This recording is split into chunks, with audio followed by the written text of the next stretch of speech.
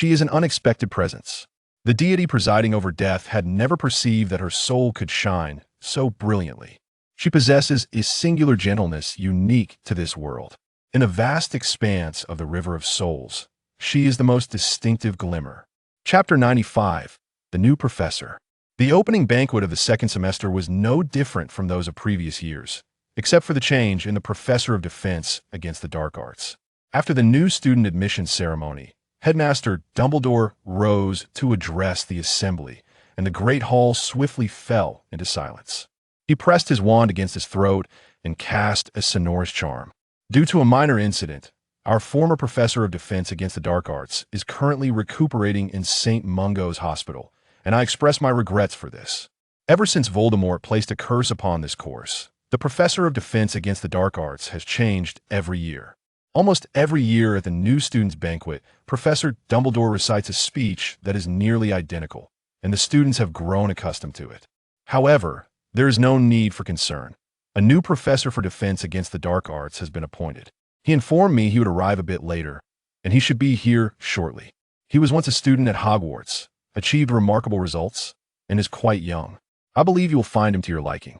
No sooner had Dumbledore's words faded than a young man entered the great hall, perfectly timed. Clad in a black trench coat, he bore no other adornments save for a silver butterfly embroidered at the collar.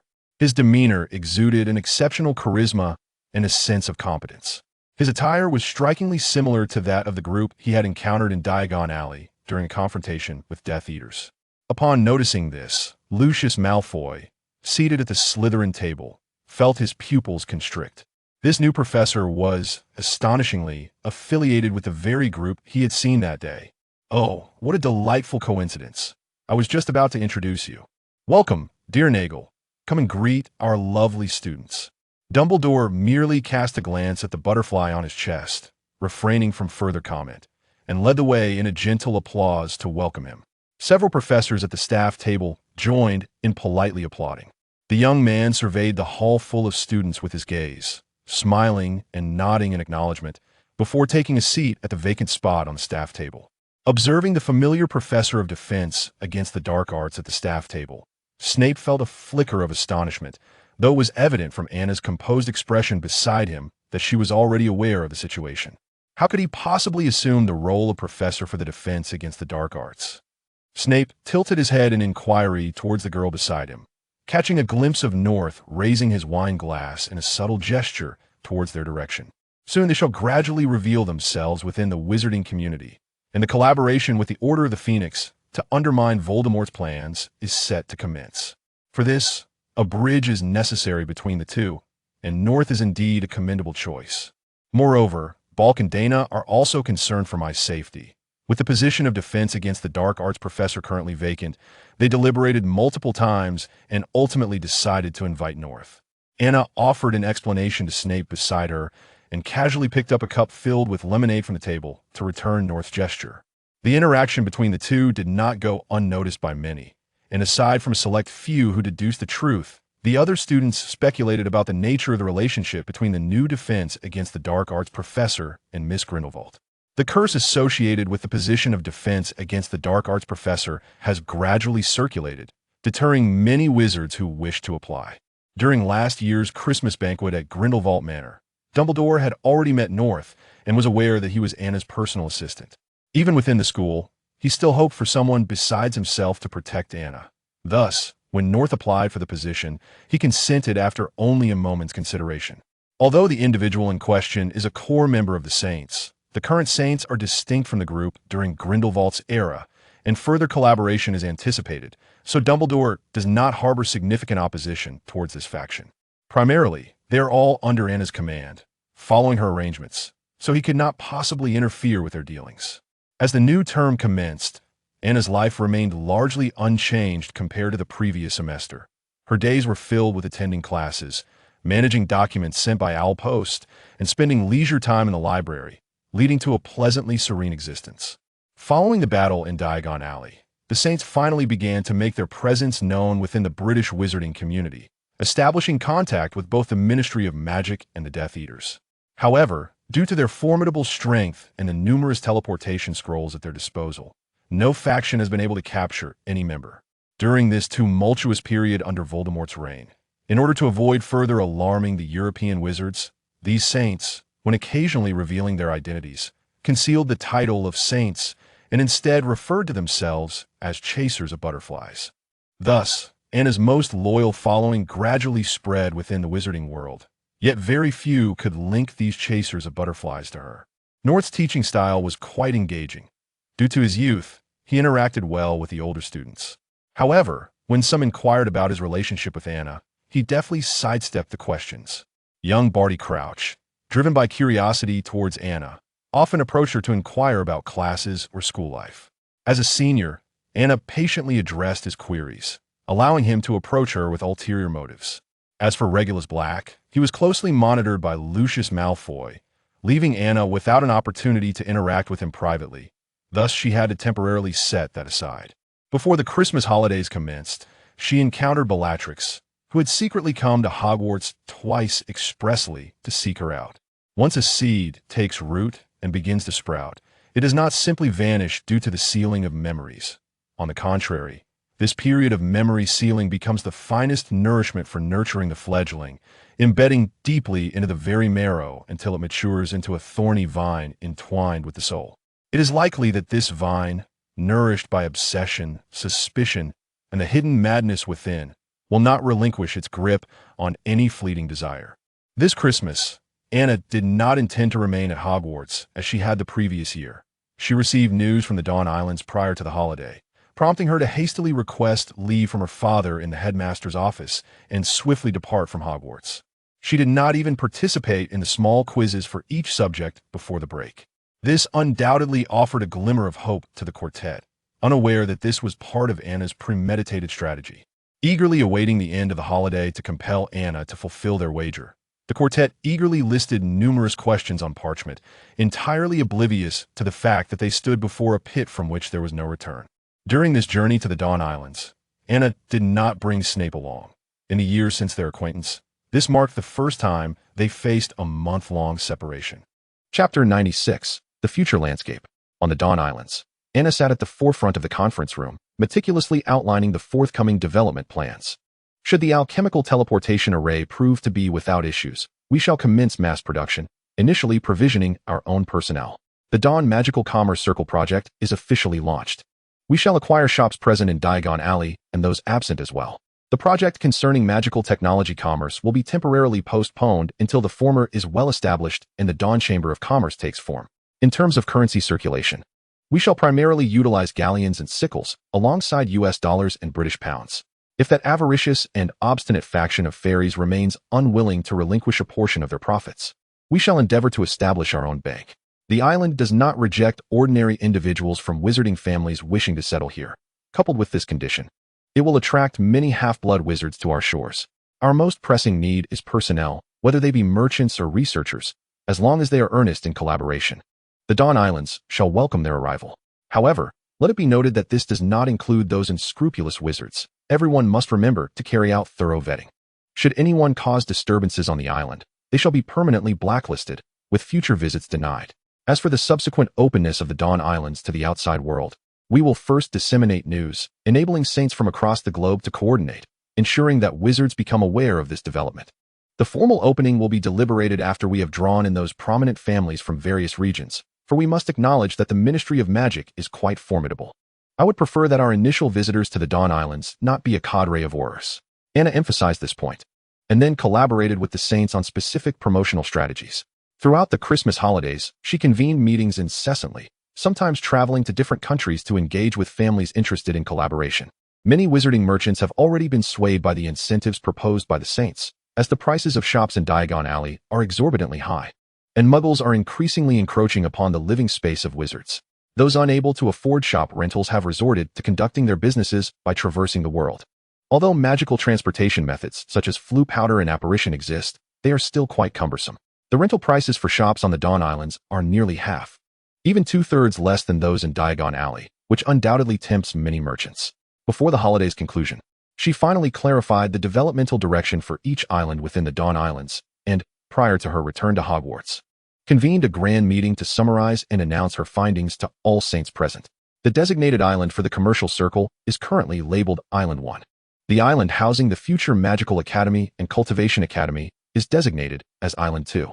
The island serving as the headquarters for the Dawn Council, comprising various economic, administrative, and judicial institutions, is designated as Island 3.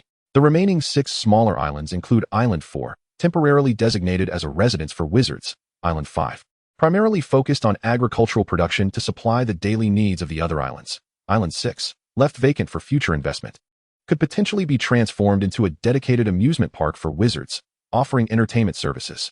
Island 7 is currently occupied by the Alchemical Technology Research Center and the Spell Modification Research Center. Island 8 hosts the Muggle Technology Research Center and the Muggle Weapons Research Center. Island 9 is in the embryonic stage of a magical creatures breeding sanctuary and a potions technology research center. The smaller islands will not be considered at this time. Any future demands can be addressed through a proposal to the Dawn Council. Currently, with funds tight, our initial investment must undoubtedly focus on the most crucial commercial circle project. While research activities will continue, other island projects may be deferred. There is ample time ahead. We shall undoubtedly cultivate this place into a veritable haven for wizards in this world. After delivering her final summary and sharing a vision of a promising future with all, Anna's Christmas holiday came to a close. Instead of taking the train from King's Cross to school, she flew back to Hogwarts with North using flu powder. Upon exiting the Office of the Defense Against the Dark Arts class, Anna exhaled deeply, releasing the tension that had gripped her for days. A wave of fatigue washed over her as she leaned against the cool wall, pausing for a moment before continuing forward. In truth, from the inception of the Dawn Islands project, she had found it somewhat idealistic. One could say she was attempting to create a utopia for the wizarding world. Indeed, for the entire world. Initially, she anticipated encountering numerous insurmountable obstacles, yet remarkably, these years have unfolded with exceptional ease. As if an unseen force has been clearing the path before her. The Grim Reaper is the title by which he is most widely known. As Anna murmured to herself, she reached the corridor on the second floor, beside a grand pendulum, its second hand sweeping rhythmically past her, reflecting her visage in the window. Since the age of 5 in her previous life, the Grim Reaper had occasionally visited her until the very moment of her demise. Often, he merely listened, offering no reply. Save for that final encounter. In their last conversation, it seemed they shared much, yet the sensation before her death was far from pleasant. Her strength was entirely drained, rendering even speaking and listening an arduous task. Thus, regarding that dialogue, aside from the clarity of her purpose to transform the wizarding world post-rebirth, many other exchanges remained elusive. However, now, perhaps due to the amplification of her magical prowess, Anna's memories were slowly crystallizing, allowing her to recall numerous fragmented moments. These fragments resembled pieces of a puzzle, piecing together the secrets of her very being. Why had she been chosen by the divine? Was he truly merely the Grim Reaper? To use my power to change this world? Anna's fingers grazed the cold glass before her, a chill emanating from the point of contact, causing her fingertips to whiten slightly. She found it incomprehensible why such a powerful deity would descend upon her, an ordinary person at that time, to express such lofty expectations. Was her soul truly so exceptional? As Severus returned from the library and happened to pass by, he encountered Anna's expression of bewilderment. She appeared to have stood there for quite some time, having not cast any warming charm, her face growing pale and stiff, which swiftly extinguished the flicker of joy in his heart, replaced instead by a simmering anger. If you linger here a moment longer, I might just witness the formation of an ice sculpture. Severus drew his wand and cast a warming spell upon her. A comforting warmth enveloped her entirely, bringing Anna back from her reverie. She exhaled a gentle cloud of mist, her smile returning as she turned to greet her visitor. Long time no see, Severus. Chapter 97, Fulfilling the Bet. After the holiday, James Potter and his companions sought out Anna, triumphantly brandishing their quiz results, eager to hold her to her promise. As Anna had not participated in the exam, she had no scores, and thus one could say the 4 had emerged victorious in the wager. Well, I believe this is not the appropriate venue for discussion. If you have time, shall we meet by the Whomping Willow after dinner? Anna glanced around the bustling great hall and nodded in response. The girl did not deny the situation as James and Sirius had anticipated. Rather, she readily acquiesced, catching the group off guard. Akin to striking a punch into cotton, forceful yet lacking impact. Preparing to reveal her true identity, Anna also called for Lily to join. Having been friends for such an extended period, although Lily had harbored curiosity regarding her identity and had diligently researched information concerning Grindelwald, this perceptive young girl refrained from probing too deeply, treating Anna as she always did, which touched Anna's heart. Concerned that Snape might feel uncomfortable, Anna chose not to invite him to join them after dinner. However, he approached them on his own, likely unable to shake off his worries about Lily, especially given that there was a rival in the mix. As the three of them exited the ancient castle, they made their way toward the hill where the willow tree stood. Snape observed the two girls ahead, one with vibrant red hair and the other with soft silver locks. The contrasting strands were occasionally intertwined by the evening breeze, creating an unexpectedly harmonious scene. Upon reaching their designated location, they found the four individuals already waiting there. "All right, now that everyone is gathered, you may answer our questions," James Potter declared, though somewhat surprised by Lily's presence. He resolved to proceed as previously agreed upon by the four, using Anna's responses to uncover her connection to the saints. "I imagine you have prepared extensively for this moment." However, he cautioned them, "Let me preface this by stating that if the questions delve into highly taboo subjects, I reserve the right to refrain from answering." Anna glanced up at the overcast sky and nodded gently. The dinner hour at Hogwarts was after 5, and it was still merely evening. The sun had yet to fully set. Had it not been for the ominous clouds above, the light would surely have been more brilliant. The two groups stood in a tense standoff, and Anna, feeling fatigued from standing, did not wish for the conversation to resemble an interrogation. Thus, she selected a clean, raised knoll on the hillside and gestured for Lily and Snape to sit with her.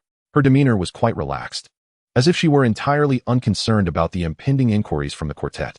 She even produced some small biscuits from seemingly nowhere, sharing them with Lily and Snape as a post-meal treat, while she herself crunched rhythmically on a handful of fragrant, crispy seeds. "All right. The first question, what is your relationship with Grindelwald from over a decade ago?" "Wow, starting with that question? I expected you might inquire about something else. Perhaps something of greater significance," Anna replied, cracking a seed and tossing the shell onto the ground, shaking her head in apparent disappointment at the initial question. "I am his daughter. Do not ask me about my father's romantic history, as that is a taboo subject."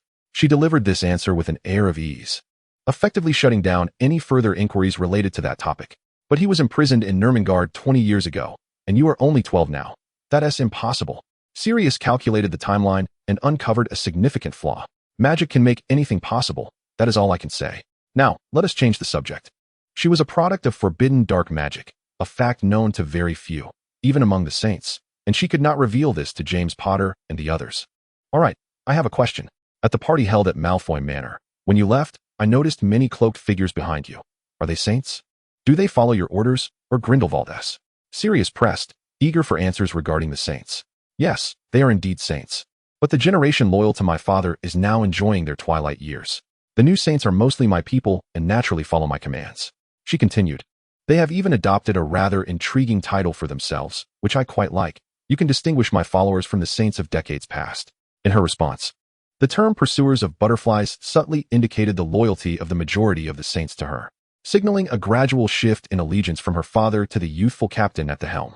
Snape remained silent, having witnessed the transformation of the saints over the years and bearing witness to this girl's ability to win hearts. Lily was astonished. She had always believed Anna belonged to a large family that frequently required her attention, unaware that this so-called expansive family was, in fact, the saints' influence. "Is the intriguing title you mentioned referring to the pursuers of butterflies?" Sirius hesitated to ask, recalling the conversations he had overheard during the Christmas holidays. "A lovely name, is it not?" Anna replied with a charming smile, her tone devoid of any denial. "Then that means the individuals causing headaches for the Ministry and the Death Eaters are indeed the saints who refer to themselves as the pursuers of butterflies. Furthermore, the formidable force capable of contending with Voldemort is under the control of this young girl before us." With this newfound clarity of their relationship, the four displayed varying reactions. James Potter was exhilarated, considering it a thrilling revelation, while Sirius grew more cautious, acutely aware of the Death Eater's formidable nature and the astonishing power Anna wielded through the saints. Remus felt a tumult of emotions, vaguely sensing that Anna could assist him with his furry little dilemma, yet he was unsure how to broach the subject. Peter Pettigrew cowered behind the other three, revealing a flicker of hope. "Since you say the current saints are not the same as those from decades ago, can you guarantee they will not act as the Death Eaters do now, wreaking havoc throughout the wizarding world?" Sirius's pointed question cut to the core, causing the previously excited James Potter to settle into a more serious demeanor. "To be honest, you are the first person to pose such a question to me. Even Professor Dumbledore has never questioned me so directly." Anna stood, brushing off the remnants of seeds from her hands, her expression still lighthearted. The mention of Dumbledore elicited a peculiar reaction from the group. Clever Lily quickly deduced that since Anna invoked the name of the esteemed headmaster, it implied that he was well aware of her connections with the saints and Grindelwald. Trusting Dumbledore, the most powerful white wizard of the century, Lily also placed her faith in Anna's forthcoming response to this issue. At their young ages, they lacked the understanding that the world is not merely black and white. If Voldemort and the Death Eaters represented absolute darkness in their minds, did the saints opposing them necessarily embody pure light? It is not that simple. If one must categorize, then the current saints exist as a relatively neutral force. If there are mutual benefits to be gained, they might even collaborate with Voldemort for that reason. Anna's words left the four momentarily breathless. They had never perceived this girl as merely a Hogwarts student and classmate. She held the potential to incite a storm in the British wizarding world. However, it is a pity that I personally detest Voldemort with a profound, visceral hatred. You need not worry, as I would never collaborate with that individual. You have known me for more than a day or two, and you should be aware that I am nothing like Voldemort. Therefore, even if he were to return to the embrace of death in the future, I shall not transform into the next Voldemort, nor shall my disciples become the next cohort of Death Eaters. Upon hearing Anna's words, the previously tense atmosphere between them began to ease. Indeed, it was inconceivable that Anna could ever metamorphose into such a vile dark wizard. Not only was Dumbledore thoroughly convinced of this, but her professors and fellow students who knew her even slightly shared the same belief. Very well, if there are no objections, let us return. After such a lengthy discussion, the moon is nearly upon us. Anna glanced upward once more, at which point Snape recalled that today marked the full moon. If you wish to comprehend the current nature of the saints, it might be prudent to inquire with the professor of defense against the dark arts. Her final remark left the four standing in stunned silence, gazing at one another as the other three departed. Was she referring to Professor Nagel? Indeed. The professor of defense against the dark arts is none other than Professor Nagel. Why did she suddenly bring him up? Did you not notice? The trench coat that Professor Nagel frequently wears. What? That trench coat is undeniably stylish, but is there something amiss with it? Well, do you not find that the coat, adorned with silver butterflies at the collar, bears a striking resemblance to the group of butterfly hunters described by the Ministry of Magic? Consequently, it seems that Professor Nagel is indeed one of the saints. No wonder I have always found his attitude towards Miss Grindelwald to be rather peculiar. The four reveled in this newfound revelation, eagerly discussing their discovery. Later, as they made their way back to the Gryffindor common room, Lupin was whisked away by Madame Pomfrey, who had been searching for him. As for Anna's identity and her connection with the saints, the whispers began to circulate gradually throughout Hogwarts, just as she had hoped. Meanwhile, the trio departed from the slope where the Whomping Willow resided and headed to the library for some study, during which Anna divulged a few details regarding the Dawn Islands to Lily. Wow, you've never mentioned to me that you own an island. It's an archipelago, but it's all quite similar. When summer arrives after our third year, I shall take you there. I believe you will adore it. By the way, we should also extend an invitation to Professor Dumbledore, and perhaps see if we can invite some of the other professors as well. Thus, the two young ladies made a pact. What shall Anna do during the coming summer vacation? Thus far, she has not dared to disclose her perilous plan to Snape, her father, or the saints. Primarily, she fears opposition from everyone, yet for various reasons, she is unwilling to abandon or delay her intentions. The plan is to use herself as bait to lure Voldemort into the Albanian forest, far removed from the British wizarding world, thereby granting Abraxas Malfoy and several other nefarious families an excellent opportunity to confer regarding future collaborations on the Dawn Islands. Initially, Anna had contemplated assigning others to undertake this task, but due to her inherently adversarial nature with Voldemort, coupled with her position as the leader of the Saints, only she can draw Voldemort's full attention. Should anyone else attempt it, he might not even spare them a glance. As the days slipped by, with merely 2 weeks until summer vacation, Anna finally grasped her quill and penned a letter to Eliza, commencing her preparations for this venture against Voldemort. Although the Saints vehemently opposed the plan in subsequent correspondence, such opposition did little to sway Anna's resolve. Fortunately, she ultimately acquiesced to Eliza's suggestion, allowing Noth to accompany her. Regarding the curse that Noth endured in his role as the defense against the dark arts professor, it was a minor curse inflicted during a skirmish between the Saints and Death Eaters as the semester drew to a close, which he anticipated would be fully lifted by the time summer officially commenced. Compared to the fates of those who perished or were grievously harmed in the original narrative, his outcome could be considered relatively favorable. Thankfully, thanks to Anna's foresight, Noth had completed the examination papers needed for the final assessments well in advance and had submitted them to Professor Dumbledore, thus preventing the students of Hogwarts from feeling directionless during their revision. Severus, I have some matters to attend to overseas this summer. I have already informed the Potion Technology Research Center on the Dawn Islands and reserved a private potion laboratory for you, where you may focus on your studies. As they walked back from the library, Anna suddenly broached this subject, deliberately omitting details of her plan to alleviate any worries Snape might harbor. During the last Christmas holiday, Anna had spent an entire month on the Dawn Islands, and throughout those long 30 days, he had been tormented by indecision, contemplating whether to visit the Dawn Islands to see his mother and check on her well-being.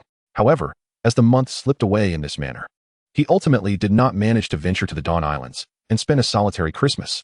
This time, not only did Anna refrain from inquiring whether he wished to travel abroad, but she also withheld the destination of her own journey. The meticulous Snape sensed that something was amiss, yet since Anna had not spoken, he would not press her for answers. Little did Snape anticipate that during the summer, an unforeseen event would reveal her plan and whereabouts, leading to a fateful encounter upon their reunion. Chapter 99. The Albanian Forest. The country housing the Albanian Forest is situated near the coast, and in recent years, this mountainous nation has been embroiled in a series of political struggles due to economic hardships, resulting in an extreme sense of xenophobia that has left the entire country isolated from the rest of the continent. Its remoteness means that few wizards venture here. A millennium ago, Helena Ravenclaw clandestinely absconded with the diadem of Ravenclaw and concealed it in this very place.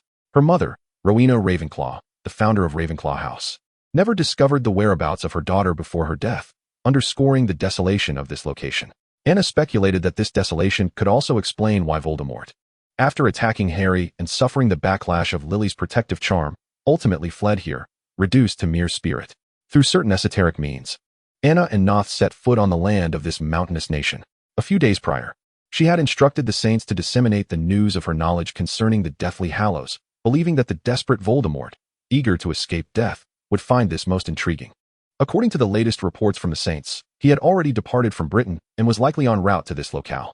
Anna's objective was to keep Voldemort occupied elsewhere, while the negotiations concerning the Malfoy family and the Dawn Islands would be managed by Bulk. Well, I finally understand why so few wizards come here to explore. Anna gazed at the lush, seemingly endless primordial forest before her, sensing the chaotic and disordered magic in the air. She instructed Noth to draw his wand and concentrate.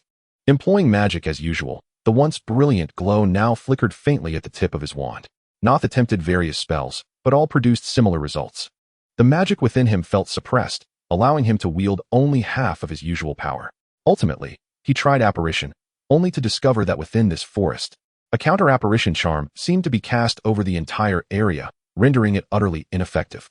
Anna retrieved numerous magical artifacts for combat, and surprisingly, these alchemical devices were unaffected and continued to function normally, including communication mirrors and two-way mirrors.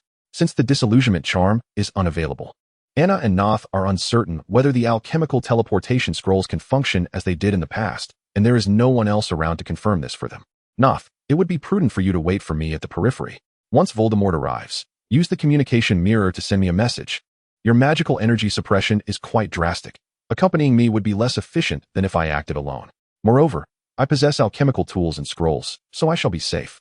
Anna asserted, much to Noth's vehement objection. Despite her repeated assurances that she would not place herself in peril, he steadfastly refused to allow her to traverse the dense primeval forest alone. Reluctantly, Anna conceded to his company.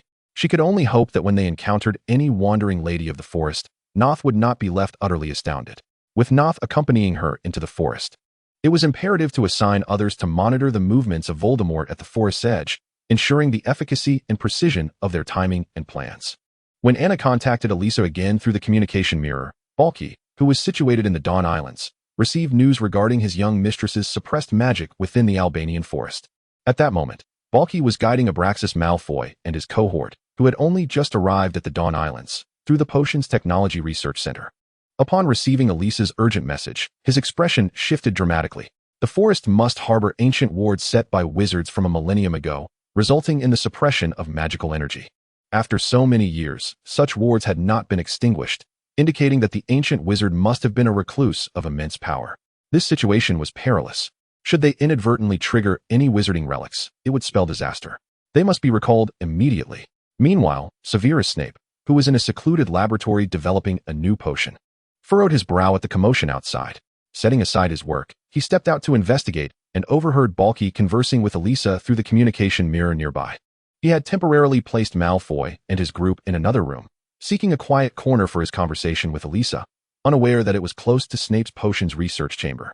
Initially presuming that other saints were encountering difficulties, Snape halted his return to the lab upon hearing Balky's words. "What? You found Greyback's trail? And those werewolves are trailing Voldemort?" he inquired. "How many did you assign to the perimeter?" Only 30 for support? That's far too few. I can allocate more personnel to encircle the entire forest and monitor it. We must ensure Miss Anna's safe return. After discussing matters further, Balky finally closed the communication mirror. Before he could fully mask his concern, he encountered Snape, who was approaching. Having spent several years by Anna's side, and given that Eileen was a core member of the Potions Technology Research Center, he was somewhat familiar with the boy. Mr. Nagel, where is Anna now? Why are you discussing the Dark Lord? He inquired, blocking Balky's path. Has Miss Anna not informed you of this matter? Balky was taken aback. He assumed Snape, often at Anna's side, would at least possess some knowledge of their plans. However, he was astonished to learn that Anna had kept everything under wraps, revealing not a whisper. Observing the serious demeanor of Balky, who stood resolute in the corridor, Snape sensed that if he did not convey the complete situation, Balky would not relent. Very well. I must also allocate more personnel for support. Let us discuss this as we walk. Balky did not underestimate Snape. He recognized that anyone accompanying Miss Anna was no ordinary wizard. Thus he detailed the adventure plan Anna had devised prior to the summer holidays. So you simply allowed her to proceed recklessly?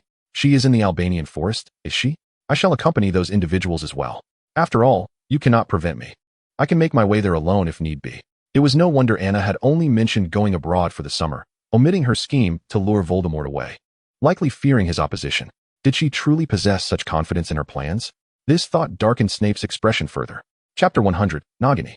Balky pondered that it was only natural for Snape, having spent considerable time with Anna, to be concerned for her safety, and thus he acquiesced to his request.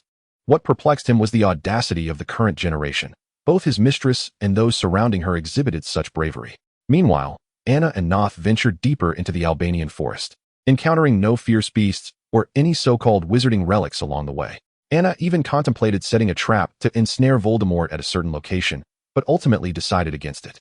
The forest was simply too vast, and she could not guarantee that Voldemort would unwittingly stumble into her trap. It was wiser to meander about, perhaps flying a kite instead. The ancient forest exuded tranquility and mystery, remaining largely untouched and isolated from the world beyond. Its lush vegetation and treacherous swamps deterred any would-be explorers, allowing only wizards to traverse its depths. After spending a day and night within, Anna had encountered a myriad of plants and animals, collecting numerous rare herbs not found elsewhere to present to Snape as a gift upon her return. They had come across many serpentine creatures, predominantly pythons inhabiting the swampy areas. Yet Anna still longed to encounter the colossal viper, which had thus far eluded her. Miss, Elisa has sent word. Voldemort is already at the forest's edge. Even with magical travel methods such as port keys, it would take considerable time for Voldemort to arrive from England. Anna had anticipated he might take another day to catch up, but was taken aback by his swiftness. Perhaps he was eager to eliminate her out of fear, or perhaps he yearned for the Deathly Hallows, desperately seeking to evade the clutches of death. Regardless of the motive, it was sufficient that he was in pursuit. This back and forth would consume 2 or 3 days. Ample time for Malfoy and his group to finalize their discussions in the Dawn Islands before Voldemort returned to England. Elisa also mentioned that Greyback had brought some werewolves along, following Voldemort into the forest. Upon receiving this news, Noth grew concerned. Werewolves possessed keen senses of smell and hearing and could easily track them by their scent and the traces left by their passage. This posed a significant dilemma. Furrowing her brow, Anna retrieved her communication mirror and inquired about the situation on the Dawn Islands. Upon learning that the collaboration was only halfway completed, she decided to linger a while longer in the forest. Master, we have located her whereabouts. She is in that direction, without a doubt. The man speaking had a tousled mane of hair, some parts resembling coarse bristles. His clothing was somewhat tattered, and his eyes occasionally glinted with a chilling sharpness. Yet he bowed his head respectfully in the presence of the Dark Lord. Fenrir, you have done well. Have your subordinates pursue her, ascertain their location, and ensure she is captured without being killed. Once I have extracted the information I seek, she shall be your dinner. Voldemort nodded slightly, gesturing for the werewolves to commence their hunt. Upon hearing the Dark Lord's promise, Greyback appeared somewhat impatient, extending his tongue to lick the parched corners of his mouth, revealing a smile imbued with determination. Unbeknownst to Anna, who was still traversing the forest, she had already fallen victim to Voldemort's intentions of making her a werewolf's dinner. A salty, briny breeze wafted through the dense foliage, brushing against the two figures, while seabirds occasionally swooped overhead, suggesting that they were not far from the anticipated coastline. At that moment, a massive shadow flickered through the underbrush, capturing Anna's attention. Meanwhile, Noth, who was focused on a different direction, remained oblivious to the shadow, instead feeling an unsettling surge of magic within him that seemed increasingly uncontrollable. Hidden within the grass, a pair of obsidian eyes quietly observed the two. More specifically fixated on the silver-haired girl. The creature slowly maneuvered its immense form, the sound of its scales gliding through the grass barely audible, akin to a whisper of wind, failing to alert those nearby. However, Anna sensed its presence and halted in her tracks. "Nagini?" she murmured, softly uttering the name that resonated with familiarity, as a flicker of confusion flashed within the dark eyes from the shadows. "My lady, what were you just saying?" Noth, alerted by Anna's sudden stillness, swiftly positioned himself beside her, heightening his vigilance. "I think I just saw." Just as Anna prepared to utter the name again, a colossal viper, measuring a staggering 12 centimeters in length, emerged from the underbrush. Its yellow scara framed a piercing black pupil, fixated on Anna, while its scarlet tongue flicked from its mouth as if probing for something. "Danger, Miss Anna, we must leave this place at once," Noth exclaimed, instinctively stepping in front of Anna, gripping his wand tightly and pointing it at the serpent that had suddenly appeared. "Calm down, Noth. She appears to retain a semblance of reason." "She?" Noth echoed, taken aback by Anna's designation for the serpent, but he quickly regained his composure. "Nagini, is that you? Can you still comprehend our words? Do you remember the names Credence, Grindelwald, and Dumbledore?" Anna inquired, standing beside Noth, her gaze locked onto the viper. Now only 10 meters away, her voice steady and clear.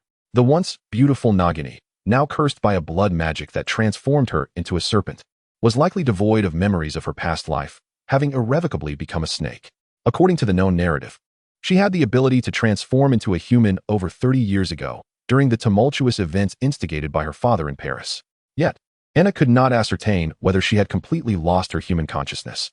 At that moment of tension, the serpent unexpectedly inclined her head towards Anna, displaying an almost sentient awareness, then glided forward a short distance and halted, gazing back at Anna. Could it be that she is indeed Nagini, and she is leading the way? Anna speculated, taking a few tentative steps behind the serpent. Indeed, Nagini turned her head, continuing onward, occasionally pausing to ensure Anna and Noth were following, which left Noth utterly astonished.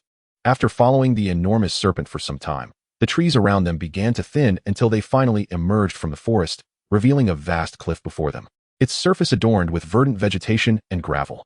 At the cliff's edge stood a formidable boulder, and 100 meters below, the azure sea crashed rhythmically against the cliffs, sending forth cascades of frothy waves and producing a resonant sound. Nagini rested beside the boulder before slithering down the edge of the cliff. Anna contemplated following to see what lay below, but her attention was drawn to the boulder, which seemed to bear some carvings. Chapter 101, The Coastal Boulder. The wind by the seaside was fierce, eroding everything upon the cliffs. This boulder appeared ancient, likely possessing a history spanning over 1,000 years. Its surface emitted slight magical fluctuations, which probably accounted for the preservation of the intricate carvings upon it. Otherwise, the relentless sea breeze would have worn it down through the passage of time. It must be noted that the wizards of a millennium ago were incomparable to those of the present. Despite the constraints on knowledge and existence, the ancient wizards were remarkably powerful, even possessing the ability to ascend to divinity, as exemplified by Merlin. In contrast, contemporary wizards, aside from incessantly chanting Avada Kedavra and occasionally slicing pieces of their souls for amusement in pursuit of immortality, seemed devoid of any grand aspirations. Anna refocused her thoughts and examined the carvings on the boulder with great care. The designs were segmented into various scenes, akin to a pictorial narrative chronicling events from antiquity. Having perused numerous ancient texts over the years, Anna noted that the boulder, protected by an unknown magic, had suffered little damage, allowing her to glean some semblance of meaning. "Let me see what tales are inscribed here," Anna murmured, leaning in closer to scrutinize and attempt interpretation. The scene appears to be set at the edge of this cliff, though there seems to be a raised platform upon which a massive stone is likely situated. A group of individuals kneels at the base of the platform, where two figures, presumably the protagonists, stand above. One of those on the platform bows to the other, presenting something to the central figure. After presenting what could be a precious offering, the one who presented it collapses, and the recipient draws forth a colossal scythe, carving a rift in the sky above. A scythe? This scythe looks somewhat familiar. Goodness, does this place also echo legends of the Grim Reaper? Anna found herself speechless, suspecting that perhaps fate had conspired to draw her here, ultimately leading her to this boulder. After a brief internal lament, she continued to observe, while Noth remained vigilant for any movement in the surrounding woods. The crowd below the platform erupted in cheers, and Anna noted that the subsequent images were less damaged than the earlier ones. Could they have been carved in a different era? Curiously, the later images depicted no figures, merely the platform and the rift in the sky. Moreover, The fissure created by the Grim Reaper's scythe gradually diminished until it ultimately sealed shut, leaving the platform to vanish, leaving only the solitary boulder to silently narrate the tales of yore to all who ventured near. The wizards were beseeching the deities for something, presenting treasures. Judging by the action of the one who offered the gift collapsing, it was likely something akin to life or soul, given that the wielder of the scythe was the Grim Reaper. But what did the rift in the sky signify? In Chinese mythology, there is the tale of Nuwa mending the sky, while in European lore, there are stories of a celestial breach allowing floods to descend. Yet, in this instance, nothing seemed to spill forth from the rift, and the crowd continued to cheer. Perplexed, Anna found the significance of the rift to be crucial. Yet she could not conjure a plausible explanation. Compelled by an unseen force, she extended her hand, gently touching the last image of the rift on the boulder. Suddenly, the contract on her right palm began to rotate, and dark clouds amassed overhead. Within mere moments, a vast expanse of black clouds obscured the sky, and the coastal winds turned tumultuous, accompanied by the distant rumble of thunder. Witnessing the rapid changes around her, Anna swiftly withdrew her hand from the boulder, and as she did, the wind subsided, the ominous clouds gradually dissipated, though a few stubborn wisps remained, shrouding the sun above. What is happening? She merely brushed against it lightly, yet the atmosphere felt as if she were on the verge of facing a cataclysm. Anna, her heart still racing, gazed at the situation before her, her mind swirling with countless speculations, none yielding a definitive answer. Clearly, the secrets she harbored were manifold, and they possessed the capacity to stir the very consciousness of the world. The contract in her palm ceased its rotation, and she surmised that Voldemort's pack of werewolves might soon be upon them. Moreover, North sensed his magical power slipping increasingly beyond his control. While Anna herself felt little of this turmoil, she contemplated the colossal stone before her for a moment and resolved to let him use the teleportation scroll to escape first. "But, my lady, what will you do?" North inquired, his anxiety mounting as he realized the scroll could only facilitate the holder's individual departure. Anna discerned his reluctance to leave her behind.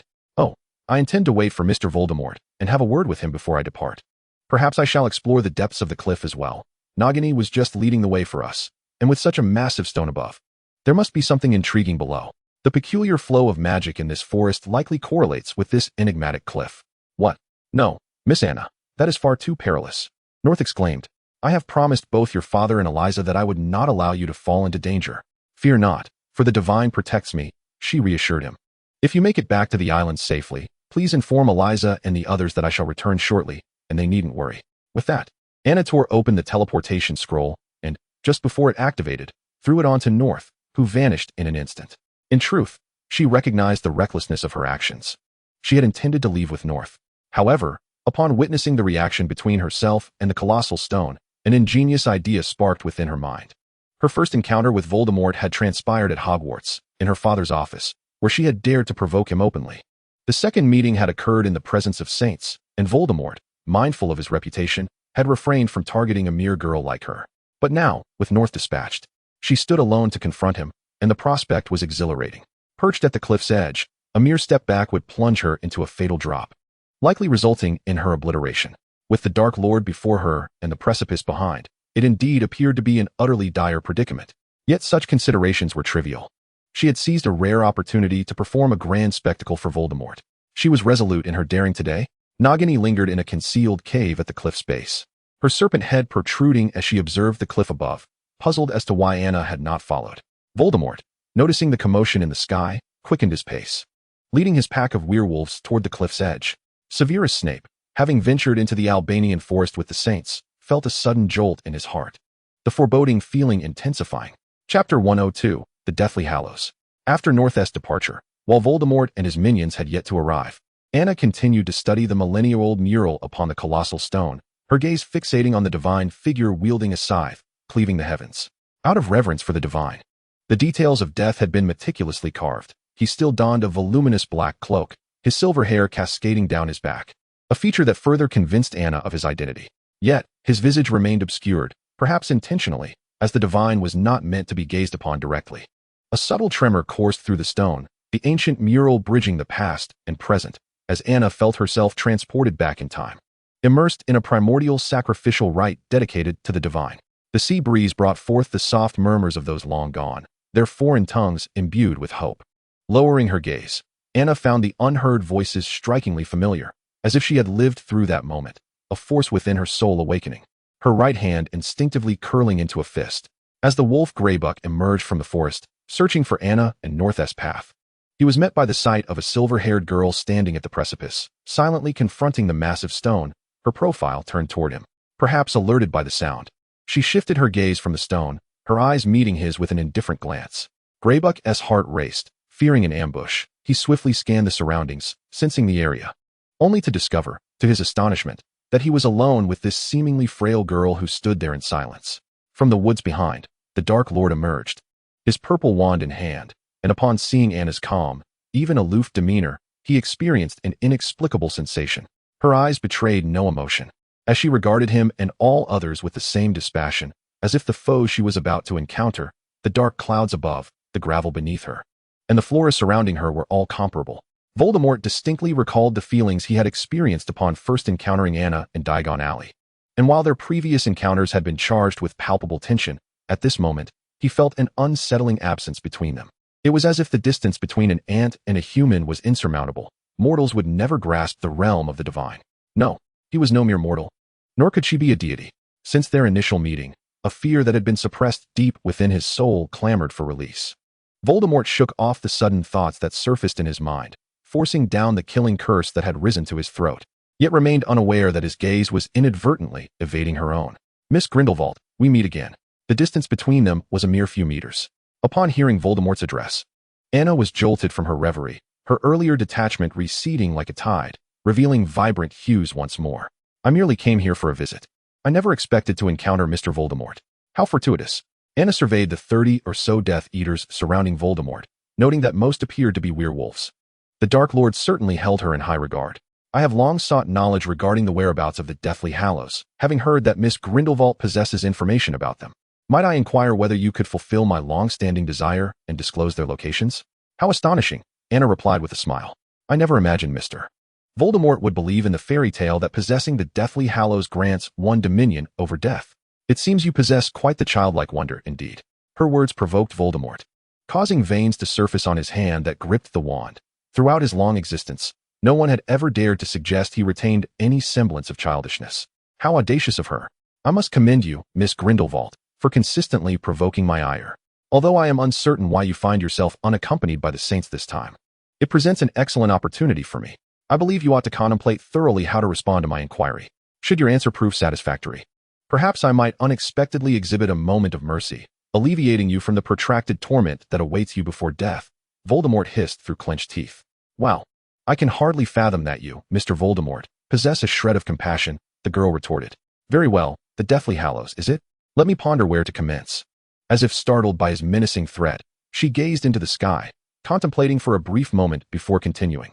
"The Deathly Hallows, as the tome describes, were conceived when the Master sought unparalleled power. Thus, Death casually snapped a branch from the Elder Tree, crafting the most formidable wand in existence. The second, motivated by a desire to resurrect a beloved, led Death to procure a stone from the riverbank, which became the Resurrection Stone. Lastly, the third, yearning to elude Death eternally, resulted in Death shedding his cloak, transforming it into the Invisibility Cloak. Mr. Voldemort, these 3 Deathly Hallows were originally forged by Death himself. Do you truly believe that possessing them grants you dominion over him? For millennia, they have ensnared countless wizards, yet ultimately, none have encountered Death again." Anna recounted the legend eloquently. Perhaps the Hallows indeed held a fragment of Death's power. Yet mortals' audacity to attempt dominion over a deity through artifacts of divine origin may well be a jest played by Death upon humanity. I am acutely aware of the current whereabouts of each Hallow. Yet these revelations cannot liberate us from death. Mr. Voldemort, we are but mortals, entering this realm in a mortal fashion, and we shall depart in the same manner. I can only counsel you thus.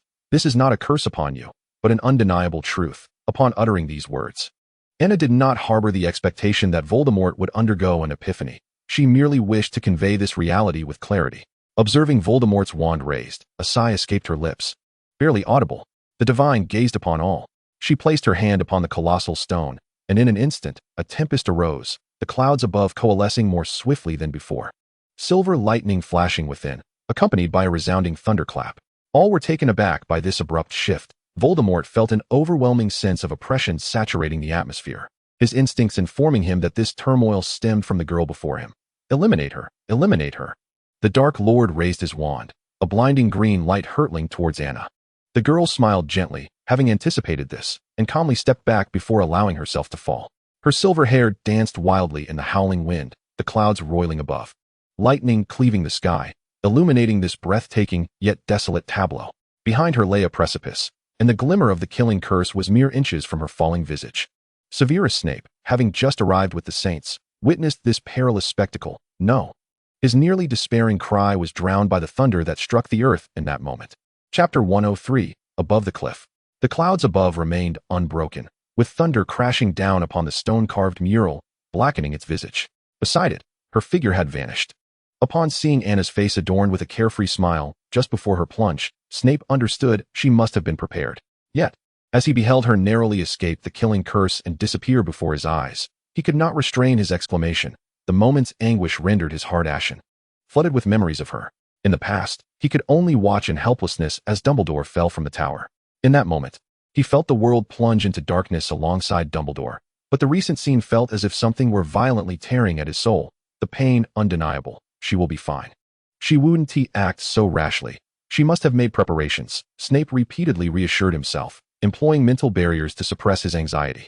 Yet, even so, the anguish within him proved inescapable. He longed to leap past Voldemort and his Death Eaters, racing to the cliff's base, needing to see her safe to find peace. Not only he was agitated. The saints who had arrived at the scene, witnessing the tableau, believed their lady had been coerced by Voldemort into leaping from the cliff, igniting a fury within them. Before the Death Eaters could react, a flurry of curses erupted towards them. The initial group of saints was nearly equal in number to the Death Eaters. But with Voldemort among them, the saints soon found themselves at a disadvantage. One among them swiftly utilized a communication mirror to inform the other saints of their location. And shortly, another team emerged from the woods, turning the tide of battle. Snape knew his current magical strength could not sustain a prolonged conflict. And the peculiar flow of magic in the area had diminished everyone's capabilities. As the two sides clashed, he stealthily maneuvered through the battlefield, making his way to the spot where Anna had just fallen. The cliff loomed 100 meters high, its walls steep and nearly vertical, revealing all that lay below. After searching meticulously for a time, Snape found no trace of her. The waves, stirred by the lingering storm, battered against the cliff, sending icy droplets splashing against his face. Where could she be?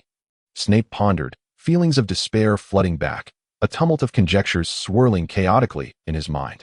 He drew his wand, casting a levitation charm upon himself, determined to descend and ascertain the truth. No matter what, he had to find her. He must locate that girl. Time rewound slightly. As Anna fell backward, creating the illusion of plummeting from the cliff before Voldemort, a familiar voice seemed to call her name. Straining to discern the source, she spotted Snape and a multitude of saints beside him. What is he doing here? A jolt of fear gripped Anna, concerned that her deliberate act might evoke painful memories in Voldemort. Yet retreating now was impossible. She felt her body plummeting rapidly, the wind howling in her ears, and as she tilted backward, Anna noticed a profound fissure in the clouds above, reminiscent of the one depicted in the mural. But as she attempted to observe closely, the rift vanished, replaced by a blinding bolt of lightning that seemed to strike precisely where she had been moments before. Her lips twitched. Had she delayed her jump by even a second, the alchemical artifacts upon her would have been of no defense against such celestial wrath. Having completely escaped the gaze of Voldemort and all others, she swiftly drew her wand from her waist, casting a levitation charm upon herself. Last semester, she had perfected this spell, though she could not yet perform wandless magic. She had mastered silent incantation. The chaotic flow of magic here seemed to have no effect on her, allowing her to cast the spell effortlessly as she sought the location where Nagini had just descended. A serpent's head emerged from the crevice of a stone, seemingly poised to slither forth. Yet at that very moment, it encountered Anna, who was descending. The two, one human and one serpent, locked eyes for a brief moment, before Nagini recoiled, and Anna deftly controlled her descent to the cave's mouth. The cavern was exceedingly narrow, barely accommodating the passage of an adult, its entrance shrouded by a fallen rock, revealing itself only from a side angle. Its location was remarkably concealed. Without Nagini's timely emergence, it is likely that no one would have discovered this place. At her tender age, the cramped entrance was just sufficient for Anna. A damp atmosphere wafted from the depths of the inky black cave, mingled with a faint scent of decay, neither particularly foul nor wholly pleasant. It was merely bearable for her to breathe. The faint glow of her wand illuminated the path ahead with a gentle radiance. The cave was not deep. The passage extended approximately 10 meters. Reflecting for a moment, Anna edited a message on her communication mirror to inform the Saints and Snape that she was safe.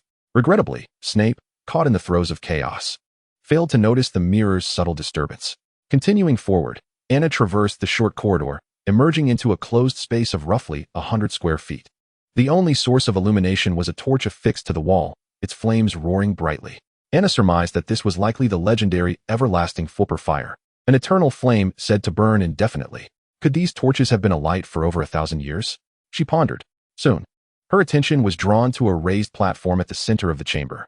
Nagini coiled beneath it, her head swaying as she gazed up, hesitant to approach. Appearing remarkably docile, could this platform be the very one depicted in the mural, where the Grim Reaper stood, receiving the reverent kneeling of wizards? Chapter 104. Suppression of the Blood Curse. Curiosity compelled Anna to step closer. Although Nagini appeared to fear the aura emanating from the platform, Anna subconsciously felt assured that nothing here would bring her harm. With careful steps, she ascended the stairs to the edge of the platform, which bore no distinctive patterns nor exhibited any notable changes. However, it was evident that the platform was carved from a single massive stone, its structure seamless and devoid of any visible seams. After a few moments of contemplation, Anna gradually moved to the very center, the spot where the deity once stood.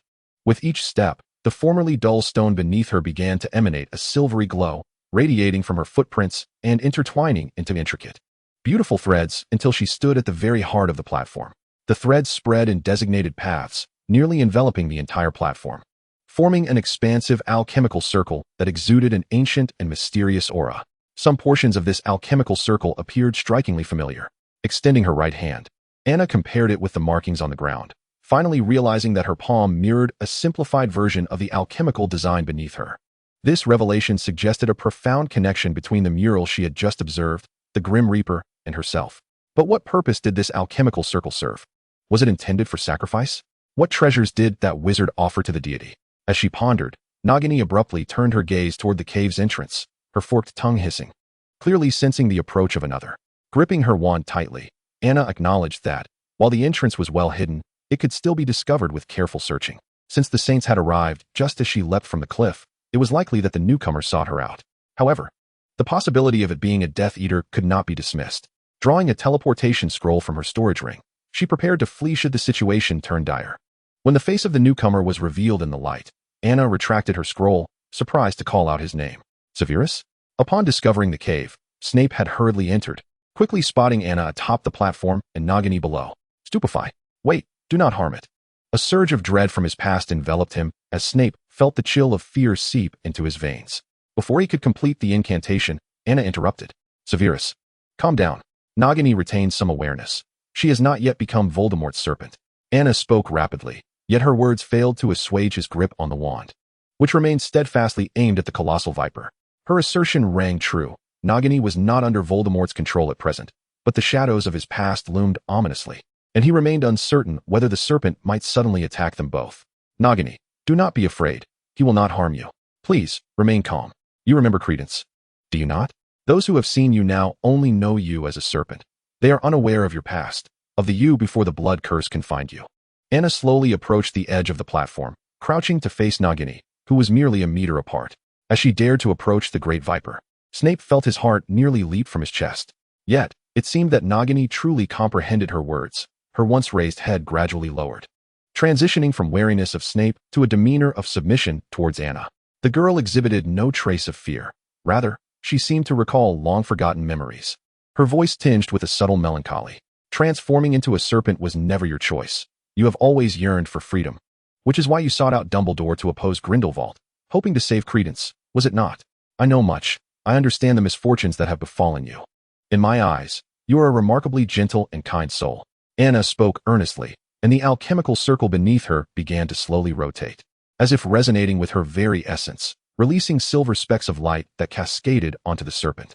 As if sensing something, Nagini lifted her gaze to Anna, her coiled form beginning to shift, the transformation arduous yet visible to both of their eyes. Ultimately, she morphed into a woman with cascading hair. The garments that adorned Nagini were tattered and worn, prompting Anna to swiftly retrieve a cloak from her storage ring to drape over her. Over 30 years had passed, and the once youthful girl now bore the marks of maturity, though the weariness still clung to her presence. Snape and Anna stood in astonishment, the former shocked by Nagini's sudden transformation, the latter having believed that, After so many years under the blood curse, she would never revert to human form. In that moment, all three were frozen in place. "See Credence," she rasped, her voice echoing with a serpentine quality, yet Anna discerned the name she uttered. "You wish to inquire about Credence? As it happens, he is somewhat related to me, perhaps a cousin? I will take you back to England shortly. I believe Professor Dumbledore will know his whereabouts." Reflecting briefly, Anna whispered her uncertain thoughts to Nagini, ensuring that Snape, standing at a distance, could not overhear. "The power of the divine here, cough, my curse, to be broken, cough." Having just regained her human form, Nagini struggled to articulate her thoughts, gesturing towards the alchemical circle on the platform, then indicating herself and Anna. The girl still perched atop the platform quickly grasped her meaning. It seemed this platform might still harbor the power of the divine, and Anna's presence here, combined with her contract with the Grim Reaper, had awakened the resonance of the alchemical circle. The power of the divine can indeed break a portion of curses, and it is precisely for this reason that Nagini's blood curse has been subdued, allowing her to return to her human form. "Very well. I understand the implications of your words, Nagini. For now, you must rest. This potion will restore your vitality. Otherwise, you may find yourself unable to bear the aftereffects of the apparition." Anna retrieved a potion from her storage ring and assisted her in drinking it, allowing her to lean against the pedestal for respite. "Severus, there is no longer any issue. You may approach now." Snape, still haunted by his recent experiences, clutched his wand as he descended to the base of the pedestal, yet his unease regarding the sudden transformation of Nagini persisted, his peripheral gaze continually drawn to her. "What on earth is happening?" he murmured, struggling to fathom the spectacle before him, a serpent metamorphosing into a human right in front of his eyes. Moreover, this was the very serpent that had once bitten him. Nagini. Chapter 105, Breaking the Cocoon. Nagini was once human. Have you heard of the blood curse? It is a most cruel affliction that forces a person to transform repeatedly into a snake, ultimately leading to the loss of their human consciousness and physical form, leaving them to exist solely as a serpent in thought and lifestyle. Thus, I assert that the current Nagini cannot be equated with the snake that once accompanied Voldemort. Now that we have located Nagini, and she has unexpectedly reverted to her human state, Anna is resolute in ensuring that she does not continue to dwell in the Albanian forest. She will not permit any fragments of Voldemort's soul to attach themselves to her, leading to her ultimate disintegration. Anna continued to scrutinize the intricate alchemical array atop the pedestal while elucidating her rationale. Fortunately, Nagini, having consumed the potion, had fallen into a deep slumber, blissfully unaware of the foreboding words regarding her future. Otherwise, she would undoubtedly be plagued by doubts. Snape had intended to ascend to the platform, but as his feet touched the ground of the alchemical array, the outermost circle of the formation suddenly erupted in silver light, and a transparent barrier rose around him, completely isolating him from the interior. This shimmering shield, though seemingly delicate and fragile, was evidently far more formidable than it appeared. Frantic attempts to break through yielded no results. His spells fell flat against the unyielding barrier, which effectively segregated the space within from that outside. Anna, startled by this unexpected turn of events, quickly moved towards Snape, effortlessly passing through the barrier. As she stepped out of the alchemical array, the glowing threads at her feet dissipated, and the transparent barrier vanished, restoring the space to its previous state, now dimmer without the silver light's illumination. This ancient alchemical array was bound to experience complications. Thankfully, she had not been trapped inside. With a relieved smile, Anna exhaled, though Snape's demeanor beside her had shifted uneasily. Grasping her arm, he scrutinized her from head to toe, fearful that she might, like the figure at the precipice, suddenly plunge into the abyss before his eyes, vanishing without a trace. "I apologize for worrying you, Severus. You know I never undertake endeavors without certainty, and besides, I still possess." Before Anna could complete her thought, Snape tightened his grip on her arm, pulling her into his embrace, his lips pressed firmly together. He was not merely anxious. Having witnessed her narrowly evade the killing curse and fall from a height, he remained apprehensive even with her safely in his arms. He could no longer deny the fear of losing her. His heart's desire was undeniable. Since her rebirth, Anna had emerged as the moonlight in his previously dark world, her radiance gentle and subtle, gradually permeating his heart. He depended on her, unable to relinquish this newfound light. Deep within, the chrysalis of his emotions cracked open, and a frail butterfly emerged, unfurling its stunning silver wings and fluttering gracefully around his soul. "What troubles you, Severus? Fear not. I stand here before you, unharmed. Is there something amiss?" Anna gently patted his back, her tone soothing as if comforting a child, yet she remained cautious, wary that he might truly be unwell.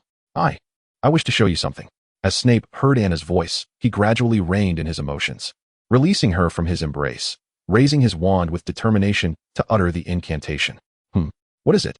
Wait, Severus, it seems I have received a message. Just then, Anna felt the vibration of her communication mirror in her pocket. Lowering her gaze, she failed to notice the sudden rigidity of Snape's expression as she retrieved the mirror. Oh, it's Eliza and the others, inquiring about my whereabouts. I shall inform them of the cave's location. Additionally, we must ensure Nagini is properly cared for. This venture into the Albanian forest has yielded remarkable results. Severus, what were you going to show me? After responding to the message, Anna turned her attention back to Snape, who had already stowed his wand away. Nothing of consequence. You should be grateful that the saints arrived in time. Otherwise, it would not have been I standing here. But Voldemort. Snape spoke these words dryly, suddenly realizing that in Anna's heart, he might merely be regarded as a decent friend. Reflecting upon their shared moments, he recognized that she had never exhibited the bashfulness typically associated with young women in the presence of men. She appeared quite oblivious to such feelings. Desiring not to startle her, he wrestled with the thought that if he were to fully express his feelings, she might dismiss them as a jest, or worse, establish distance between them, thereby irrevocably delineating their relationship. The more he contemplated, the more he felt suffocated, yet a glimmer of hope persisted. What if Anna reciprocated his affections? Although such a possibility seemed remote, could he truly cast aside all constraints and unite with this master of the saints, the ruler of Dawn Isles, the harbinger of change in the world? What if someone more suited to her appeared in the future? Did he truly possess the right to stand by her side, experiencing the world's tumultuous changes together? Snape's mind was tumultuous, plagued by countless questions swirling within as he sought solace in the moonlight. Though the moon might never descend into his embrace, Anna shrugged in resignation, accustomed to his jests, translating his words into expressions of concern in her mind, recognizing that the speaker merely struggled to express himself. Very well, Severus, thank you for coming to my rescue. I am genuinely grateful. There are numerous herbs in this forest, and I have gathered quite a few to present to you upon our return. When she smiled, her eyes resembled crescent moons, radiating a blend of charm and joy akin to a mischievous little fox, effortlessly captivating those around her. Humph! Snape fell silent, his ears tinged with a hint of crimson, grateful for the dim lighting in the cave that concealed his embarrassment. He watched as she approached Nagini to assess her condition before once again retrieving the communication mirror to contact others. Once the battle between the Saints and Voldemort concluded, and the surviving Death Eaters had been led to safety by him, the Saints finally descended to locate the cave and began arranging subsequent actions. Chapter 106, Returning to School. Although some had been lost, the overall outcome remained commendable, particularly the capture of the werewolf, Greyback. Bring him back to the Dawn Islands. I believe Mr. Greyback will find great pleasure in his new abode. Capturing this werewolf leader is akin to severing several of Voldemort's fingers. The subsequent task involves reforming his malevolent traits and subjugating him, transforming him into a useful werewolf for the Dawn Islands. Certain methods are naturally at the disposal of specialized teams on the island to implement this, but if reform proves challenging, she may need to consider personally intervening. Akin to how she seduced Bella. As she has previously articulated, the world is devoid of absolute black and white. Most exist in the gray, where the boundaries of good and evil are nebulous, much like how a blade can yield varying effects in different hands. The group returning to the Dawn Islands breathed a sigh of relief. Anna inquired about the specifics of the negotiations between the Bulks and the Malfoy family, along with the great families they had courted from various nations, leading her to believe that the Dawn Islands development plan would soon be set in motion. Meanwhile, Snape, having returned to the potions laboratory, sat silently in his chair, contemplating the botched potion resulting from their expedition to the Albanian forest. Suddenly, he rose, securing the door tightly to ensure no one would intrude, before drawing his wand and uttering the spell he had wished to convey to her, Expecto Patronum. Instead of the silver doe, a delicate silver butterfly emerged, radiating a gentle luminescence, dancing gracefully around him, its playful demeanor reminiscent of her. Anna. His voice echoed in the vast emptiness of the laboratory, dissipating into silence. The summer swiftly passed, engrossed in matters concerning the island. Anna and Snape had scarcely seen one another since their return from the Albanian forest, affording him ample time to adjust his emotions. By the time they next ventured to King's Cross Station, he had mastered the art of maintaining an unruffled demeanor while walking beside her, conversing as if nothing had changed. However, seated in the compartment, Lily astutely noticed that Snape seemed to be deliberately avoiding any physical contact with Anna. And when she inquired with her gaze, he met her eyes with calmness. The journey from the station to Hogwarts spanned several hours, during which the trio idled away the time, typically immersed in their books. Lily's peripheral vision remained fixed on the two across from her, on several occasions.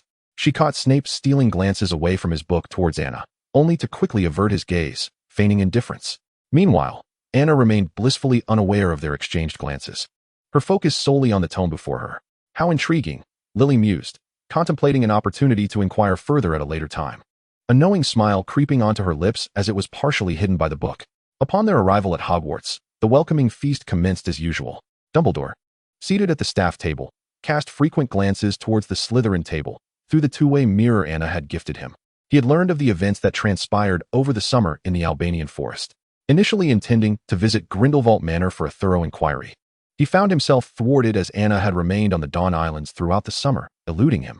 Now that she had returned to school, he was eager to delve into the details of that time.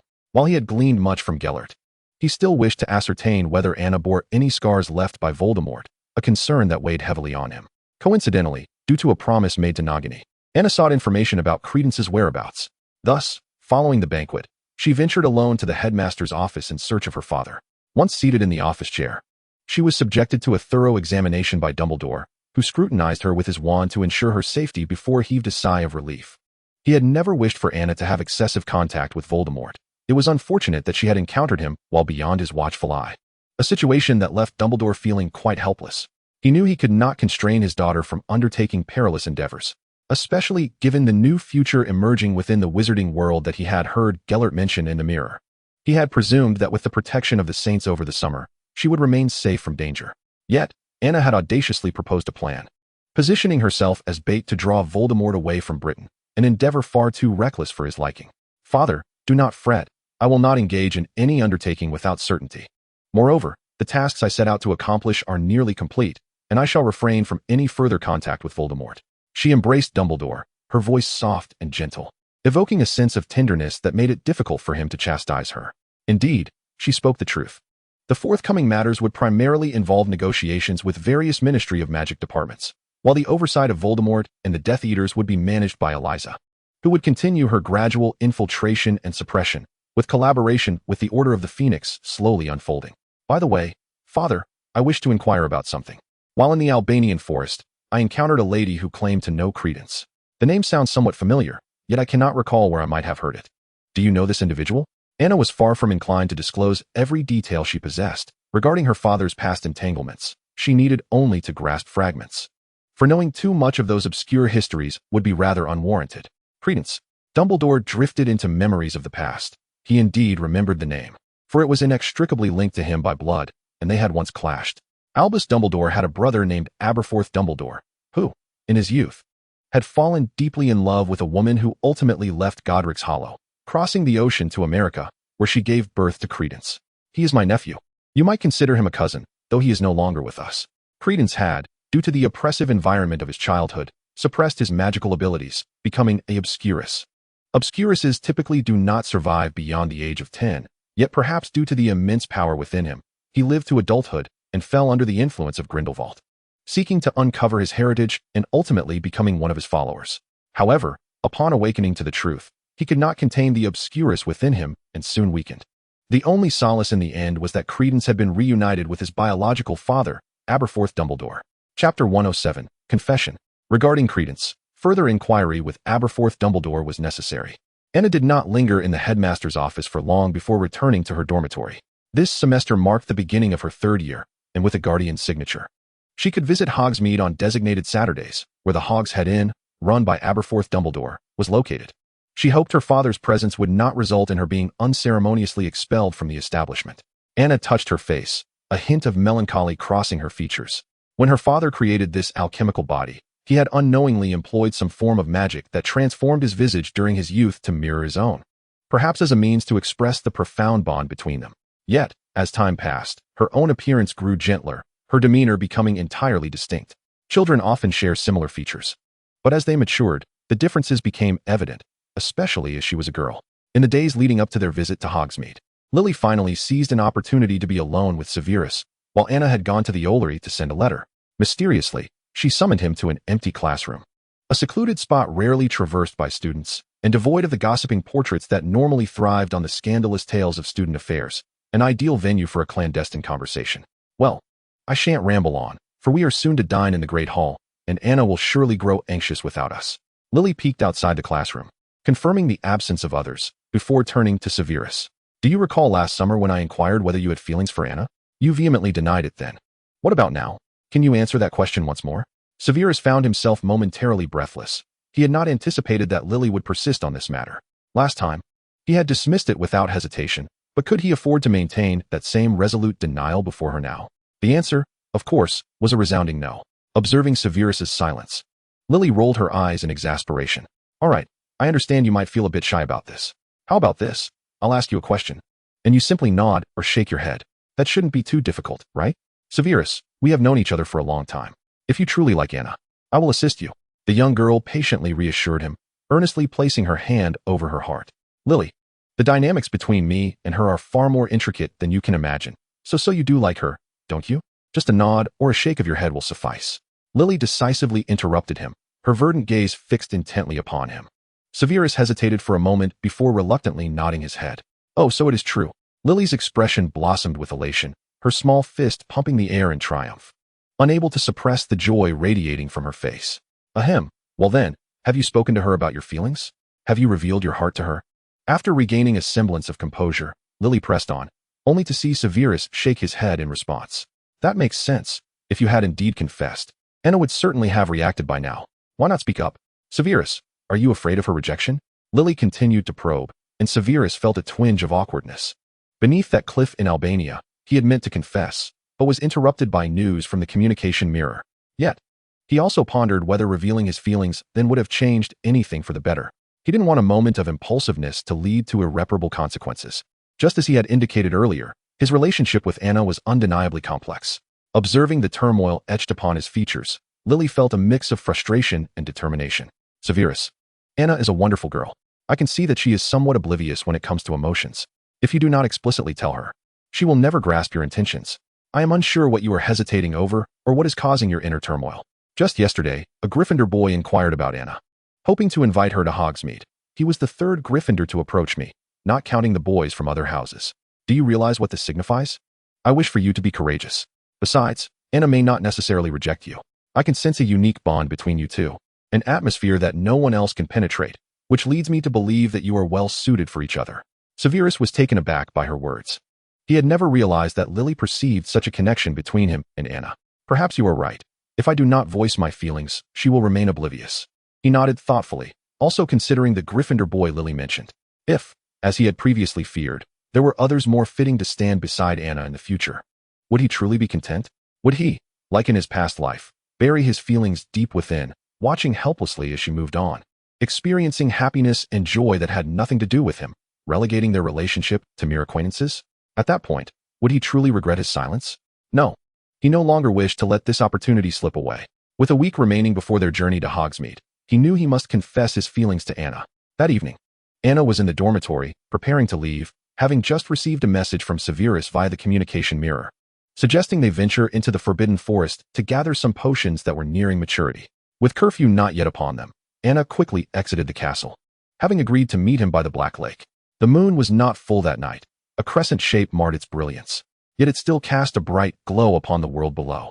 As she made her way, Anna evaded patrolling professors and students returning from study sessions, stealthily slipping out of the castle until she found Severus awaiting her by the Black Lake. Good evening, Severus. Shall we head off now? Indeed. He nodded, leading the way ahead of her, his footsteps muted upon the grass, his heart racing with trepidation. The night in the Forbidden Forest was eerily quiet, save for the distant chirping of insects. He gathered a few herbs before guiding Anna to a serene lakeside, a location known to few professors, let alone students, an accidental discovery from his previous life while foraging in the forest. A thin mist enveloped the icy lake's surface, with the moon and stars reflecting upon it, creating a tranquil tableau. Standing by the water's edge, it felt as though all worries were washed away, leaving clarity in their wake. Chapter 108, The Patronus.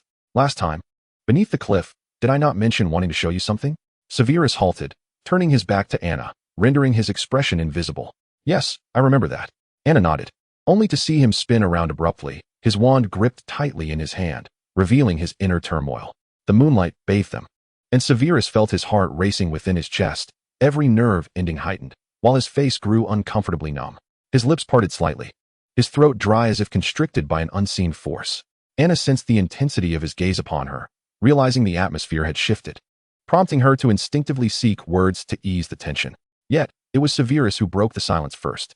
"Expecto Patronum," he uttered, as silvery light surged from the tip of his wand, coalescing into a delicate silver butterfly.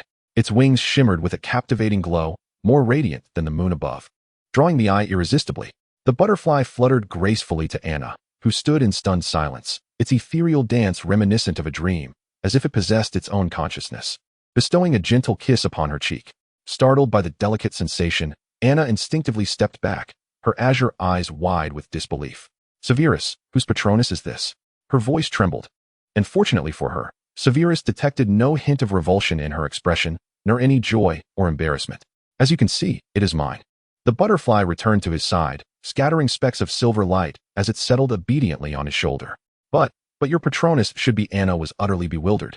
She was well aware of the significance of a Patronus. It was a manifestation of one's inner self, symbolizing hope, joy, and love. She distinctly remembered that in the original tale, Severus Snape's Patronus was a doe, just like Lily Evans. It is precisely because of this that she finds it utterly inconceivable to believe the scene unfolding before her. The individual now standing in her presence, conjured forth from a wand, has manifested as a butterfly. The implications of this solitary excursion to the forbidden forest to witness such a guardian spirit are abundantly clear. In this lifetime, Severus, endowed with the memories of his past existence, has inexplicably developed feelings for her. How can this be? I have never denied that Lily was the redemption I sought throughout my previous life. In this incarnation, I remain resolute in my commitment to protect her with unwavering diligence, as it is my means of atoning for past regrets. Yet, ever since you unexpectedly entered my life, everything has transformed. In my heart, you inhabit a realm distinct from that of Lily. You are the radiant light that has consistently illuminated my path in this life. Even though I have attempted to refuse, to deny, to conceal, you have steadfastly stood by my side with unwavering determination. No one is fond of darkness. I too yearn for light. And there is nothing amiss in that desire. This butterfly serves as the most poignant testament to my sentiments. After articulating all that he wished to convey to her, Snape exhaled gently, and the butterfly upon his shoulder dissipated. He approached Anna, the distance between them a mere half-meter, yet this time she did not retreat. Instead, she remained motionless, rigid in her confusion. I, however, am. Anna wrestled with her thoughts for what felt like an eternity, struggling to form a coherent statement. Her face a canvas of bewilderment and shock that gradually sank Snape's heart into despair. Even upon uttering these words, she exhibited no semblance of joy, signifying that Anna was wholly unresponsive to his burgeoning feelings. She harbored only platonic affection for herself. "Very well, Severus, allow me a moment to gather my thoughts." The girl inhaled deeply several times, striving to untangle her mind before finally speaking at a measured pace. "I apologize. I have been oblivious to your affections. Neither in the past nor now has anyone ever expressed such sentiments toward me, rendering me somewhat unfamiliar with this kind of emotion. Truth be told, I am genuinely pleased. Yet my understanding of your former self leaves me astonished by your present transformation. Could you grant me some time?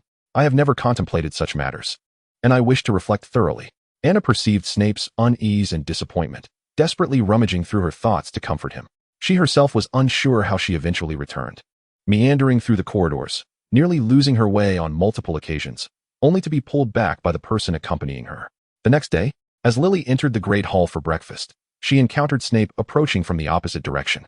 They exchanged greetings and entered the vast chamber together, only to behold Anna at the Slytherin table, lost in thought. She had yet to address the official business regarding the Dawn Islands that had arrived via owl post. One hand grasped a piece of bread, while the other methodically tore the sad morsel into tiny fragments, which she placed on her plate without taking a single bite. However, Anna's gaze was not fixed upon the bread or her plate, but rather stared vacantly ahead, her attention scattered, lost in her own thoughts. Witnessing this, Lily seized Snape's arm, inquiring urgently about the situation. "I confessed my feelings to her last night," he replied honestly. "And what is the current state of affairs? Why has Anna become like this? Did she accept your feelings?" Lily pressed on anxiously. "No, she said she needed time to think it over."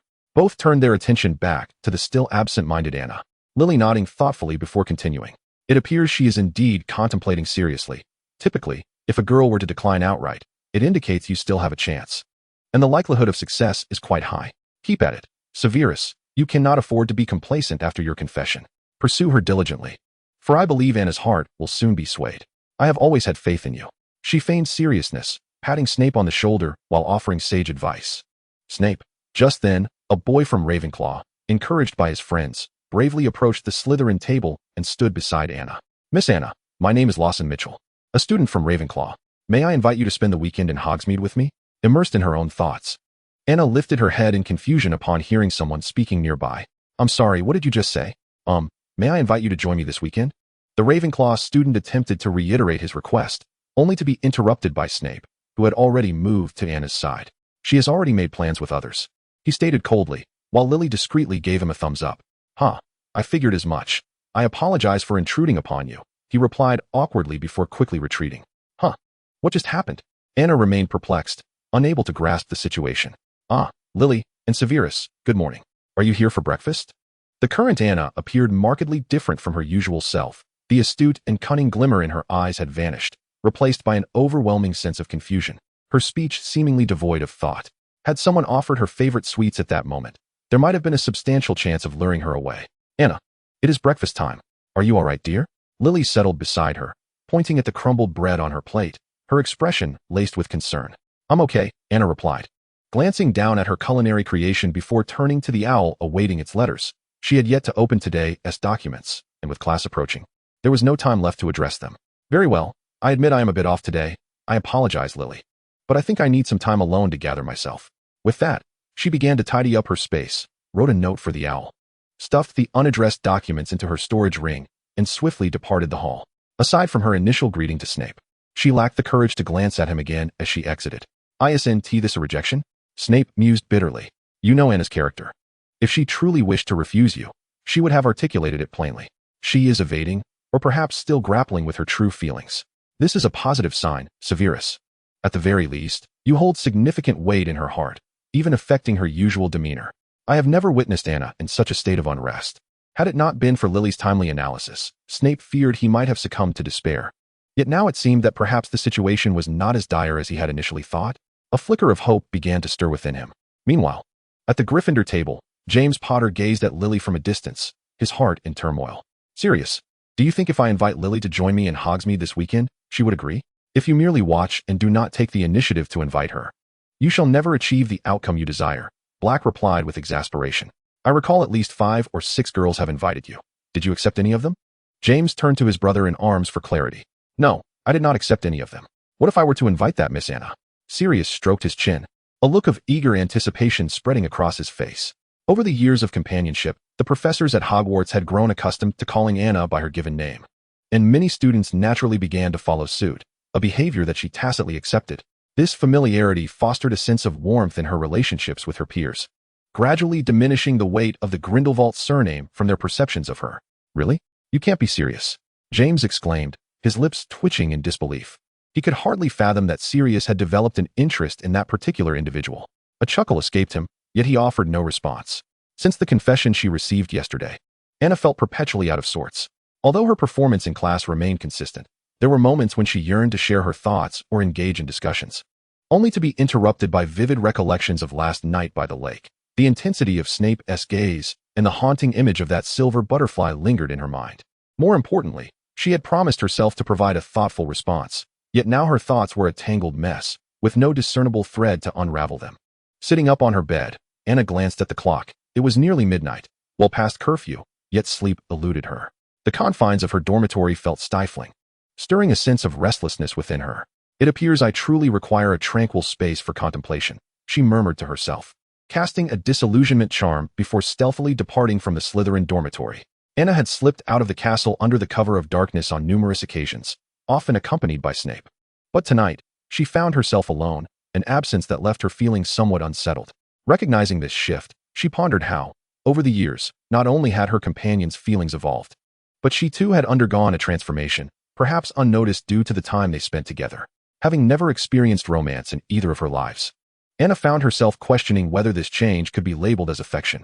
The moonlit Black Lake exuded tranquility and mystery as she wandered along its shores, unknowingly treading into the forbidden forest, until she stumbled upon a familiar small lake. Only then did Anna awaken from her reverie. Bewildered by how she had arrived at this spot, she felt a twinge of frustration at her subconscious actions, uncertain of their implications. Grappling with a dilemma she had never encountered in her combined lifetimes. Unbeknownst to her, the disillusionment charm had worn off, and with a sigh, she withdrew her wand, casting a cleansing charm on a nearby stone before settling down.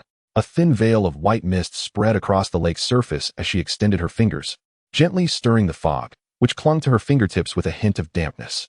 Perhaps it was the icy sensation that gradually calmed her once uneasy heart, prompting her to engage in earnest contemplation. Little did she know, not far behind a large tree, someone was watching her intently. Snape lay restless in his dormitory, tormented by his thoughts, at times regretting his confession to Anna, which had rendered their interactions awkward. Yet, he also believed that his actions were justified.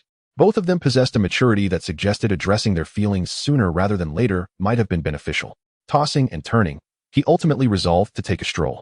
Upon reaching the edge of the forbidden forest, he spotted Anna, the disillusionment charm having expired, making her way toward him. He quickly concealed himself and followed her to the very lake where they had shared their moment the previous night. Chapter 110, b.g.A.d.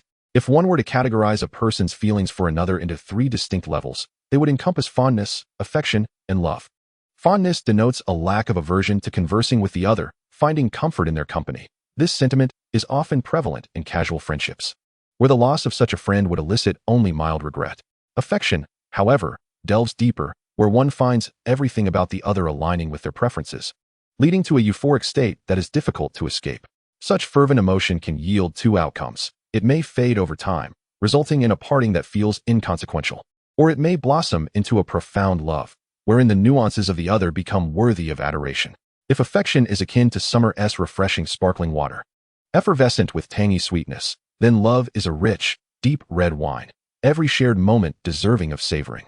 Anna reflected deeply, sensing her feelings for Snape hovered between fondness and affection, existing in a nebulous realm that defied classification.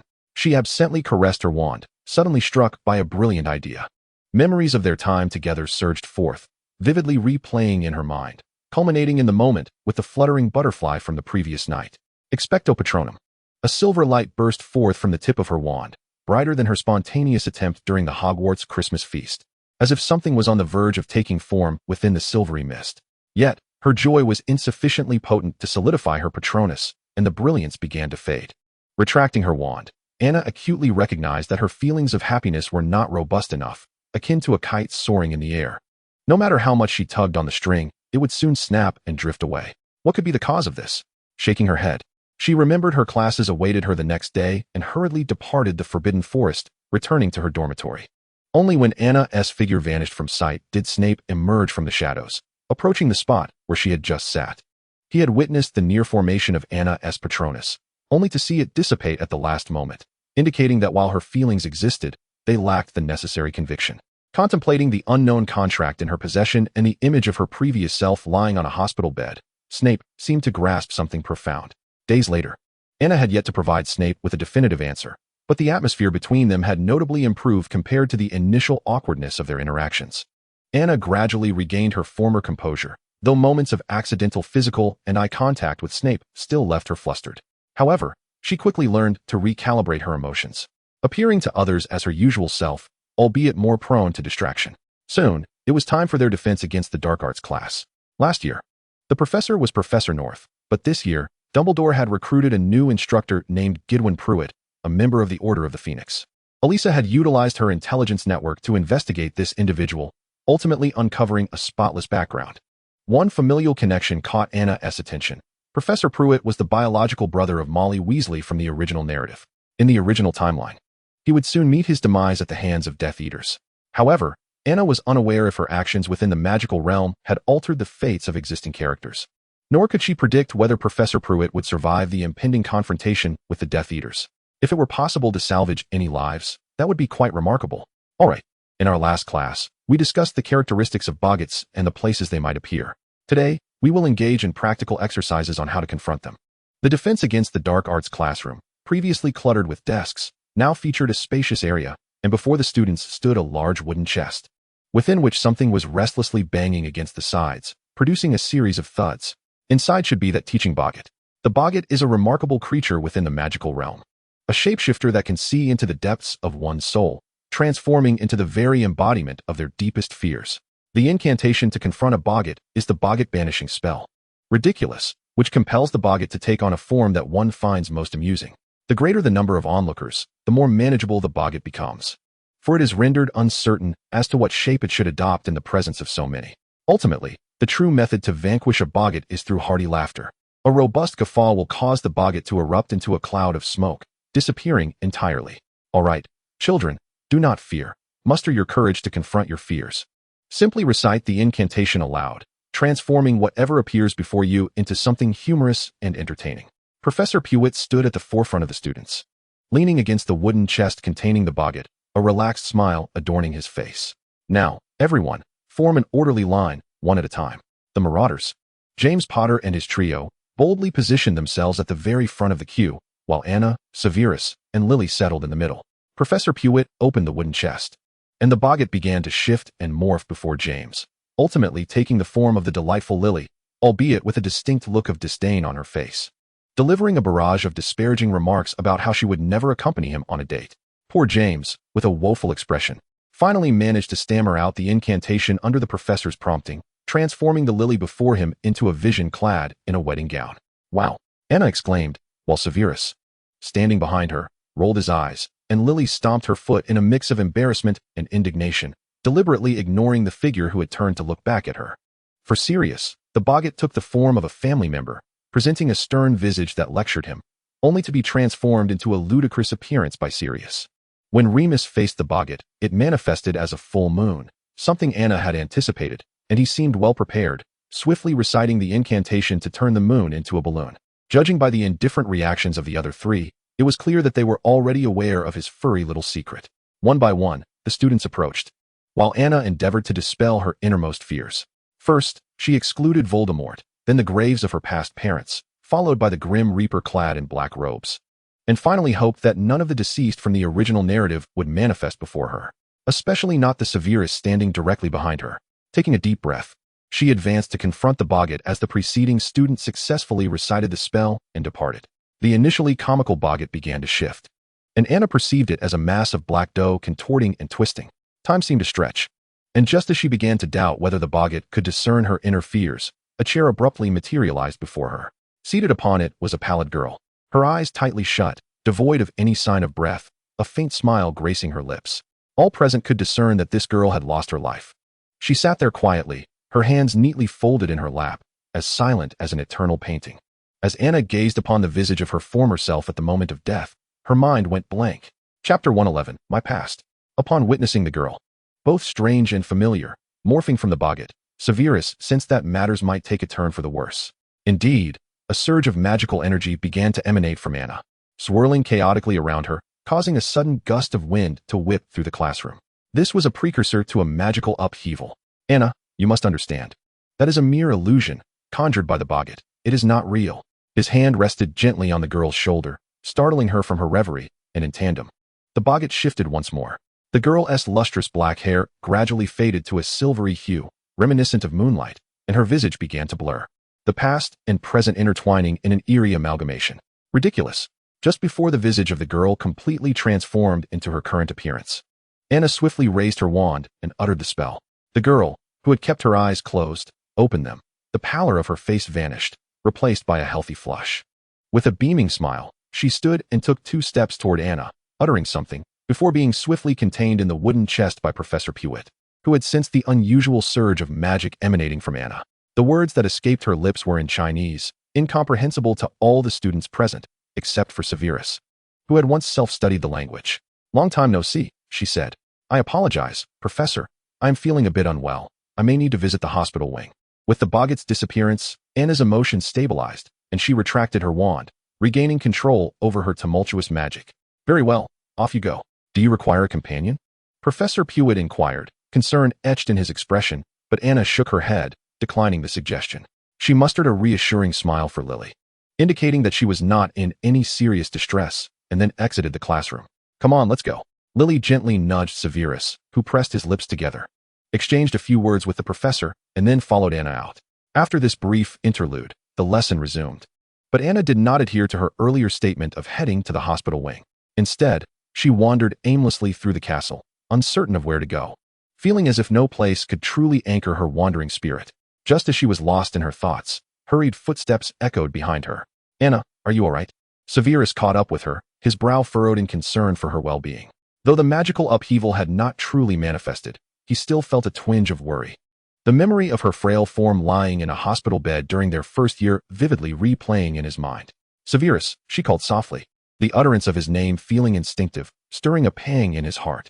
I think you need to find a quieter place to collect yourself. Is there somewhere you wish to go? Anna shook her head, clutching his sleeve as if it were the only lifeline in turbulent waters.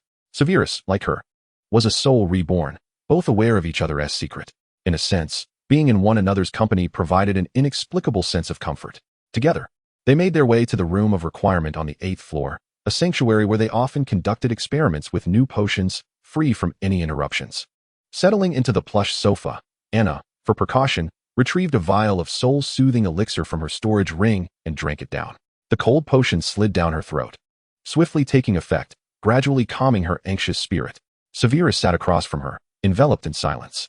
I have been contemplating the matter you brought up the other day, Anna began, and at the mention of this topic, Severus's heart leapt. You have only ever known the present version of me, entirely oblivious to my past. While I possess knowledge of your previous life, this seems somewhat unfair to you.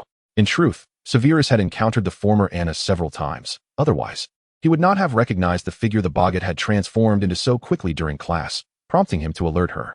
However, he refrained from broaching the subject, as he felt that despite accidentally glimpsing her past memories, it would be somewhat indelicate to discuss, just as if she were carelessly extracting thoughts from another's mind. Snape feared that she would come to despise his actions. My parents had passed away when I was quite young, and it was my aunt's family that took me in. I am afflicted with a congenital illness, one that the world devoid of magic cannot cure. The doctors have determined that I shall not survive to adulthood. My aunt, fearing that her deep affections would make it difficult to part with me when the time came, refrained from bestowing upon me too much parental affection from the very beginning. In school, my interactions with teachers and classmates were limited, as I often found myself residing in the hospital. The one who knew me best was undoubtedly my attending physician. Eventually, as anticipated, I did not reach adulthood, departing this world alone. Naturally, she would not mention to Snape her pact with a deity prior to her demise. Today boggart revealed her true fear, not death itself, but the dread that in this lifetime, she too would be unable to glimpse a future of her own, severing all ties and departing in solitude, much like in her past existence. Snape listened intently to her recounting of the past. Although he had encountered the previous Anna in memories, those moments had been fleeting, and she had scarcely touched upon sorrowful matters during their brief time together. This was the first time he comprehensively understood the narrative of Anna's past. Perhaps it was for this reason that my emotions felt rather muted regarding the world post-rebirth. My affections and aversions manifested not with great clarity. Whether joy or sorrow, these feelings bore a subtle sense of distance for me. I pondered, perhaps due to my lack of belonging in this world. For certain unavoidable reasons, Voldemort did not fall within the realm of her emotions, and he was the sole exception. Anna lifted her gaze to meet that of the man before her, earnestly declaring, "Before you spoke those words to me, I truly was uncertain whether I would ever grow fond of, or even love, someone in this world, including you, Severus. Yet I am grateful to be but a mortal. Perhaps my feelings are not fervent, but they nonetheless exist." Chapter 112, Habit. I hold affection for my father, for Lily, and for Professor Dumbledore. Yet these feelings are rooted in familial and friendly bonds. I am somewhat bewildered by the nature of romantic affection. I am not entirely certain what it truly feels like. As for you, Severus, I have contemplated this for several days, and I have ultimately concluded that I have grown accustomed to your presence. I have become accustomed to standing by your side, sharing in all joyous moments, attending classes together, and dining in the Great Hall, before embarking on various endeavors. You are the first thought that crosses my mind. The sensation of your absence is indeed quite disconcerting, even in trivial matters such as a stroll through the Forbidden Forest. You are the first person I think of. If the day should come when I must depart this world, it is you, above all others, whom I shall miss the most. I do not understand, Severus, whether this habit, this sentiment, is akin to the way you feel for me. Anna's words resonated profoundly, each syllable striking a chord within Snape's heart. He suddenly stood, then bent down to embrace the girl before him tightly. I am already immensely satisfied to hear you say this. In their first year, she had mentioned that she could not see herself in the mirror of a Reist. You will not vanish. In my future, your presence is assured. I am certain of this. Startled by the sudden embrace, Anna was momentarily taken aback by Snape's unexpected gesture, and the words he spoke pierced her heart deeply.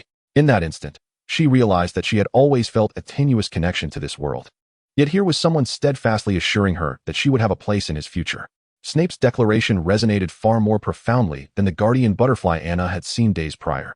Her once restless soul found solace within this warm embrace, becoming something she could hardly bear to relinquish. "What should I do? Your words make me feel as though I might genuinely be developing feelings for you," she murmured. Her head nestled in Snape's embrace, her voice subdued, rendering her emotions indecipherable. "If you wish to hear it, I can say it often."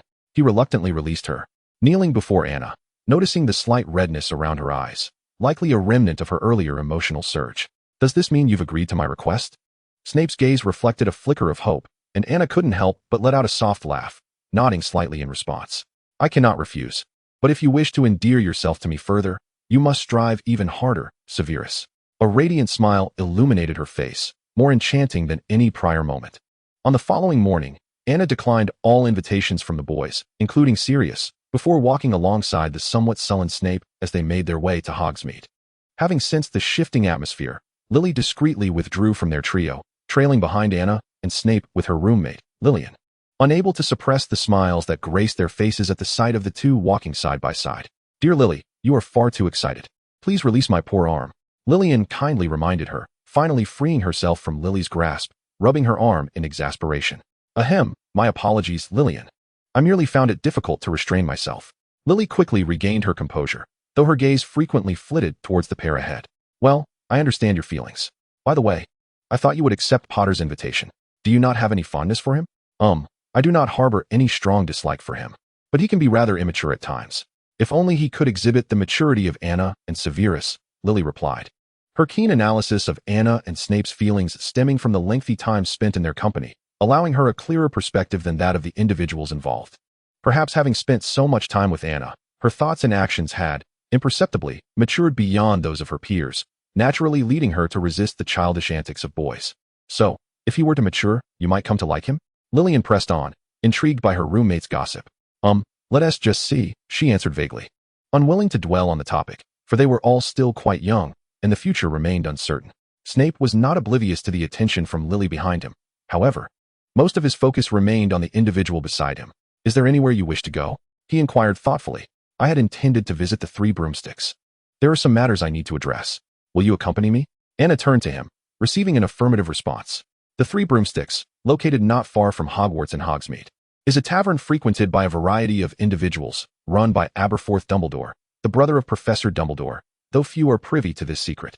Upon arriving at the entrance, the tavern's dilapidated wooden sign hung from a rusted bracket, depicting a severed pig's head, its bloodstains seeping through the white cloth that enveloped it, creating a rather unsettling sight. In the original narrative, it was here that Professor Dumbledore conducted the interview with the seer, Trelawney. It was during this pivotal meeting that the future divination professor uttered the significant prophecy that would profoundly impact the lives of many. Of course, Anna's visit was not solely for the pilgrimage. There were two other matters of greater importance. "Are you truly willing to accompany me inside? The memories contained within may not be pleasant for you. Might they evoke sorrow?" She expressed her concerns, recalling how Severus Snape had once eavesdropped on that very prophecy, subsequently reporting it to Voldemort, which indirectly led to the tragic fate of Lily's family. "You have vowed that we would not allow tragedy to repeat itself, and besides, the patrons of this establishment often harbor complexities. I am apprehensive for your safety." Since revealing his feelings, Snape's manner of speaking to Anna had undergone a notable transformation, leaving her momentarily disconcerted. I just remembered, there is one more thing." As they reached the entrance of the bar, Anna intended to broach the subject of her connection with Dumbledore, but the sudden opening of the door interrupted her thoughts. A tall, gaunt elderly man emerged, his hair and beard a stark gray, clad in somewhat tattered clothing, and wearing a stern expression that suggested he was not one to be trifled with. When the old man's gaze fell upon Anna's face, he froze in disbelief, astonished by the uncanny resemblance to someone from decades past. "Grindelwald, who is he to you?" Chapter 113, A Lifetime of Regret. The old man's voice soared, laced with an incredulous astonishment and simmering resentment. Aberforth's tone was somewhat hoarse as his memories catapulted him back to that chaotic afternoon decades ago, where jumbled spells and his sister's screams intertwined, forming an indelible image of despair in his mind. He could never erase from his memory the visage of that young man, the light-haired Grindelwald, who had ensnared him and Albus, ultimately leading the three of them to create an irreparable tragedy. "He is my father," Anna replied softly. Upon hearing her words, Aberforth's pupils constricted, and a mixture of wariness and anger crossed his face. But he quickly regained his composure. The girl before him was clearly an underage witch, and Grindelwald was imprisoned in Nurmengard, How could she possibly be his daughter? Mr. Dumbledore, the street is hardly an appropriate venue for conversation. She gestured subtly at the gathering crowd drawn to their confrontation, prompting Aberforth to quickly temper his overt emotions and retreat into the bar. Anna and Snape followed suit. The establishment's first floor operated as a bar, while the second floor served as an inn. Inside the bar was a small, dim, and exceedingly filthy room, permeated by a strong odor reminiscent of mutton. Thick grime coated the few protruding windows, allowing scant light to filter through, and rough wooden tables held flickering candle stubs. At first glance, one might assume the floor was packed earth, but stepping upon it revealed centuries of accumulated filth atop stone. The only redeeming feature of this shabby, disordered bar was the portrait hanging in the common room. Anna immediately noticed the magical portrait that seemed incongruous with its surroundings. She approached it and gazed at the girl within.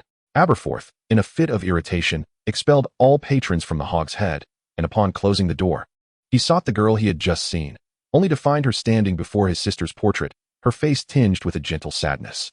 The daughter of Grindelwald could not possibly be moved by Ariana's image. He found it hard to believe what was unfolding before him.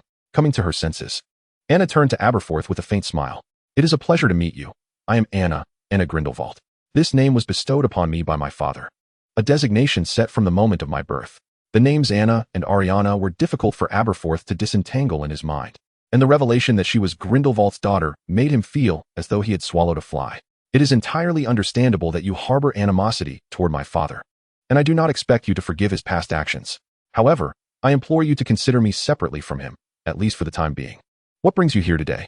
The girl before him seemed aware of their shared, painful history, and Aberforth was perplexed as to why she had sought him out. "There are two matters. One pertains to your son, Credence. I recently encountered a lady in the Albanian forest who is a close friend of Credence. Due to certain health issues, she is currently recuperating in a specific location. I have come to inquire about Credence's well-being on her behalf." Aberforth was taken aback to hear news of Credence's former friend decades later. His initial surprise was swiftly overshadowed by sorrow. "Credence, my child. He has long since departed this world. If that friend wishes to know of him, let her visit the resting place in Godric's Hollow. He lies there in eternal slumber." Anna had anticipated Aberforth's words. The silently parasitic Obscurial rarely lived beyond 10 years. Credence had barely reached adulthood, and given his formidable powers, he was an exceedingly rare case. Nevertheless, his body was inevitably deteriorating. He could not possibly have survived beyond his 30s. "You mentioned two matters. What is the second?"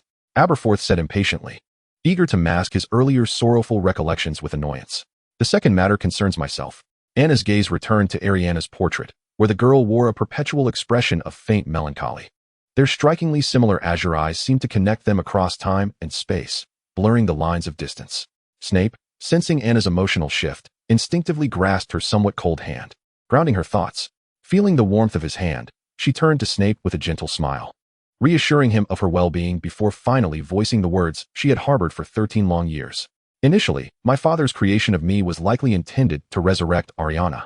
However, he was unsuccessful. After all, her soul had already been consigned to the river of death, rendering resurrection impossible. Even with his formidable power and mastery of alchemy, he could never tread upon the domain of the divine." The moment she spoke, both Aberforth and Snape were taken aback. Aberforth could scarcely believe her words, while Snape felt a pang of empathy for her. The truth, that she had been created for the existence of another, was a profoundly sorrowful revelation for her, who had come to know it and navigate this world. How could Grindelwald possibly entertain such an idea? Furthermore, what did you just say? Created? What does that mean? Aberforth immediately dismissed Anna's claims. In his mind, the arrogant and imperious Grindelwald would never feel remorse for his actions, let alone attempt to resurrect his sister for the sake of that past event. As for the implications surrounding her birth, Aberforth struggled to comprehend Anna's meaning and dared not venture into that uncharted territory.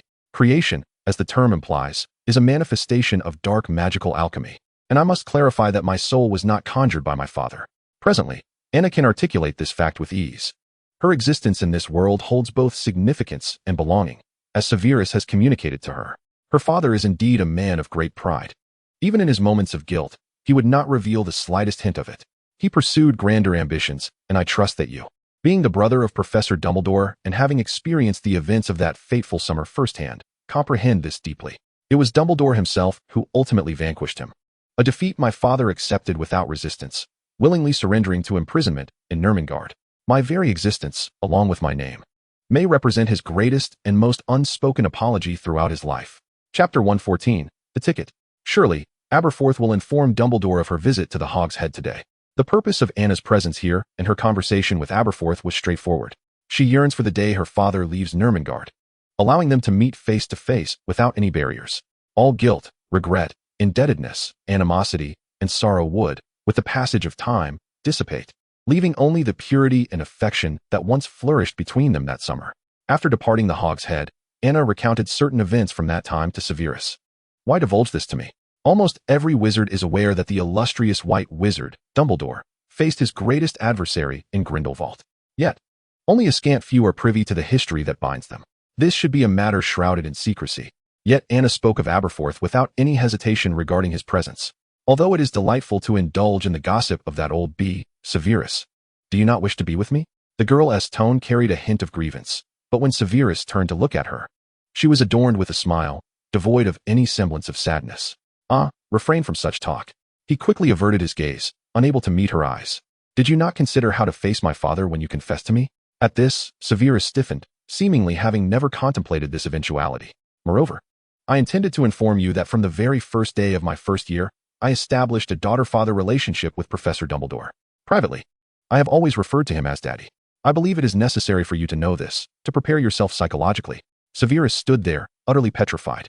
How could the entanglement between Grindelwald and Dumbledore extend to Anna? Why was she so at ease in embracing that old as her father? Severus could scarcely fathom what fate awaited him if Grindelwald were to discover that he had taken his most beloved daughter. Not to mention the complication of Dumbledore now being involved. In their previous lives, they had shared a relationship based on mutual trust, yet in this life, Dumbledore had recognized Anna as his daughter. Life is indeed capricious. He could already envision a future where he was pursued by both Grindelwald and Dumbledore. Perhaps he ought to practice some spells in preparation? Severus mused. Well, do not dwell on such matters. The future will unfold as it may. I believe my father and Dumbledore will not take any drastic measures against you. Probably, Anna added uncertainly, and the two continued their stroll through Hogsmeade. News of the impending opening of Dawn Islands was gradually circulating through the wizarding community, fueled by the machinations of saints and other wizarding families. Naturally, the various Ministry of Magic departments and the International Confederation of Wizards could not afford to ignore such a momentous announcement. Yet their numerous efforts to uncover information were thwarted by families and members closely associated with those institutions, yielding little useful intelligence. Additionally, some young wizards and numerous half-bloods sensed an unusual air surrounding this event. Many had gleaned insights into the true nature of Dawn Islands through alternative channels, igniting a fervent curiosity within them. It must be said that the Muggle world is evolving rapidly, while the wizarding world has remained stagnant for far too long, leaving the younger generation of wizards feeling somewhat stifled. They are in dire need of a fresh, expansive, and novel realm to help them keep pace with the world. And the Dawn Islands represent such a place. According to whispers circulating among wizards, there is currently but one route to the Dawn Islands, a clandestine alchemical teleportation circulating within the wizarding realm. This is akin to a ticket that grants passage to a fantastical wizarding paradise brimming with imagination. Seated at the Slytherin long table, Anna meticulously placed the newly revised teleportation scroll into an envelope, which also contained detailed instructions for its use, the invitation date, and information regarding the Dawn Islands.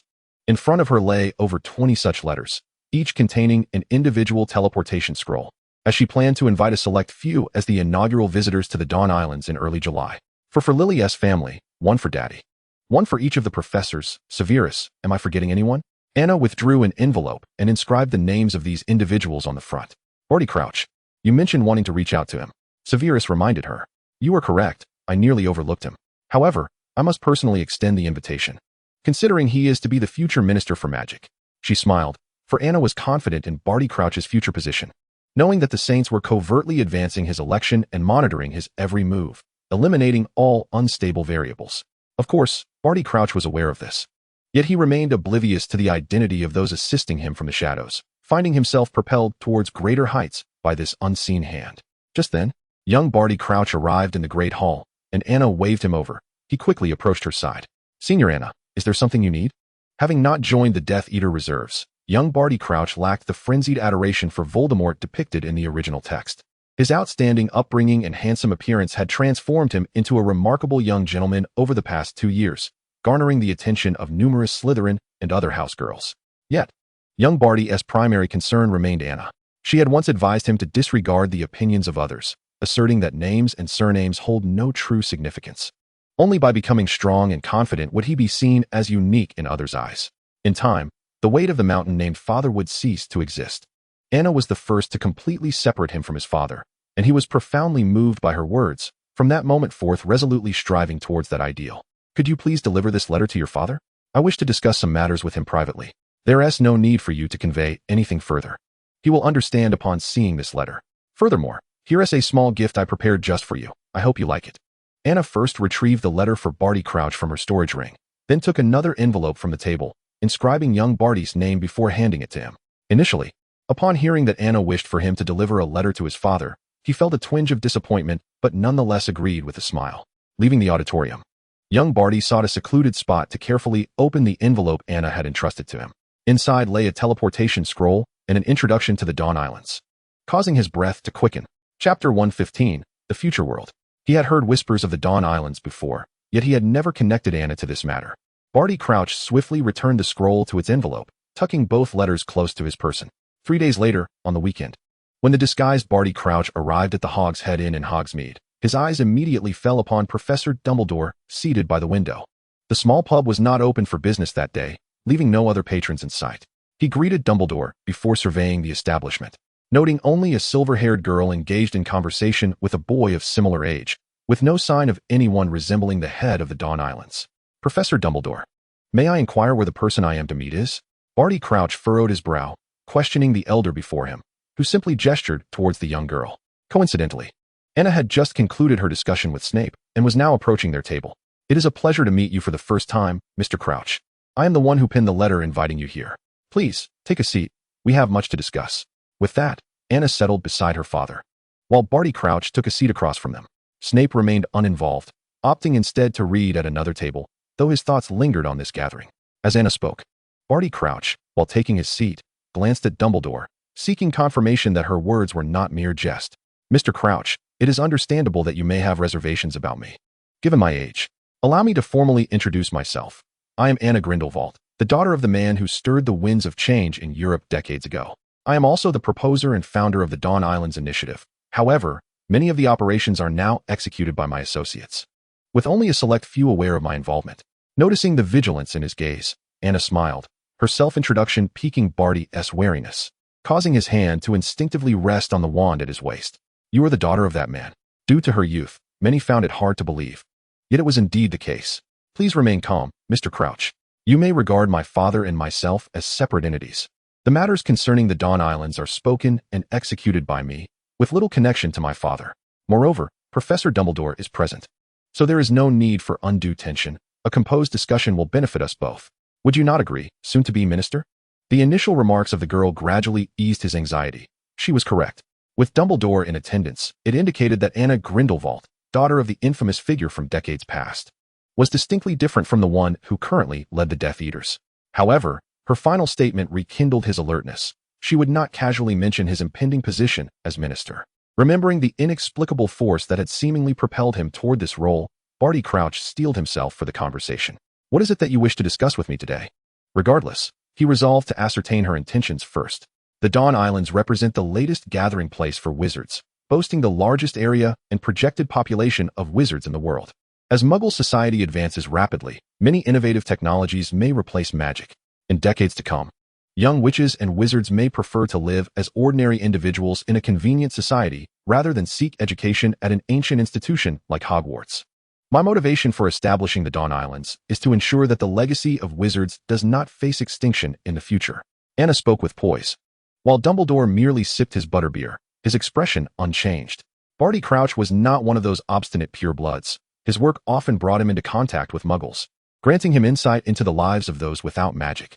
He had pondered this before, yet the international statute of wizarding secrecy had taken deep root, and the rampant activities of the Death Eaters forced him to divert his attention elsewhere, causing him to overlook the dangers of stagnation within the wizarding community.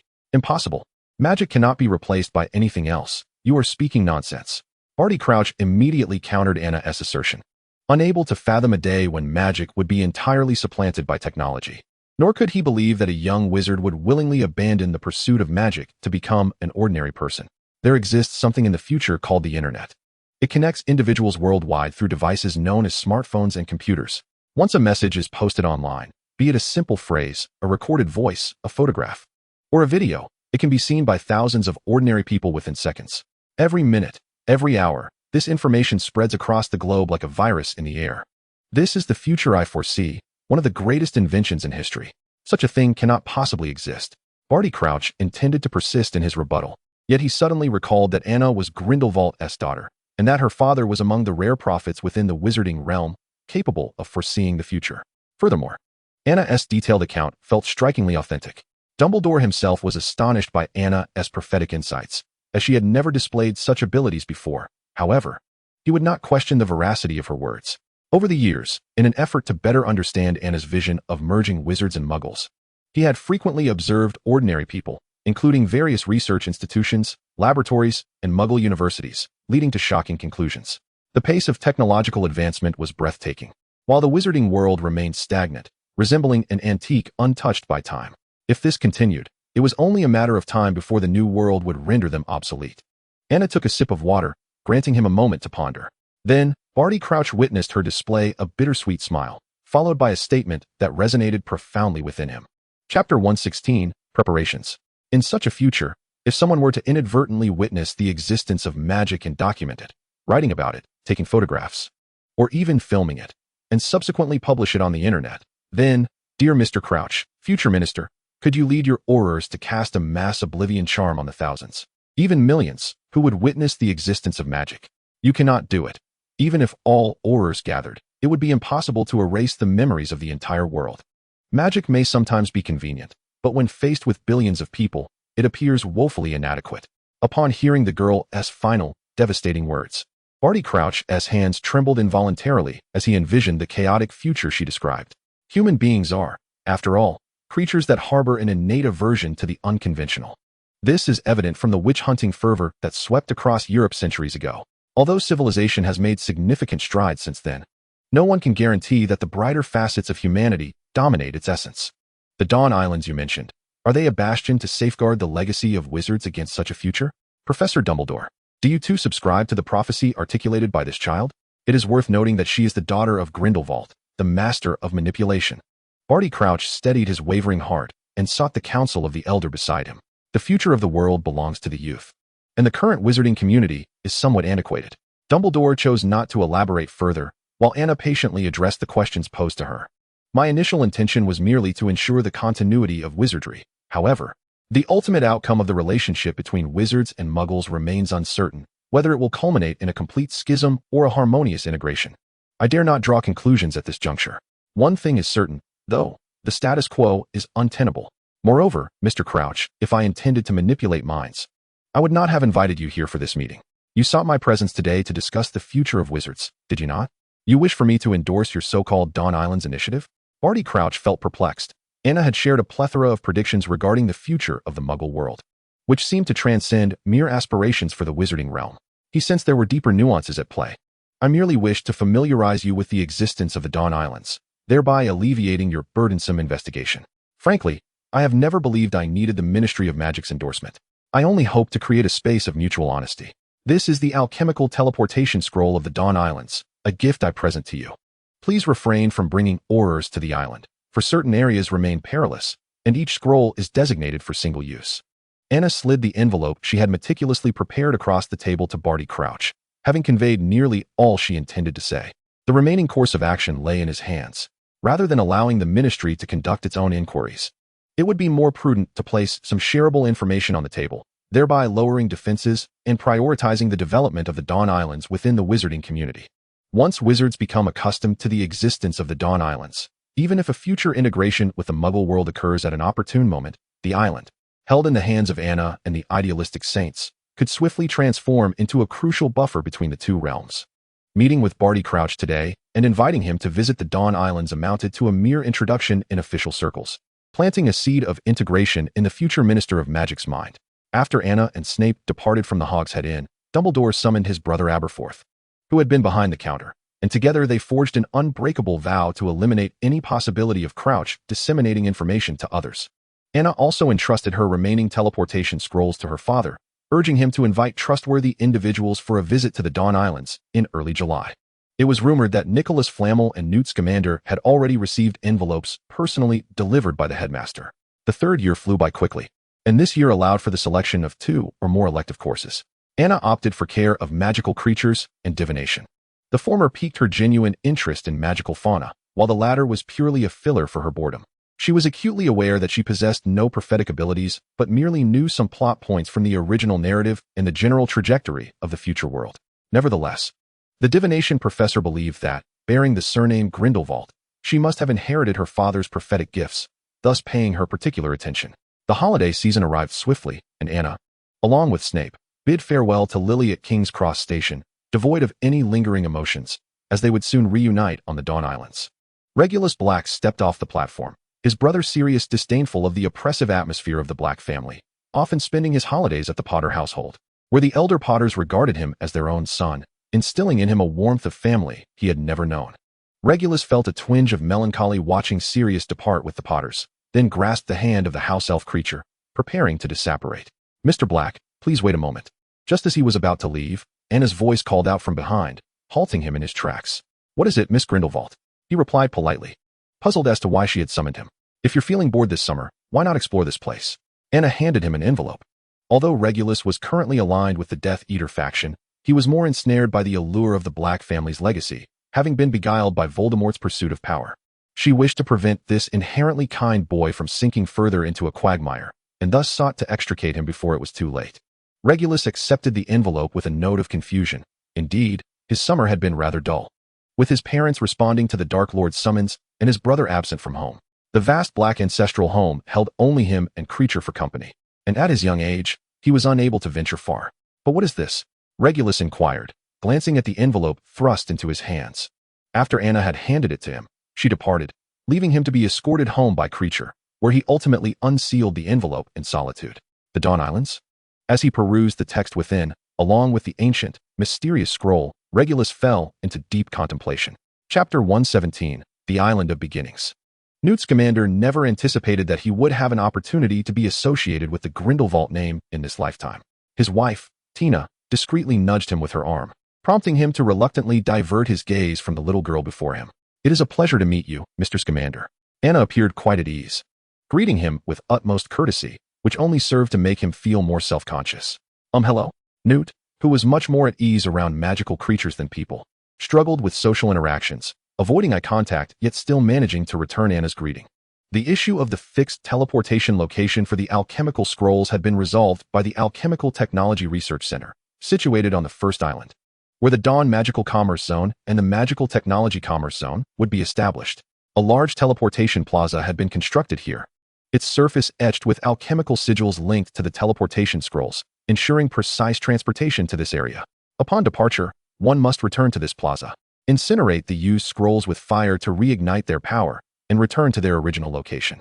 Furthermore, the final price for external transactions would be a mere 2 sickles, making it exceedingly affordable. Nicholas Flamel observed the teleportation scroll he had just utilized, then began scrutinizing the alchemical patterns on the ground, a rare spark of excitement glimmering in his eyes. Having lived over 600 years, he had never encountered such an innovative teleportation array, seemingly a relic of ancient China, yet ingeniously amalgamated with numerous other brilliant ideas, broadening his horizons. This plaza was approximately the size of an international football field, bordered by numerous open-concept buildings, each adorned with informative signage to elucidate their purpose. Some establishments are designated for rest, while others specifically house maps for island exploration. There are facilities for currency exchange, and shops peddling trinkets akin to the Draft of Understanding, as this locale is destined to welcome wizards from across the globe, rendering language barriers a minor inconvenience. The primary island, referred to by the faithful as the Island of Origins, has its central plaza naturally dubbed the Origin Square, or Square One. It boasts 8 distinct exits leading in various directions, facilitating a swift dispersal of wizards to prevent congestion. The skies above the Dawn Isles prohibit the private operation of broomsticks or other aerial devices, to spare wizards from traversing this island, roughly the size of a small town. On foot, convenient flying buses and elevated sky stations have been established throughout the island, enabling rapid transit to their desired destinations. Outside the 8 exits from the Origin Square stand corresponding sky stations, resembling ancient wizard towers, yet constructed from metal and sturdy glass. exuding an inexplicable sense of advanced technology. Anna, Lily, clutching a teleportation scroll, steadied herself and immediately spotted her close friend, engaged in jovial conversation with the adult wizards amidst the throng. Lily, Penny, Uncle, Aunt. You all made it. Upon seeing Lily's family arrive, Anna exchanged greetings with Mr. Newt Scamander before swiftly making her way to their side. Severus Snape did not join the gathering at the plaza. He remained in the potions lab conducting experiments, disinterested in partaking in the Dawn Isles tour. The teleportation scroll for Regulus would only be activated when the island officially opened in August, thus he was not included in Anna's invitation and was absent today.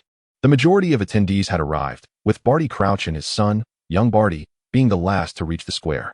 Barty had expected the Dawn Isles to resemble a small version of Diagon Alley, but upon surveying the surroundings, he discovered that the square alone was comparably expansive. Spotting familiar faces, he led his son toward Professor Dumbledore, hoping to glean more information about this place. Norris, I shall depart with my invited guests. You take the collaborators from those families to stations 2 and 3, ensuring to avoid crossing paths with us. Anna summoned Norris to her side. This pre-opening tour was not merely a social gathering for her friends, but also an occasion for several families with collaborative projects and other significant wizards from around the world, totaling over 300 attendees. In contrast, she had fewer than 20 individuals accompanying her. With her father present, Barty Crouch would refrain from any mischievous antics along the way. Furthermore, to prevent direct interactions with the outside world, the Dawn Isles annually enhance or update their security measures, ensuring that neither wizarding nor muggle means could disseminate information. Any locating devices would prove ineffective here. All right, ladies and gentlemen, since everyone is gathered, let us embark. Today, I shall introduce you to the Dawn Isles, the future largest haven for wizards worldwide. Anna nearly waved a small flag in enthusiasm, then gestured skyward. Soon, a solitary tour vehicle descended from the heavens.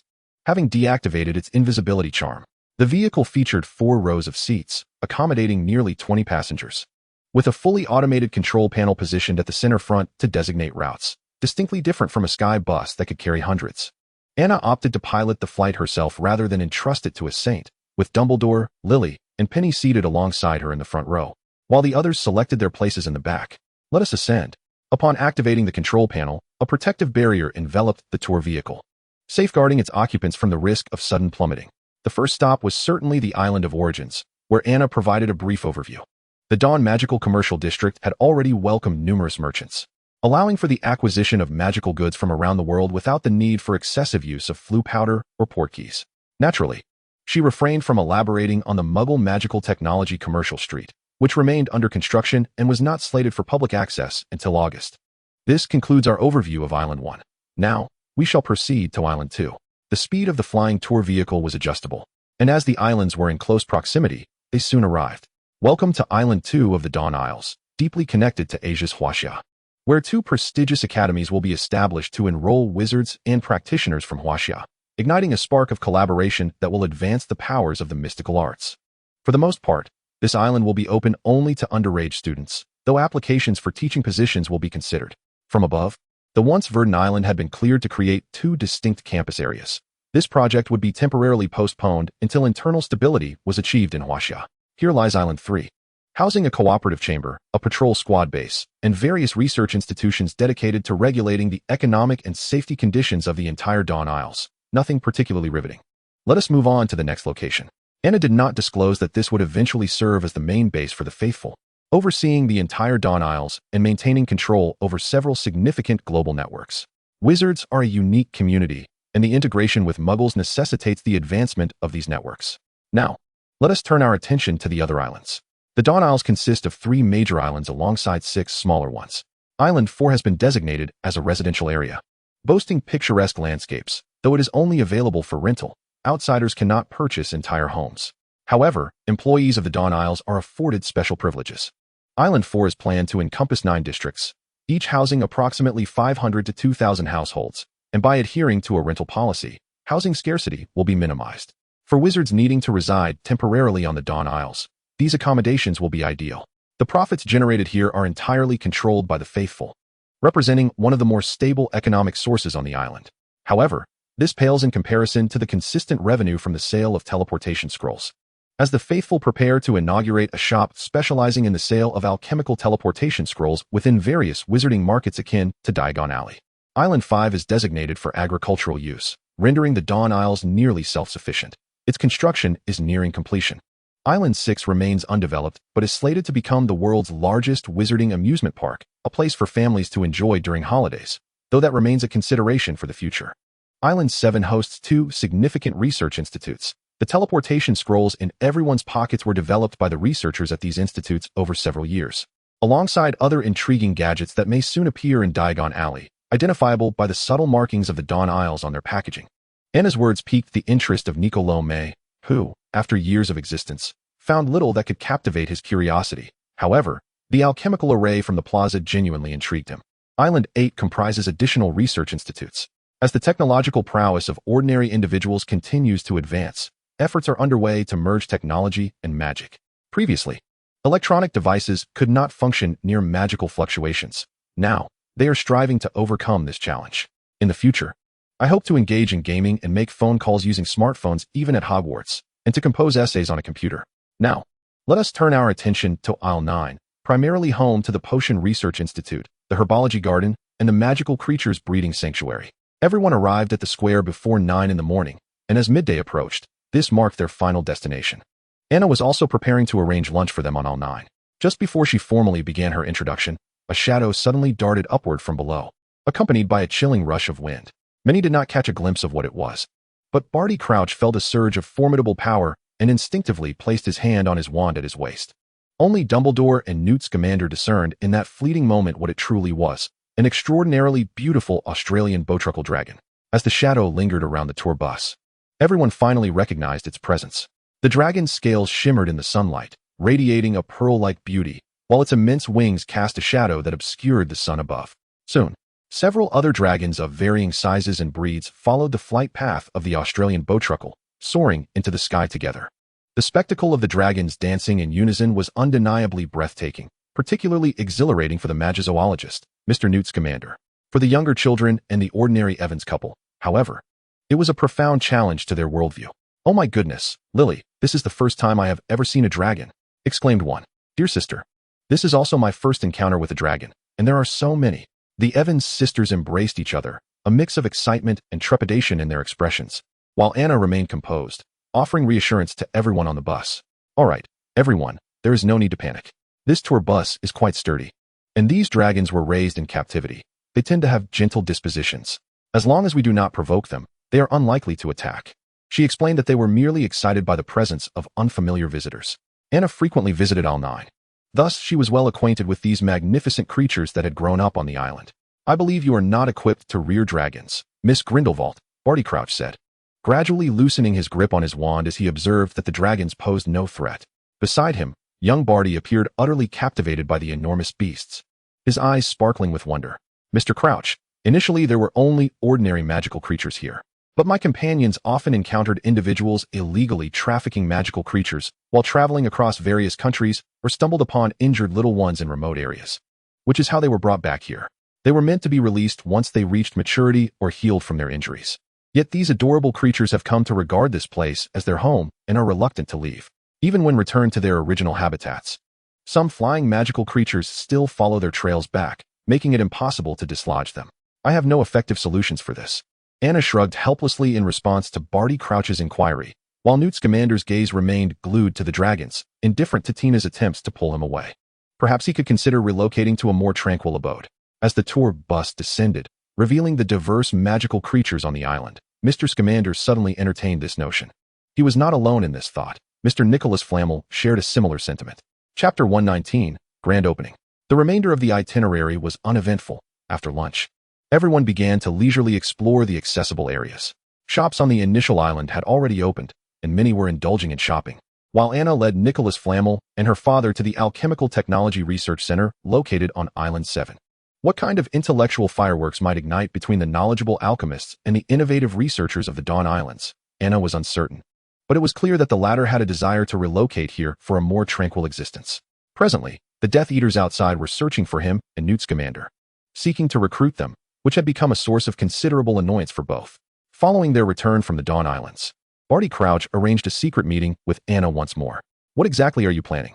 Do not think I am oblivious. That so-called Dawn Island, Wizard Gathering Place, Wizard Utopia, is merely a facade. It is clearly the embryonic form of a nation.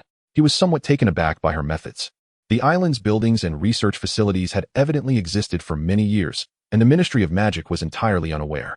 He could scarcely fathom the immense power and astonishing means required to keep this island concealed until now.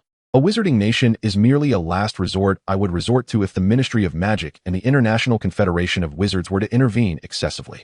Otherwise, the Dawn Islands will forever remain a mere gathering place for wizards. Anna's words were clear, yet Barty Crouch sensed an underlying warning. Her implication was that if the Ministry of Magic or the International Confederation opposed and sought to impose control over the Dawn Islands, Anna would not hesitate to transform it into a true wizarding nation. The future is ever-changing. I merely wish to provide wizards with an alternative path, Mr. Crouch. I hold the most significant voice in the Dawn Islands and can assure all the ministries of magic worldwide that my companions and I would never intentionally harm the interests of wizards. All of this is for the betterment of the wizarding community. Do you not wish for a brighter future for wizards? When you ascend to the position of Minister of Magic, what a monumental achievement that would be, perhaps even worthy of being etched in history. Anna did not divulge everything. Yet the intentional omissions left ample room for Barty Crouch's imagination, stirring his interest. In this world, few can escape the allure of fame and fortune, money, power, and influence are the most potent agents of temptation, swaying the hearts of men between good and evil, ultimately shaping the myriad forms of human existence. When the Dawn Islands officially opened to the outside world in early August, wizards who had procured tickets for the alchemical teleportation array from Diagon Alley or elsewhere surged into what had once been an isolated realm, breathing life and vibrancy into the archipelago. They arrived with a variety of intentions, landing at the initial square, their eyes opening to witness a new future for the wizarding world embarking from this point. Upon its official opening, numerous areas on the island remained off-limits, temporarily. Only the initial island and Islands 3, 4, and 5 were accessible, with Island 3 exclusively reserved for families and merchants with collaborative intentions, while other ordinary wizards had to undergo procedures and await approval to visit. The islands housing several research centers were also closed to the public, as they were critical research hubs, the very foundation of the Dawn Islands. Various ministries of magic and agents from the International Confederation of Wizards gathered intelligence. Yet this was merely what the Dawn Islands wished to reveal. All contingency plans remained concealed from view, even if these individuals sought to delve deeper into their investigations. Prominent families would keep a watchful eye, ensuring that all information remained firmly in the hands of the saints. Naturally, Voldemort was also aware of this news. However, consumed by a frenzied pursuit of power and immortality, many matters were being covertly obstructed by Abraxas Malfoy, and thus he exhibited little interest in this new gathering place for wizards. Before the commencement of the school year, the foot traffic in Diagon Alley had diminished by nearly half. Many merchants, upon hearing that the rental prices in Dawn Islands were significantly lower, and disheartened by the frequent disturbances caused by Death Eaters, began contemplating the establishment of branch stores or relocating their shops to the initial island. Even Ollivander's wand shop was not exempt from this trend. Mr. Ollivander decided to send his newly adult daughter to the island to reopen a wand shop, thus aligning with the prevailing trend. As the school year approached, young wizards discovered that the new wizarding market was far more expansive, offering an abundance of delightful and entertaining novelties that exceeded those found in previous locales. Even a full day of exploration might not suffice to fully experience the entirety of Dawn's magical commercial street, which undoubtedly represented a new realm of amusement. Once the wizarding amusement park on Island 6 was established, it would surely become the cherished destination for these young sorcerers. The witches were even more exhilarated, for it was a veritable shopping paradise, brimming with unique magical products from around the globe, catering to all their needs without any price discrepancies, all sold at prices aligned with international standards. All in all, everything was proceeding according to plan. Even if someone intentionally caused trouble on the initial island, they would swiftly be detected and apprehended by the patrolling teams. In severe cases, such individuals could find themselves blacklisted from the archipelago, and once their essence was recorded, they would be barred from utilizing teleportation scrolls for life. As Dawn Islands found its footing, Anna, after a brief stay of several days on the island, returned to her estate in England, having observed no unusual occurrences. The next crucial step was to integrate and merge with the Muggle world. She had conceived numerous plans, yet each one would require an extensive period, with the shortest taking a decade and the longest possibly extending into the 21st century for a suitable opportunity. If she could await the time when the internet flourished, Anna envisioned that era as the most conducive for ordinary individuals to embrace. Perhaps it could be dubbed the Spirit Revival Initiative. She chuckled softly, attempting to dismiss the thought. Yet, inexplicably, The image of the colossal stone perched atop the cliffs of the Albanian forest flashed before her eyes. The mural depicting the divine rift in the sky resonating with her recent contemplation of the term spirit revival. The rift in the sky, the rules of the world, consciousness, wizards, deities, magic, spirit. A flurry of disparate terms raced through her mind, and finally, as she gazed at the storage ring from Huaxiao in her hand, she recalled a phrase spoken by Master Zhang during her summer visit to Longhu Mountain. The great Tao has 50 transformations, and 49 individuals evade but one. Thus a glimmer of hope remains.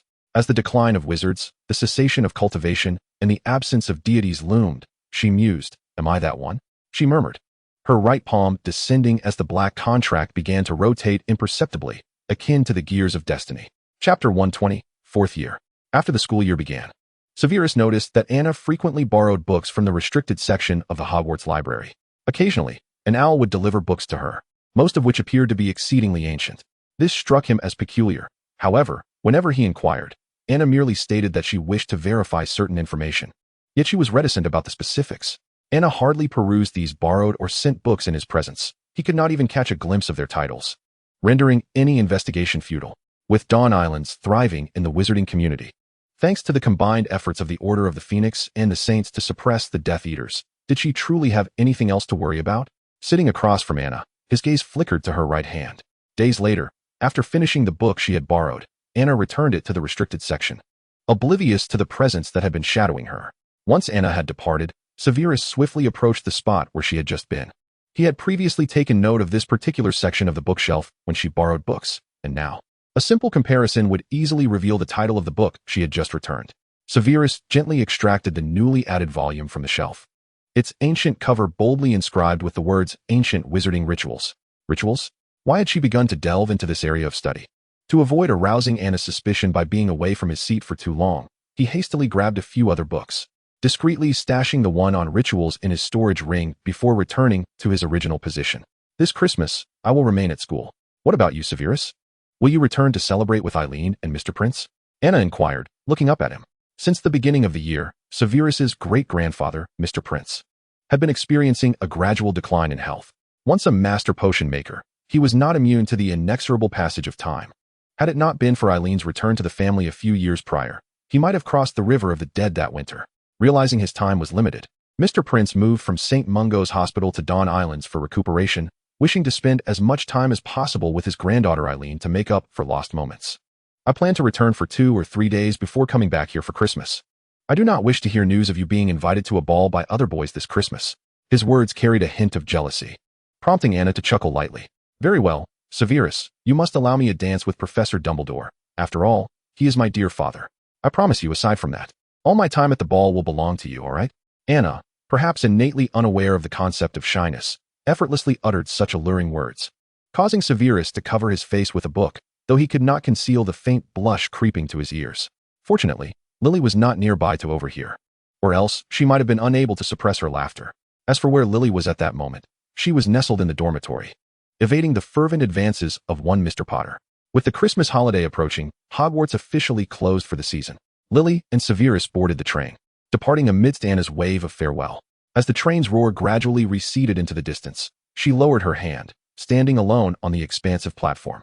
Her smile faded, and she quietly watched the train's shadow until it vanished from sight. Upon returning to Hogwarts, Anna did not head to the dormitory, but instead turned towards the headmaster's office. Since the beginning of the term, she had sensed a remarkable acceleration in the growth of her magical abilities, a feeling that had become especially pronounced lately. While this was a common experience for every young witch or wizard, her condition was distinct from others, and it would be prudent to consult her father. Her father's alchemical body, perfected over decades, had only presented some initial dissonance with her soul in the early years. Now, she felt no discomfort. Yet, she was not an ordinary child born into this world, and her two fathers were evidently aware of this fact. Over the past 2 years, whenever her two fathers met or conversed through the two-way mirror, they frequently discussed the peculiarities concerning her. Upon hearing Anna's concerns about her magical growth, Dumbledore promptly retrieved his Elder Wand and meticulously examined her entire being, employing the method Grindelwald had imparted to him to assess the magic coursing through his daughter's veins. Once he completed these tasks, his expression took on a slightly serious demeanor as he retrieved a two-sided mirror, initiating a call to the distant Gellert. "My dear Albus, what is the matter?" Grindelwald's languorous voice emanated from the mirror. Anna raised an eyebrow, suppressing the urge to smirk. There is something peculiar with the surge of magic within Anna. We shall arrive at Nurmengard post-haste. With that, Dumbledore severed the communication, nodding at the phoenix perched nearby, grasping Anna's small hand, and together they vanished in a blaze of Fawkes's phoenix flames. Having just laid down the communication mirror, Grindelwald found himself momentarily bewildered. But in the next instant, he beheld Dumbledore and Anna materializing before him. Gellert, the rate at which Anna's magical power is escalating is alarming. You must come and ascertain the cause. Upon hearing Dumbledore's words, Grindelwald's nonchalant expression vanished, and he rose from his seat to approach his daughter, placing his hand against her forehead, as he had often done to assess the flow of her magic. After a brief moment, he withdrew his palm. Anna, do you experience any discomfort? Is there a distinction in your spellcasting compared to the past? Have you overexerted your magic recently? Are your emotions stable? Grindelwald bombarded her with inquiries, but after careful contemplation, Anna realized she had encountered none of these issues. The acceleration of her magical power seemed sudden and without warning. This is peculiar. How could it suddenly become unstable? Grindelwald furrowed his brow, while Dumbledore appeared increasingly anxious beside him. Gellert, what exactly is happening? Sensing the tension in Grindelwald's furrowed brow and the subtle urgency emanating from him, a sense of foreboding settled within Dumbledore. Chapter 121, The Final Puzzle. The capacity for magical energy in an alchemical body has its limitations, unlike that of ordinary wizards, whose magical growth is nearly boundless. Anna's body resembled a sealed bottle, with her magic akin to water. Previously, the water within the bottle increased gradually. Her potential was immense, and even after a century, it would not be filled to the brim. However, for reasons unknown, her magical energy was now surging rapidly. If this trend continues, within a decade, her body will be overwhelmed by her expanding magic. Moreover, this bottle is entirely sealed. Albus, do you grasp my meaning? Grindelwald's metaphor was clear and unambiguous. He had no intention of concealing the truth from Anna, for the current situation was not one that could be hidden. Once her magical power surpassed the capacity of her alchemical body, it would shatter completely. How could this be? Gellert, is there any means to curb her magical growth? Anna's soul and magic were intertwined. To restrain the growth of her magic, one would need to tamper with her soul, a risk I cannot afford. This was precisely why Anna required soul stabilizers during her previous magical outbursts. So you intend to watch her fade away in 10 years? Gellert, she is our child.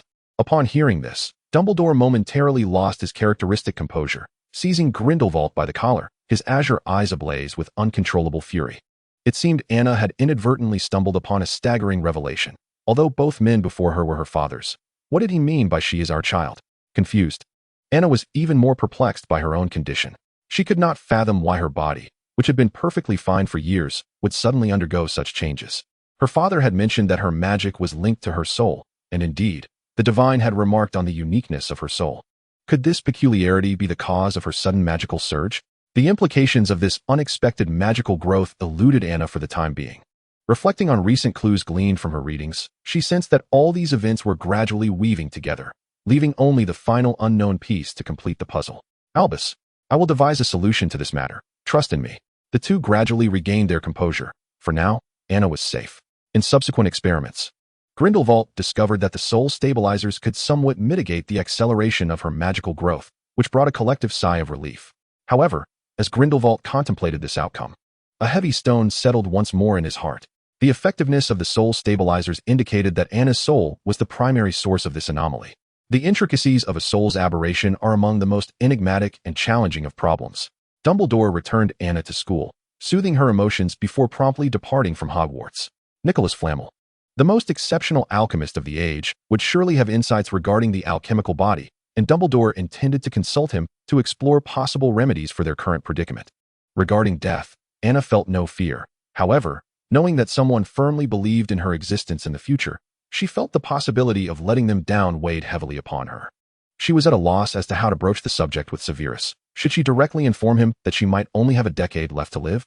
That was unthinkable. She could not voice it. A wave of sorrow washed over Anna. Why did this have to happen now? Had she not accepted his proposal a year earlier, the prospect of living just another 10 years would not have caused her such distress. Just then, her communication mirror vibrated. Seizing the moment, she stepped out of Hogwarts and made her way to Hogsmeade, where she encountered a fully recuperated Nagini. Aberforth was quite familiar with her by now, treating her kindly rather than with the disdain he reserved for Grindelwald. The old man harbored a certain awkward fondness for her, as her eyes bore an uncanny resemblance to those of his sister. He meticulously cleared a secluded spot in the Hogshead pub for their meetings, where he would always invite Anna to sit with him, isolating them from the raucous patrons and serving her the cleanest cup of sweet butterbeer. Today was no exception. As the butterbeer in her glass dwindled to half, a slender woman pushed open the door of the pub, scanning the interior. Upon spotting the silver-haired girl peeking from her seat, a sigh of relief escaped her lips as she swiftly approached the secluded corner. It has been a long time. Miss Grindelwald.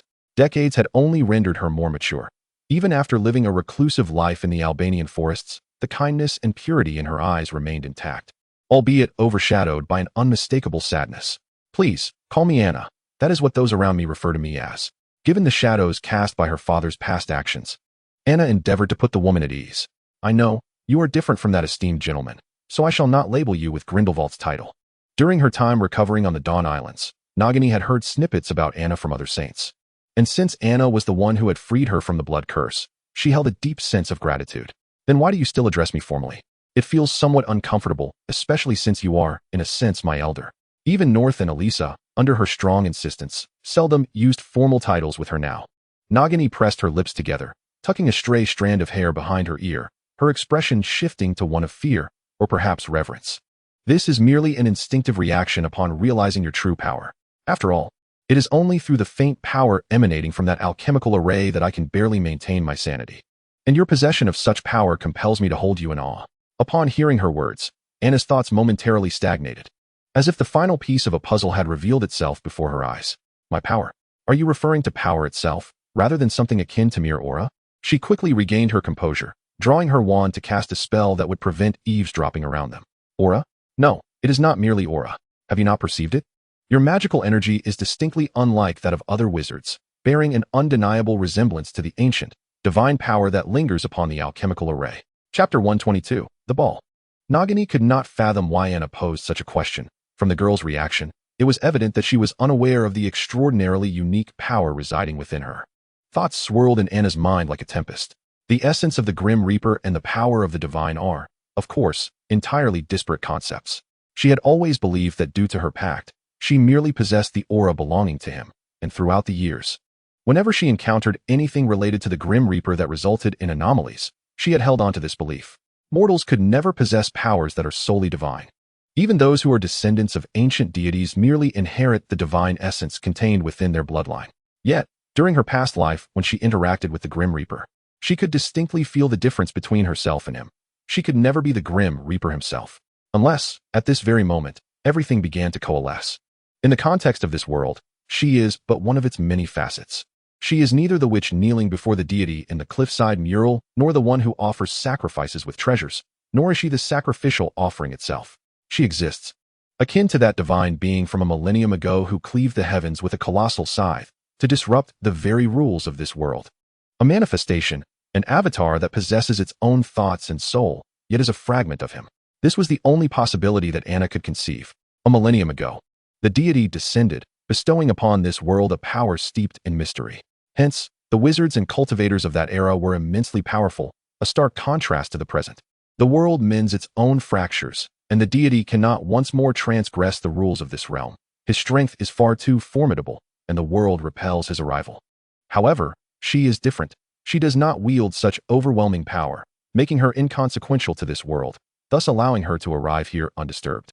The anomaly within her being may very well be a harbinger of the opportunity to alter the status quo between wizards and muggles, a moment that is drawing near. After departing from the Hogshead Inn, Nagini, under Aberforth's guidance, journeyed to Godric's Hollow to pay homage to the departed. Meanwhile, Anna, lost in contemplation, ultimately set pen to paper, composing a letter destined for the mystical Dragon Tiger Mountain in Huaxia. Before the ball at Hogwarts, the girl reigned in all her thoughts, presenting herself as she always had. Following the Christmas feast, she returned to her dormitory and donned the exquisite dark red gown she would wear to the ball. The now tall girl, with her fair skin accentuated by the rich hue of her attire, appeared resplendent. Her silver hair shimmered under the dim light of the Slytherin common room, much like a rose unfurling in the darkness, exuding an intoxicating fragrance with each sway of her gown. Exiting her dormitory, she beheld Severus, who awaited her in the common room, his eyes brimming with astonishment. It was evident that he had made an effort to present himself well. His suit was clean and tidy, and the hair that had once fallen freely was now bound by the headband Anna had gifted him. His features, having matured from their youthful innocence, now bore a sense of maturity. The man standing before Anna was not one to articulate his emotions well or utter sweet nothings. Yet, the future he envisioned had become a firm grip on the strings of a kite, tightly holding her essence. Severus, are you simply going to gaze at me without uttering a word of praise? The girl teased lightly, approaching him with a playful smile. Do not merely observe me. Hold on to the present me. The uncertainties of the future may carry her to unknown destinations, but until she fulfills the divine duties bestowed upon her, she remains a girl of this realm, an entity belonging to someone special. You look very beautiful, Miss Anna, he replied, his voice dry and awkward, his entire being stiffening at the thought of dancing with the girl before him. That is sufficient, Severus. Shall we? Anna extended her hand into the crook of his arm, and together they departed the common room, heading towards the grand hall where the ball was to be held. As previously arranged, Anna's first dance would be with Professor Dumbledore. Dumbledore, observing Anna, who had grown tall enough to reach his chin, extended his hand. The girl placed her small hand gently in his, and together they stepped onto the dance floor, moving in rhythm with the soothing music, reminiscent of a scene from years prior at Grindelwald's estate. Father, Wallenhuasia, a venerable seer once told me that I possess a thread of life. Therefore, please do not worry about me. The Grim Reaper will not so easily claim me. I assure you of this. Noticing the concern etched upon the elder's face, it seemed he had not received any astonishing revelations from Nicodemus. Understanding the deity's probable intentions, Anna softly reassured him, hoping to alleviate some of his worries. Dumbledore, listening to Anna's words, recalled Grindelwald's prophecy that events capable of altering the future would unfold in a few years, intricately linked to Anna. Perhaps that thread of life was the very moment he foresaw. He steadied himself, his expression softening significantly, as the furrows of worry that had marred his brow began to ease. As one dance concluded, the next melody soon wafted through the halls of Hogwarts. May I invite you to dance, Anna? Severus asked nervously, extending his hand towards her, his face betraying a hint of unease. Is it merely one dance you desire, Severus? Anna quipped, smiling to ease his tension, naturally taking his hand as they made their way to the center of the dance floor. The candlelight was dim, yet the girl standing merely inches away from him appeared vividly clear. Her long lashes resembled the wings of a butterfly, each flutter stirring a gentle tempest within his heart. Her hand was warm, her steps light, her silver hair the most radiant star in the dimly lit hall, flowing gracefully into his soul. Typically composed, Anna found herself unsettled. She rarely stood this close to him, as if their breaths entwined, creating an ambience of intimacy.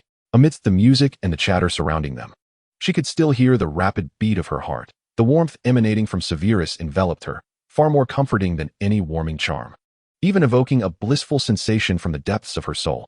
Every moment they spent in the dance felt interminably long, yet when the music ceased, it seemed all too fleeting. It feels a tad too bustling here, Severus. Would you care to take a stroll outside with me? The earlier dances had been tranquil, but the upcoming lively rock tunes were not to her taste, prompting her to turn and inquire of him. Severus, of course, would not refuse. He enveloped Anna in several layers of warming charms and retrieved a long, plush cloak from his storage ring, wrapping it around her completely to ensure that not a trace of cold air could breach her defenses, leaving no part of her skin exposed.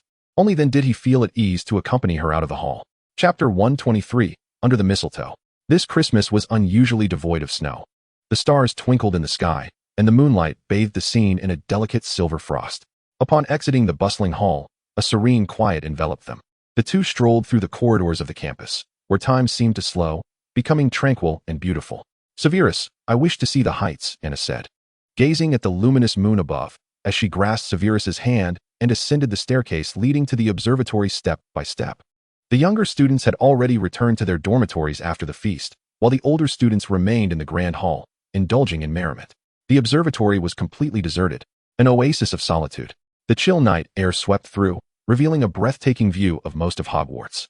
Golden Christmas decorations adorned the campus, shimmering beautifully in the dark of night, reminiscent of stars that had fallen to the earth, accompanied by faint melodies wafting in from a distance.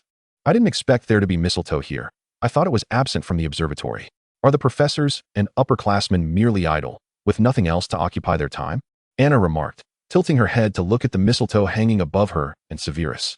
Mistletoe, often used as a decoration for Christmas trees or fashioned into wreaths to adorn doorways, is revered as a sacred plant, typically employed for festive embellishments during the holiday season. It is said that a kiss beneath the mistletoe brings blessings, and that couples who kiss under it are destined to be together for eternity. Thus, during Christmas, Hogwarts students often shyly bring their beloveds beneath the mistletoe, What shall we do? Should I close my eyes, Severus? The enchanted mistletoe sensed the two beneath it, extending its branches and blooming with delicate white flowers, adorably scattered like stars. If that is your desire. Severus felt the warmth of his blood surging. He watched as the girl before him chuckled softly, then gently closed her eyes, causing his breath to hitch. He lowered his head and solemnly placed a kiss at the corner of her lips. In the moonlight, their figures intertwined, the mistletoe's branches nearly brushing the ground, enveloping the two in an intimate embrace. The air was thick with the fragrance of flowers, reminiscent of the sweetest candy, intoxicatingly rich, as if they were submerged in a sea of delightful aromas. His arms encircled her slender waist, filled with the essence of the other, making it impossible to let go. Only when the music in the background began to fade did Anna open her eyes, gazing at the man who still held her tightly. The rapid pace of his heartbeat was gradually stabilizing, and a rare blush crept across Anna's face as she buried it in his chest. Severus, I do not wish to leave this place, she murmured. This embrace had become the sanctuary she had longed for. Yet, her physical condition, along with the foreseeable future and the contract in her palm, reminded her that she would have to carve open that rift in the heavens herself. As for what would follow, she remained oblivious. Then let us linger here a while longer. Severus, interpreting her words as a reluctance to return to the dormitory, responded softly. Anna, too hesitant to clarify her meaning, wished only to remain in this warm embrace a little longer. However, a subtle pulse of magical energy in the air startled her, prompting her to pull away abruptly. Severus, still bewildered, watched as Anna turned to an adjacent area of the observatory, her voice tinged with embarrassment. Father, when did you arrive? The one whom Anna referred to as father was, of course, Grindelwald. With his concealment spell dispelled, the man leaned against a nearby pillar, clad in a black trench coat, a playful expression gracing his features. Fear not. I have just arrived and only heard your previous remark, having witnessed nothing else. Albus can attest to this. He gestured to the air beside him, where Dumbledore, having been betrayed by Grindelwald, revealed his presence. Cough, cough. Youth is such a delightful thing. Ha ha. Dumbledore chuckled lightly to ease the tension, while Severus felt all color drain from the scene, especially under the piercing gaze of Grindelwald's mismatched eyes. Father, Dad. Allow me to explain. No, let me clarify. Severus, he is. Well, he is currently my boyfriend, Anna admitted, unable to hide the truth any longer. Mr. Grindelwald. Headmaster Dumbledore. Anna is the person I wish to protect above all else. Should either of you harbor any discontent regarding our relationship, I implore you to direct your ire towards me, for it was I who first expressed my feelings to her. Severus steadied himself, reluctantly accepting the sudden presence of both men before him and the revelation of his relationship with Anna, stepping forward to prepare for any displeasure Grindelwald might express. What grievances could I possibly have concerning my daughter? The matter lies with you, Mr. Snape. How dare you steal her away from my side? Do you believe anyone will mourn your loss? Grindelwald sneered, and upon hearing this familiar threat, Anna quickly positioned herself in front of Severus, casting a pleading glance towards her father. My dear Anna, you need not be so anxious. I doubt Gellert will do anything drastic to Mr. Snape. Very well, Gellert. We have more pressing matters to attend to. Dumbledore nudged him lightly with his elbow, but as Grindelwald seemed to recall something, he turned his serious gaze back to Anna, who had just begun to relax. I asked you days ago if your emotions were stable. Surely, you have experienced some emotional fluctuations while with this young man? Your magic has suddenly become unstable. Could it be due to him? Grindelwald's sudden outburst startled both Anna and Severus, while Dumbledore furrowed his brow, his eyes reflecting skepticism. No, it is not. I am certain it is not because of him. Father, can we discuss this later? I have yet to. I do not wish to. She had not yet confided in Severus about this matter. She did not want to confess to the man behind her at this moment. Their time together had been so fleeting. Even if it were delayed or hinted at gradually, it would be preferable to discussing it now. Chapter 124, Where the Heart Lies. But Anna, your situation requires immediate action. Gellert is here to take you back to Nurmengard. The crystal bed in the basement can stabilize your condition, after which we will devise another plan. You cannot continue to conceal this from Mr. Snape. Dumbledore spoke in a gentle tone, but Severus, still in the dark about their conversation, sensed the gravity of the situation. It was clear that Anna had encountered some troubling circumstance, prompting concern from the two elder wizards. What is happening? Anna, what is wrong with your magic? Are you unwell? Severus grasped the girl's hand, momentarily reminded of the words she had spoken years ago in this very place. Instruments inevitably face the day of their deterioration. Severus, please remain composed. It is merely that the pace of my magical growth has become somewhat irregular. I assure you, there is nothing to worry about. You know I never go back on my word. She comforted the person beside her, burying all her secrets deep within her heart. When it comes to the domain of the divine and the rules of the world, she dared not allow anyone but herself to be privy to such matters. It is an absolute taboo, a realm forbidden to mortals, and she feared that voicing her concerns would lead her two venerable fathers, as well as Severus standing before her, to delve deeply into the matter. Such scrutiny would undoubtedly invite dire consequences, and Anna was unwilling to witness them risking their safety on her behalf. After numerous assurances from Anna, Grindelwald ultimately took her away, leaving Severus alone atop the astronomy tower. When the Christmas holidays concluded and Lily returned from outside the school, she did not see Anna's familiar presence. Initially, she presumed Anna had merely taken leave, as before, to attend to matters concerning the Dawn Islands. But upon witnessing Severus's despondent expression, she sensed something was amiss. She is experiencing some minor issues with her health and is receiving treatment from her father. Severus answered Lily's inquiries in a daze, continuing to gaze down at his book, yet unable to absorb a single word. He attempted to connect the dots, pondering the contract in Anna's palm, the forbidden tome they had previously perused, and the glimpses he had caught of her past life. Alas, these clues were too fragmented to piece together a coherent truth. Anna had once claimed to be accustomed to his presence. Yet it was only in her absence that Severus realized he, too, had grown reliant on her. His recent distracted demeanor elicited sighs and headshakes from Dumbledore, who eventually communicated with Ermengarde, and together they utilized Fawkes' portkey to arrive at the prison nestled within the Alps. In the frigid, desolate basement, Severus beheld the girl lying upon a crystalline bed etched with alchemical symbols, a sight he had not encountered in many days. "Severus, you came to see me." She sat up, waving at him with a smile, appearing as though she had not changed at all. "How do you feel? Has the issue been resolved?" Severus hurried to her side and inquired softly. "Lying here poses no danger, Severus. Do you miss me? I too wish to return soon. But my father refuses to allow me to leave." Anna understood that this crystalline bed could merely suppress her surging magical energies temporarily. She had tested it in recent days. Once she stepped outside, her magic would surge as if a spring had been released from confinement, prompting Grindelwald to urgently insist she remain in bed. The power of the divine was beyond mortal comprehension, and Anna could distinctly sense that the bed's efficacy was waning. Even the once highly effective soul stabilizers were losing their potency. "I wish to reformulate a new alchemical body. What do you think of this plan?" Grindelwald had pulled Dumbledore aside to discuss his scheme, indicating that he had exhausted other options regarding Anna's current predicament. But is not her soul intertwined with her magic? Is this plan not excessively perilous? The intricacies of the soul remained uncertain. Anna's embodiment within this alchemical form was, after all, a matter of fate. Should they attempt it again, Grindelwald's confidence was not as solid as he wished it to be. "I have succeeded once. I shall surely succeed a second time. This is the best and safest method I can conceive at present. We have less than a decade, Albus, with your assistance this time. I believe we can achieve a flawless resolution." Dumbledore, unable to conjure any alternative strategies, hesitated for a moment before nodding in agreement. With the decision made, Anna no longer needed to lie in confinement like a prisoner in Ermengarde's basement, though she would still have to return during the holidays to secure additional time. Upon returning to school, Anna refrained from disclosing this matter to Lily, as it would only serve to worry her. She remained unaware of her two fathers' plans to reformulate her body, instead contemplating when the true moment of destiny would arrive. During the Christmas holiday, a letter from Longhu Mountain reached Jean Tiancher, who promptly responded. "Based on the information provided by my young friend, I consulted with fellow practitioners skilled in divination. Yet the heavenly secrets remained elusive, yielding no clear results. However, I later shifted my focus to the two time frames you provided.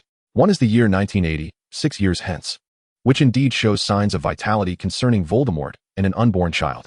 The other is 1981, which presents a curious omen. It contradicts the previous one, yet harbors a powerful force that muddles all heavenly secrets, containing unspeakable terrors. I surmise it relates to your predictions regarding the revival of spiritual energy. Moreover, on a whim, I attempted to divine your future, only to encounter unprecedented resistance. Nevertheless, you have aided China greatly, and I exerted all my effort to glimpse a fragment. Where the heart lies, there it shall return. Please remember this phrase. Dear friend, remember." Folding the letter, Anna furrowed her brow and incinerated it, ensuring no one else would see its contents. It seemed the prophecy concerning Voldemort and Harry still existed. However, the crucial moment was, remarkably, when that prophecy would come to fruition. You are unique, an extraordinary soul. This singularity possesses the power to alter the trajectory of fate, capable of changing the world. The last words of the divine from her past life grew clearer in her mind, particularly the phrase regarding altering the course of destiny, which piqued her interest. Could it be that the true implication of this statement was that reversing the original prophecy would yield the power to transform the world? And Zhang Tianxi's remark about where the heart lies, was it speaking to her innermost feelings? Anna gazed at Severus, approaching her from a distance, as a realization began to dawn upon her. Chapter 125, Dragonpox. At the onset of her 5th year, Anna received a clandestine letter from Abraxas Malfoy.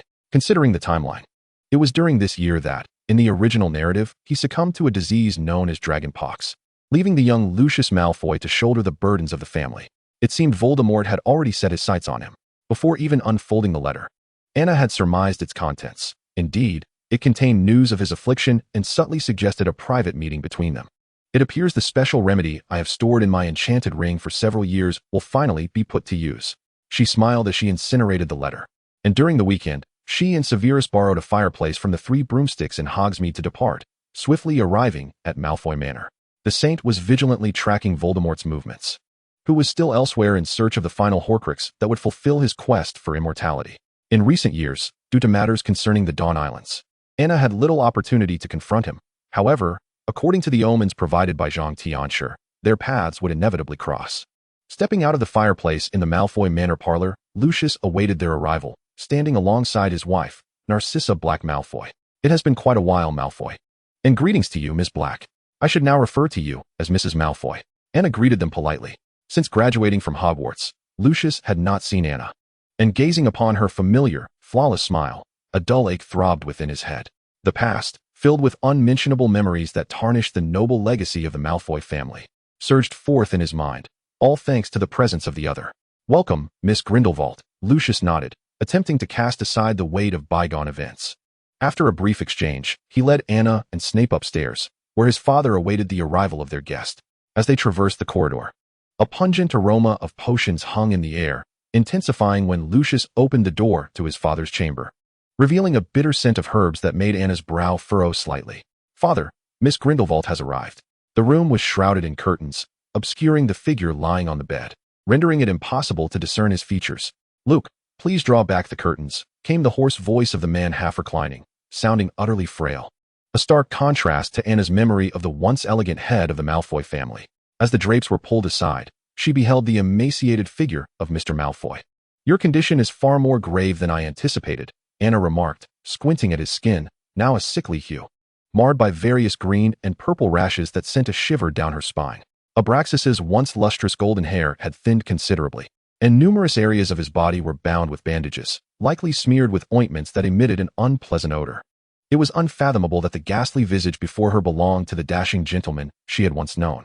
I must admit, my appearance is rather unseemly, Miss Grindelwald, he said apologetically, his tone retaining its customary gentility. Perhaps you ought to have informed me sooner, rather than waiting until now. This is an elixir for dragonpox. A gift I bring, but I fear your affliction is more than mere dragonpox. Anna handed the potion to Lucius, stepping closer to examine his father's ailments. Dragonpox is a highly contagious disease. However, Snape had already administered protective measures to both of them before their arrival, alleviating concerns of contagion. It may also be connected to dark magic, likely a curse. I have summoned several potion masters and others to examine him. Yet they all claim to be at a loss. I regret to inform you, Miss Grindelwald, that our collaboration may need to be temporarily suspended. The Dark Lord remains vigilant over the Malfoy family, and Luke is still too young. His inexperience may expose us. Abraxas's concern was not unfounded. Lucius was aware of the family's dealings with the Isle of Dawn, yet he remained oblivious to Anna's involvement in facilitating these matters. Most wizards were unaware that the founders of the Isle of Dawn were former saints, and Anna's associates were exceedingly discreet, rarely revealing their identities. When his father had discussed the collaboration with her, Lucius had assumed it pertained to other matters and had not immediately connected it to the Isle of Dawn. Curses, indeed, fall within my expertise, Anna murmured, and Abraxas quickly grasped the implication of her words. Luke, please fetch the black box from the top shelf of my studies bookcase. Bring it directly, and do not open it under any circumstances, Abraxas instructed his son from his prone position. Severus, would you accompany Lucius to retrieve it? Anna whispered to the ever-watchful presence at her side, keen to speak privately with the elder Malfoy regarding his affliction. Snape pressed his lips together, casting a glance at the incapacitated man before silently exiting the room with Lucius. Once the door closed, Anna began to broach the subject of Voldemort. Mr. Malfoy, to my knowledge, your relationship with Mr. Riddle predates his transformation into Voldemort. Am I correct? May I surmise that the Dark Lord harbors many secrets unknown to outsiders, of which you are aware. During Voldemort's student years, Abraxas, the head of the Malfoy family, was already a senior in Slytherin, making it difficult not to notice the remarkable Tom Riddle. Indeed, I witnessed that individual tirelessly absorbing knowledge of magic at Hogwarts, achieving many notable feats, and forming his own little faction, which eventually evolved into the Death Eaters. I am well acquainted with the majority of his youthful endeavors. The ambition in young Tom Riddle's eyes did not escape the notice of the old fox that was Abraxas, which was one of the reasons for their past camaraderie. Perhaps it is this very connection that has drawn upon you this mysterious curse, Mr. Malfoy. Anna drew her wand, conducting a preliminary examination of his condition. As anticipated, the aura of malevolence clung to him like a malignant shadow, deeply embedded within his essence, nearly impossible to expunge. The core of this curse frighteningly resided within the dark mark on his right arm. Ah, the emblem of sworn loyalty. Ingeniously designed not only to manipulate hearts, but also to control lives, she remarked, though her tone dripped with sarcasm, masked beneath a veneer of praise. Perhaps I could assist you in dispelling this curse, provided you still wish to live. Shall we strike a bargain, Mr. Malfoy? Anna had previously dispelled Nagini's nearly insurmountable blood curse. This creation of Voldemort's should pose no insurmountable challenge. Abraxas, fully aware of the true nature of his illness, was reluctant to voice it aloud for the sake of his family. He could only silently caution his son to maintain distance from the Dark Lord. Faced with the prospect of healing, he was unwilling to succumb to death so easily, especially if it meant leveraging her abilities. When Lucius and Snape returned with the black box, Anna sat in a corner of the room, appearing to have concluded her discussion with the bedridden man. Miss Grindelwald, this is something the Dark Lord entrusted to me. The box seemed ordinary in appearance, yet it emanated a profoundly sinister magical resonance. Though Lucius admitted his limited knowledge rendered him unable to discern its true nature, I believe you, or perhaps your father, should recognize the origins of this object. Abraxas accepted the box from Lucius and opened it, revealing a seemingly mundane notebook, albeit one that appeared exceedingly antiquated. If you wish to extend your days, my counsel would be to keep as far away from that object as possible. She took a sip of the red tea delivered by a house elf, glancing at the notebook and immediately recognizing its significance. It was Voldemort's first Horcrux, the very same that Harry Potter had pierced with a basilisk fang in the original tale, imbued with formidable dark magic. This was the artifact he had crafted during the initial fragmentation of his soul, likely due to his inexperience. This notebook contained a significant fragment of his essence, possessing a complete self-awareness and the ability to communicate with the outside world. Had Tom Riddle been more mature and adept in his magical prowess at that time, this would undoubtedly have become Voldemort's most potent Horcrux. It seems you are aware of what this is. Beside her, Severus also sensed the peculiarities of the situation. When Harry had destroyed the Horcrux, he had been unaware. Yet the aura emanating from it bore a striking resemblance to that of Nagini. Thus, he deduced the truth. The self-righteous pursuit of immortality, the reckless manipulation of souls, ultimately leads only to self-destruction. It is far less reliable than Nicholas Flamel's Philosopher's Stone. Abraxas, though somewhat bewildered by Anna's words, heeded her advice and carefully sealed the notebook in a black box, placing it atop the bedside table. He could not allow Anna to take this object away, as it had been entrusted to him by the Dark Lord himself. If Voldemort discovered that his possession had vanished from Malfoy Manor, the consequences would be dire. Lucius, observing from the side, began to grasp the situation. His father was not entirely in accord with the Dark Lord's current methods. This Miss Grindelwald represented a potential path for the Malfoy family. Their conversation appeared remarkably familiar, suggesting that Abraxas had been in clandestine contact with Miss Grindelwald long before Lucius was aware. Thus, it is settled. Your funeral will be conducted smoothly in a month's time, and I shall arrange for someone to attend.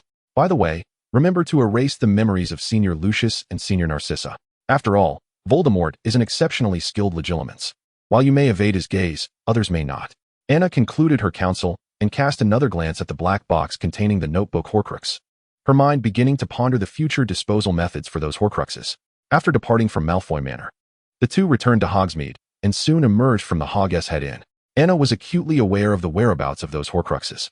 Once Voldemort was utterly defeated and reduced to a mere shell of a soul, they could be destroyed one by one. She feared that tampering with the Horcruxes now might alert Voldemort, so it was best to let them remain undisturbed. The Hufflepuff cup in Bellatrix's possession should not pose a problem, and the diadem was safely stored in the room of requirement. The ring from the Gaunt residence, as detailed in the original text, was kept within that cave, which also involved Regulus. However, in this life, it remained uncertain whether Regulus would earn Voldemort's trust anew or whether a similar calamity would ensue. Presently, he was merely a fourth-year student, years away from that tragic fate. By then, a solution would manifest. She would ensure that the cave was closely monitored. Anna mused internally, contemplating any potential oversights. Severus. How about we spend some time together on the Dawn Islands this summer? My father mentioned that I might need to enter a period of slumber to adjust my magical abilities, and during that time, could you keep an eye on things there? Anna spoke to the person beside her, though the veracity of her words was known only to her. Grindelwald had indeed considered the notion of her slumber, and she was merely using it as a means to temporarily assuage his concerns. Will it be long? His gaze was intense, igniting within Anna a desire to retreat. Yet she resolutely held her ground, meeting his dark eyes with solemnity. It will not be for long, trust me. She spoke softly, her delicate hand brushing against his face, particularly smoothing the furrow in his brow, as if she wished to imprint his visage deeply within her soul, regardless of what the future might hold. After the twists of fate, she firmly believed that the only true sanctuary lay here, where her father and dear ones resided, and in the embrace of the person before her. Severus grasped her hand tightly. Despite having been reborn once, he still felt so vulnerable. If only he could become stronger. Perhaps they would not have to endure such helplessness. Trust me, Severus, I will return to your side. She never broke her promises. Chapter 127, Graduation.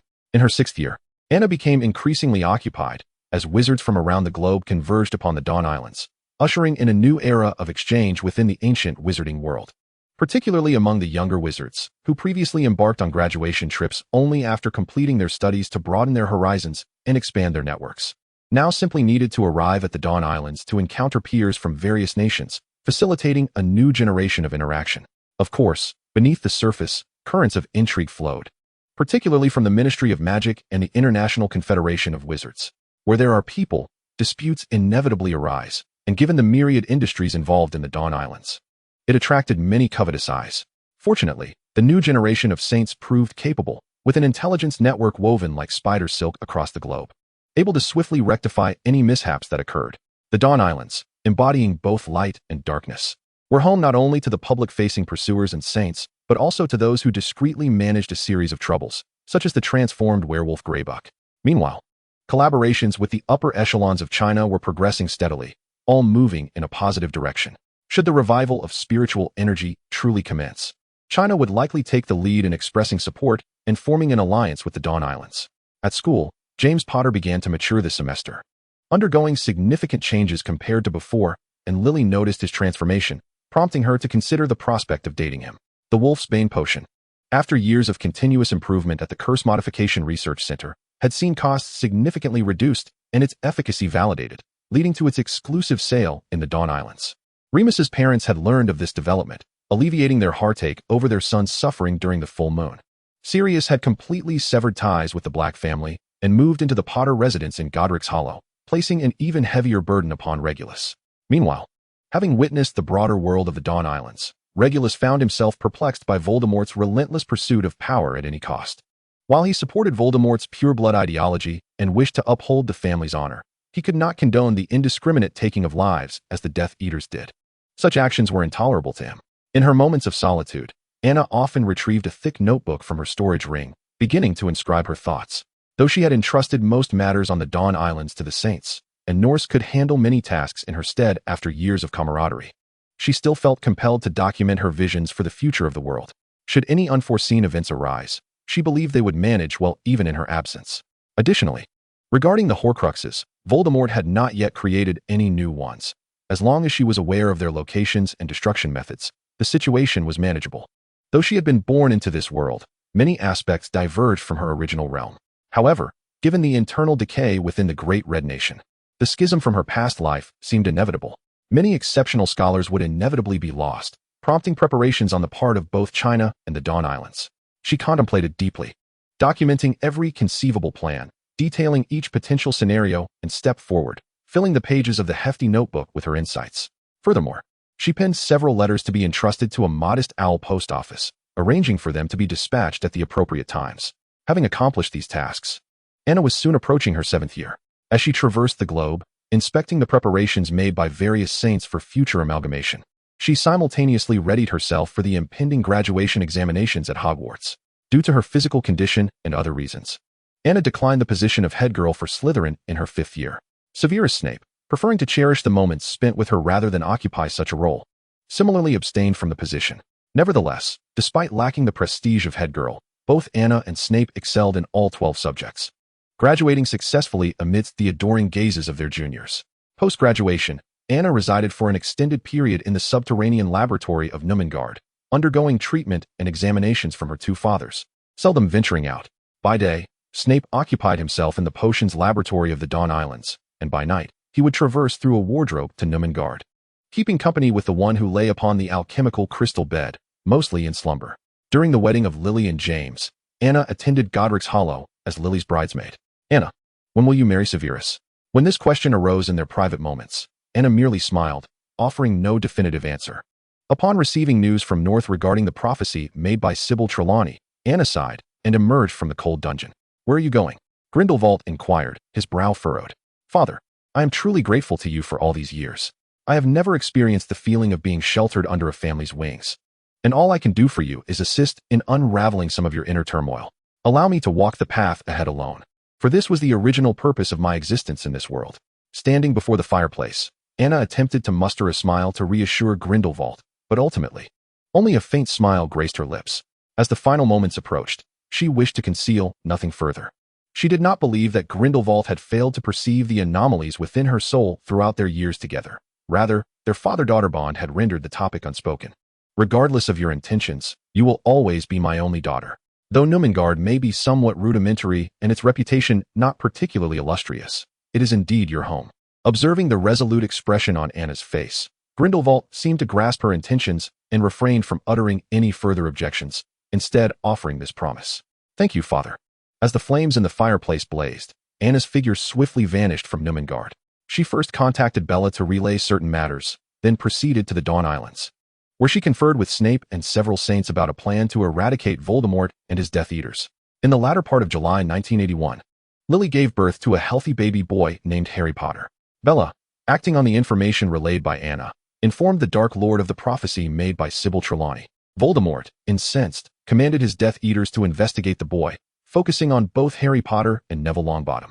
Anna returned to Hogwarts for the first time post-graduation to discuss matters concerning Voldemort with her father. She had set a bait, and if fate had not diverted its course, he would likely act soon. However, upon leaving the headmaster's office, Anna wished to wander the campus alone, reminiscing about the past, when she unexpectedly encountered someone, Sybil Trelawney, now the professor of divination. Upon seeing Anna, Trelawney appeared as if she had witnessed the most astonishing sight, her expression turning momentarily blank. Anna's magical prowess had grown comparable to that of her father, and with her unique abilities, she sensed the unusual magical fluctuations emanating from Professor Trelawney. The air thickened, and just as Anna approached her, Trelawney's gaze locked onto her, her voice trembling as she spoke. The unspeakable one, the unspeakable matter. The fate begins, the contract is established. The prophecy shifts, the deities return. She murmured hoarsely, delivering the prophecy to the silver-haired girl before her. Then, as if awakening from a profound dream, she seemed to forget all she had just uttered, gazing at Anna with awe before hastily departing. This encounter took place in a secluded corridor devoid of portraits. And given that Anna had ventured to Hogwarts alone today, no one else bore witness to the occurrence between her and Trelawney. The descendants of the prophet Cassandra had already offended the deities with their prophecies, incurring a curse. How could they still remain unlearned? Anna shook her head in exasperation, though Trelawney's final words piqued her interest. The deities return. Return to where? Does it imply that she must return to the side of death? However, the Celestial Master also spoke of where the heart is, there shall it return, which presents a rather intriguing conundrum.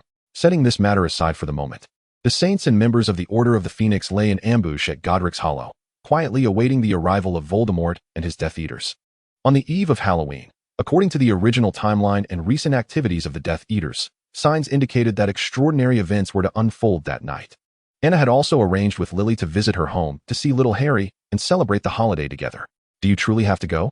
Snape grasped her hand, unwilling to let her venture into danger. Severus, it will be fine. There are so many people present, and Father will arrive promptly. Nothing untoward will occur. Just wait outside with Elisa and the others, all right? Once everything is over, I will return to your side. While the ambush against Voldemort was unlikely to go awry, Anna felt uncertain about what would follow. She tightened her grip on her right palm. Since that morning, the dark contract seemed to be fading, revealing faint silver patterns. It appeared today was indeed the day. Anna was certain of it. Snape could not halt her departure, watching as Anna swiftly vanished into the fireplace. For a long time thereafter, He could not grasp her hand as he had just done, nor hear her gentle voice. All that pertained to her could only be recalled in the stillness of the night, piece by piece, as memories flooded back. Lily's family was undoubtedly aware of the plan against Voldemort.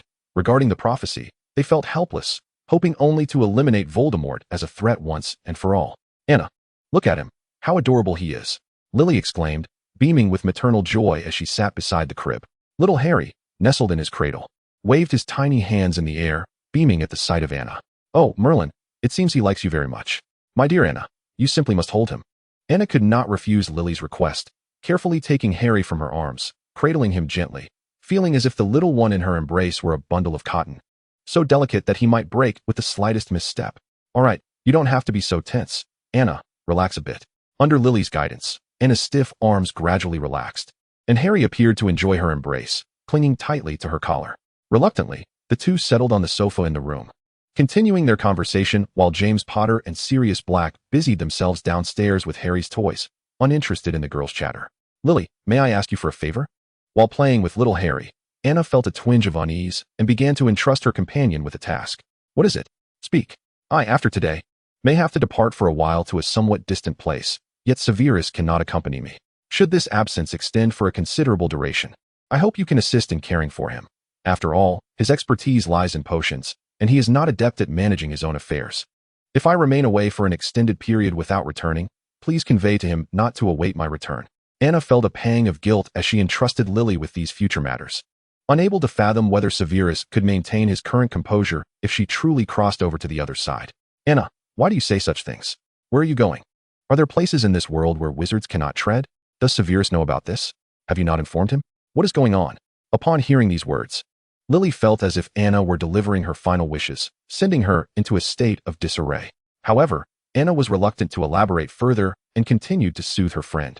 In her arms, little Harry could not comprehend the conversation between the two but sensed the melancholic atmosphere, prompting him to wail heartily. Outside, the night was thick with darkness, and Anna sensed a familiar, repugnant aura drawing near. She entrusted little Harry to Lily and swiftly descended the stairs. The wind howled fiercely, whipping through the barren branches and fallen leaves, producing a rustling sound. Dust and gravel swirled both on the ground and in the air, while a hazy mist enveloped the entirety of Godric's Hollow, casting a somber pall. A gaunt figure clad in black robes emerged from the shadows, followed by a throng of masked Death Eaters. The final act would unfold this very night. Chapter 129, The Sacrificer and the Offering. The weather was overcast, with dark clouds gathering overhead, resembling a thick ink blot that refused to dissipate, or a colossal beast prostrating itself within the sky. As Anna stepped out the door, she beheld the flicker of lightning illuminating the clouds, soon followed by the distant rumble of thunder. In the nearby darkness, a green light flickered, an indication of the spells being cast, heralding the commencement of the ultimate confrontation. Severus wielded his wand, incapacitating the Death Eater before him. As he surveyed the surroundings, he found no sign of Voldemort. Realizing the most probable outcome, he immediately extricated himself from the battlefield, racing toward Lily's home. The Dark Lord stood in the courtyard, facing Anna, James, and Sirius. Lily remained upstairs, watching over little Harry, firmly believing that justice would ultimately prevail in this battle. Anna was somewhat taken aback. She had not anticipated Voldemort's immediate arrival here, seemingly disregarding the Death Eaters who had fallen into the trap. Perhaps, in his eyes, eliminating the boy foretold in the prophecy was of utmost importance, ensuring he would no longer be threatened by death. "Long time no see, Mr. Voldemort." Anna greeted him with polite formality, her wand firmly gripped in her hand. "Miss Grindelwald, for reasons unknown, I find myself plagued by an incessant sense of revulsion each time I see you. Yet, I have never been able to comprehend this inexplicable feeling, which eludes my control and vexes me greatly. Can you elucidate this for me?" The recent ambush had made Voldemort realize that today was a meticulously orchestrated trap aimed at him, yet he did not retreat. Instead, he had come here as initially planned. It was as if unseen hands were orchestrating everything from the shadows. All present were mere pawns on this grand chessboard. "If all goes according to plan, today should mark our final meeting, Mr. Voldemort. Regarding your fixation on escaping death, how ironic, for death has always kept its watchful eye upon you." Anna advanced a few steps forward, and James and Sirius, startled by her movement, intended to follow but were gently pushed farther away by an unseen force. A transparent barrier radiating silver light rose from the ground, enclosing both Voldemort and Anna, rendering James and Sirius's efforts to break through futile. Anna observed as the contract in her palm slipped from her grasp like a mere piece of paper, instantly morphing into a colossal alchemical array. The intricate lines forming complex patterns that radiated outward from her, slowly spinning beneath her feet. The silver light illuminated the realm, and the enclosed cylindrical barrier reached for the heavens, while the dark clouds above began to churn violently, with bolts of lightning striking down upon Godric's Hollow, igniting fiery explosions. All present were taken aback by this sudden upheaval, particularly Voldemort, who found himself within the alchemical array, sensing an overwhelmingly powerful and fearsome aura. Anna vacantly clenched her now empty palm, seemingly unaccustomed to the sensation. From the moment I was born into this world, the deity had already predetermined today's outcome. I and he have been watching you all along. Her words sent tremors through Voldemort's soul, for the deep-seated feeling of inexplicable revulsion he had suppressed within himself was, in truth, fear. It was the fear one feels in the presence of a nemesis. Yet due to Anna's relatively weaker power years ago and his overconfidence in his own abilities, he had remained oblivious. What do you mean? No, that is no longer important. As long as I kill you, everything that troubles me will cease to exist. Even if it is a deity, none can prevent me from living. The killing curse surged forth from the tip of his wand, while Anna remained motionless, her wand unmoving, merely regarding the man before her with a gaze tinged with pity. As the incantation reached her, it dissipated instantaneously. In that moment, countless chains erupted from the ground's alchemical array, ensnaring him in place. Regardless of the myriad of methods Voldemort employed, he could not break free. He was forced to kneel, humiliated, before the silver-haired girl standing at the heart of the array. When Severus arrived from the battlefield, the first sight that greeted him was the towering silver barrier. The familiar barrier, which he had been unable to breach beneath the Albanian forest, was once again present. And Anna, much like before, stood at the center of the alchemical array, holding Voldemort captive. Though the scene before him appeared to indicate a foregone conclusion, the resemblance of the alchemical array instilled a sense of foreboding within him. Anna recalled the mural on the cliff's stone wall depicting a wizard sacrificing treasures to the deity, and upon observing Voldemort's position and posture, realization dawned upon her. Oh, it turns out you are the true sacrificer. Due to their prior ambush, the saints and members of the Order of the Phoenix swiftly dispatched the Death Eaters. And Headmaster Dumbledore had also apparat to the scene, leading everyone here. Anna approached Voldemort, retrieving the diary, the Ravenclaw diadem, the Resurrection Stone ring from the Gaunt residence, the Hufflepuff cup, and the Slytherin locket from her storage ring, releasing her grip. The 5 Horcruxes floated between them. This is the offering. This represents all of Voldemort's trump cards, now laid bare before him.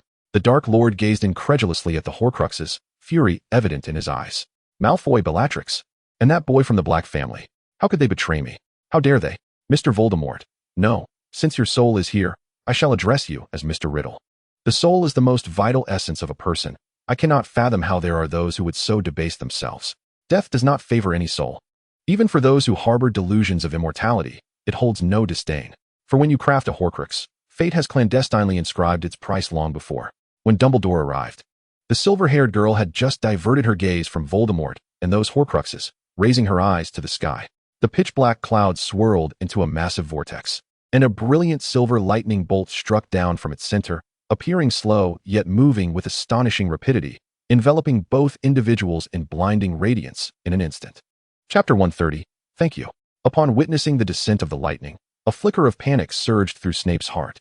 However, being in close proximity, he observed tendrils of black smoke emanating from the Horcruxes, dissipating in the searing silver light, and then crumbling to dust, akin to snow melting in the spring sun, vanishing almost instantaneously.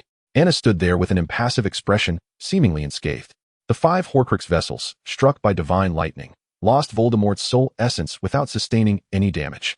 Meanwhile, the Dark Lord, kneeling in sacrifice, watched in horror as his hopes for eternal life were reduced to ashes, his mind a blank slate. He gazed up at the girl bathed in the light of the lightning, akin to a supplicant at the feet of a deity, acutely aware of his insignificance as a mortal. Death. In the final moments, the madness and crimson in his eyes faded, replaced by a serene countenance. Death is impartial to every soul, for mortality is a right shared by all living beings.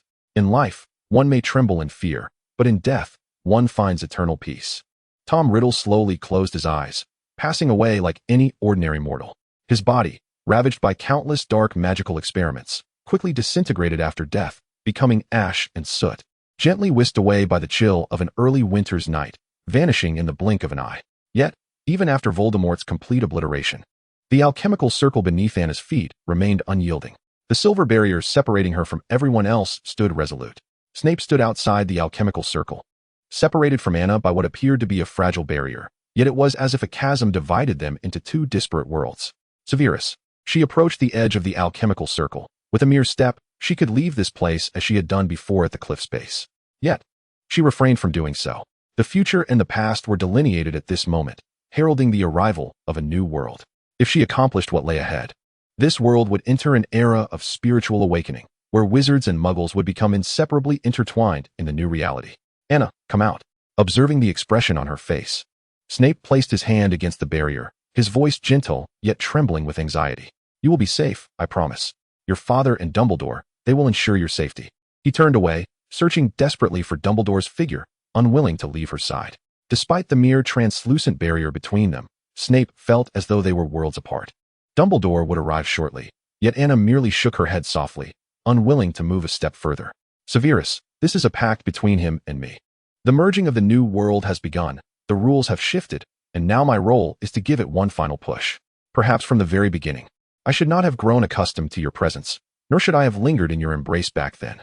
Anna, suppressing the pain coursing through her body, gently placed her hand upon the transparent barrier, her palm aligning with his, yet she felt no warmth emanating from Snape's touch, as cold as ice that would never thaw. Where are you going? May I accompany you? I will follow you wherever you go. I beg you, please do not leave me here alone. Initially, Snape's voice carried a note of pleading, gradually morphing into a faint quiver of tears, his gaze turning hollow and numb. Crack, crack. The fissures on Anna's form multiplied. The swirling storm clouds above accelerated, and the winds began to ascend, drawing her soul upward with an irresistible force. Severus, listen to me. Time is running short, she implored. Yet the despair radiating from him softened her heart, prompting her to offer a smile as she always had, hoping to dispel his sorrow. Severus, I adore you, truly. I cherish you deeply. You are the sanctuary of my soul, a presence upon which I can rely. If this is love, then so be it. I promise you, my existence will undoubtedly be woven into your future. The delicate cracks spread across her face like a spider's web, fragments of her being flaking away, swept toward the heavens by the howling winds, merging with the vortex of clouds above. Each word she uttered was a poignant melody. Yet witnessing her gradual disintegration before him felt like plummeting into an abyss. Even if I return to the embrace of death, I will certainly find my way back to you. If only I could return sooner, we would wed sooner. If I return late, then our wedding shall be postponed. What do you say, Severus? Her voice became increasingly indistinct, her form shattering further. The tumultuous and potent magic within her breaking free from the confines of her soul and body, each word painfully extracted from her lips. The unimaginable agony of forcibly tearing the soul from the body was insufferable, and tears streamed down Anna's cheeks, leaving her unable to discern whether they were from pain or the impending farewell. Her vision blurred, the once reachable figure before her began to recede, and she stretched her hand forward, yearning to once more feel his warmth.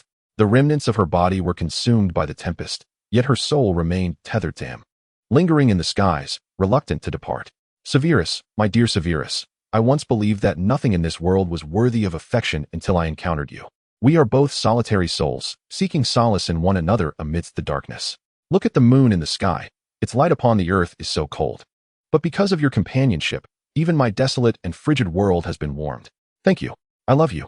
Chapter 131. Later. A tiny butterfly flitted its wings on this ordinary night.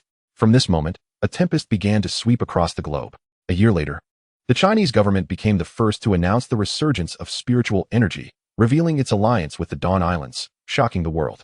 In the same year, the British Minister for Magic, Barty Crouch, swiftly followed suit, proclaiming the existence of wizards and the dawn of a new world. The Dawn Islands began to emerge as the epicenter of the world, universally recognized as the territory of wizards. On the archipelago, the project for the integration of magical technology and commerce has officially commenced, signifying the formal convergence of wizardry and muggle technology, and representing a gradual acceptance between the two realms. Yet, she has not yet returned. Abraxas Malfoy, who had faked his death years ago, has been absolved of the Ministry's punishment for his former allegiance to the Death Eaters, owing to substantial evidence. Lucius, being rather young, did not engage deeply in Death Eater activities under Abraxas's deliberate guidance, leading to a swift conclusion of his trial and a prompt return home. Narcissa and their son Draco await his return in their abode. The close collaboration between the Malfoy family and the Dawn Isles has flourished, leaving the elder Malfoy immensely relieved for having slipped away during that fateful Christmas dinner when he tucked that note into the cloak. The Black family, now headed by Regulus, has begun to embrace the trend of global integration, allowing the notion of pure-blood supremacy to gradually fade from his mind as he pursues new interests.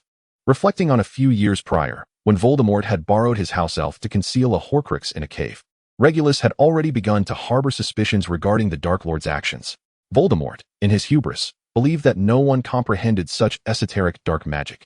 Yet Regulus's later inquiries substantiated this.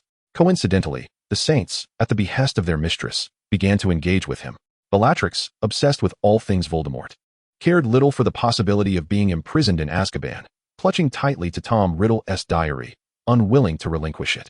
Originally, all Horcruxes were to be entrusted to Headmaster Dumbledore for proper handling, yet this diary was an exception, a condition long agreed upon by that girl, allowing her to take it. The surrender of Hufflepuff's cup led to Voldemort's ultimate downfall, granting Bella a reprieve. She merely needed to spend 2 or 3 years in Azkaban, a mere trifle compared to the life sentences faced by other Death Eaters. After her release, she vanished without a trace, known only to her cousin Regulus. With the intelligence provided by the Saints, the capture of Death Eaters was completed in recent years, ensuring they received their due punishments. Yet, she has not yet returned. Shortly after her disappearance, Grindelwald emerged from Nurmengard in the Alps, taking charge of the Dawn Isles. The entire wizarding world turned its gaze toward Hogwarts. Yet Headmaster Dumbledore refrained from making any declarations. This silence could be interpreted as a tacit acceptance. The Saints formally announced their identity to the world. Yet they chose to abandon their former title, instead adopting the name Chasers of Butterflies. Many were perplexed by this nomenclature. Unaware of the butterfly they were pursuing, be it an ideal or Grindelwald's daughter, the Chasers remained silent, uncertain of how to reference the captain who had once steered their ship to the shores of their aspirations, only to vanish from the world. In the hearts of these Chasers, she is entirely distinct from her father. Among Anna Grindelwald's myriad glories, her surname and lineage are the most easily overlooked. Once, during a meeting, a Chaser nearly lost composure when pressed by certain members of the International Confederation of Wizards regarding Anna, wand drawn, only to be restrained by Grindelwald. She, the founder of the Dawn Isles, was the one who altered the rules of the world. She embodies the ideal of the new age, and she is my beloved daughter. If it were possible, I would prefer the wizarding world to decline into oblivion rather than allow you to harbor such suspicions about her behind her back. If you wish to avoid the International Confederation becoming a mere shell of its former self, you must exercise caution, clearly understanding what inquiries are permissible and which are not. Grindelwald scoffed, departing with Norse and others, severing all ties with these individuals. He and Dumbledore had privately attempted numerous methods to locate Anna's spirit, yet all led to naught. They even risked crafting a second alchemical body, meticulously following the steps Grindelwald had taken during Anna's creation, but success eluded them at every turn. It was as if she were a singular miracle. Years later, the second island of the Dawn Isles, the Twin Academy Island, was officially inaugurated, attracting a multitude of young witches and wizards from around the globe for systematic learning. A new generation was emerging. The anticipated Sixth Island, a dedicated amusement park for young wizards, also commenced its project. On the day of its grand opening, a flurry of silver-glimmering butterflies suddenly descended from the sky, fluttering gracefully across the Dawn Isles, enchanting children from all corners of the world before swiftly vanishing into the horizon. Lily, who had come to enjoy the festivities with her son, suddenly crouched down, weeping inconsolably, while James and Sirius looked on with expressions of nostalgia and sorrow. Only the young Harry remained oblivious, unable to comprehend why his parents and godfather had suddenly fallen into such melancholy. Severus stood in a corner of the island. Amidst the unexpected swarm of butterflies, a small one seemingly separated from the group, circling around the tear-streaked man before him, reluctant to depart. It alighted upon his outstretched fingertip, gently flapping its wings as if resting, or perhaps whispering secrets. "Is it you?" he softly inquired of the diminutive silver butterfly, fearful of alarming it. His tone tender and filled with hope. "Have you returned? Yet I can sense not your presence. Where are you now?" "Anna." The butterfly fluttered its delicate wings, seemingly unaware of the man's words. It floated upward, brushing against Severus's cheek like a gentle kiss, before swiftly soaring towards the sky, disappearing into the vast azure above the Dawn Isles. Chapter 132, Past Life. The weather was gloomy, with dark clouds shrouding the heavens, casting a somber pall over the world. Cold, unfeeling raindrops pelted the desolate gravestone, splashing crystalline droplets. She stood before a new grave, holding a black umbrella, her gaze cast downward, her expression void of emotion. "Poor child," Her health is poor. The doctor said she suffers from a congenital illness and will not live for many years. At just 5 years old, she has lost her parents. What will become of her in the days to come?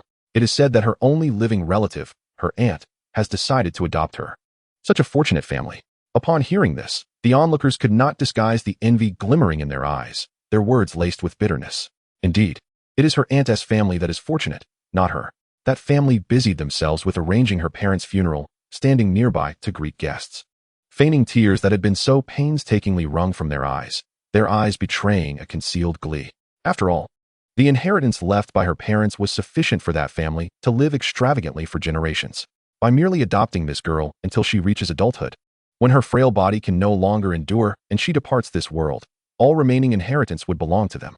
Ah, what a splendid future, what a marvelous fate.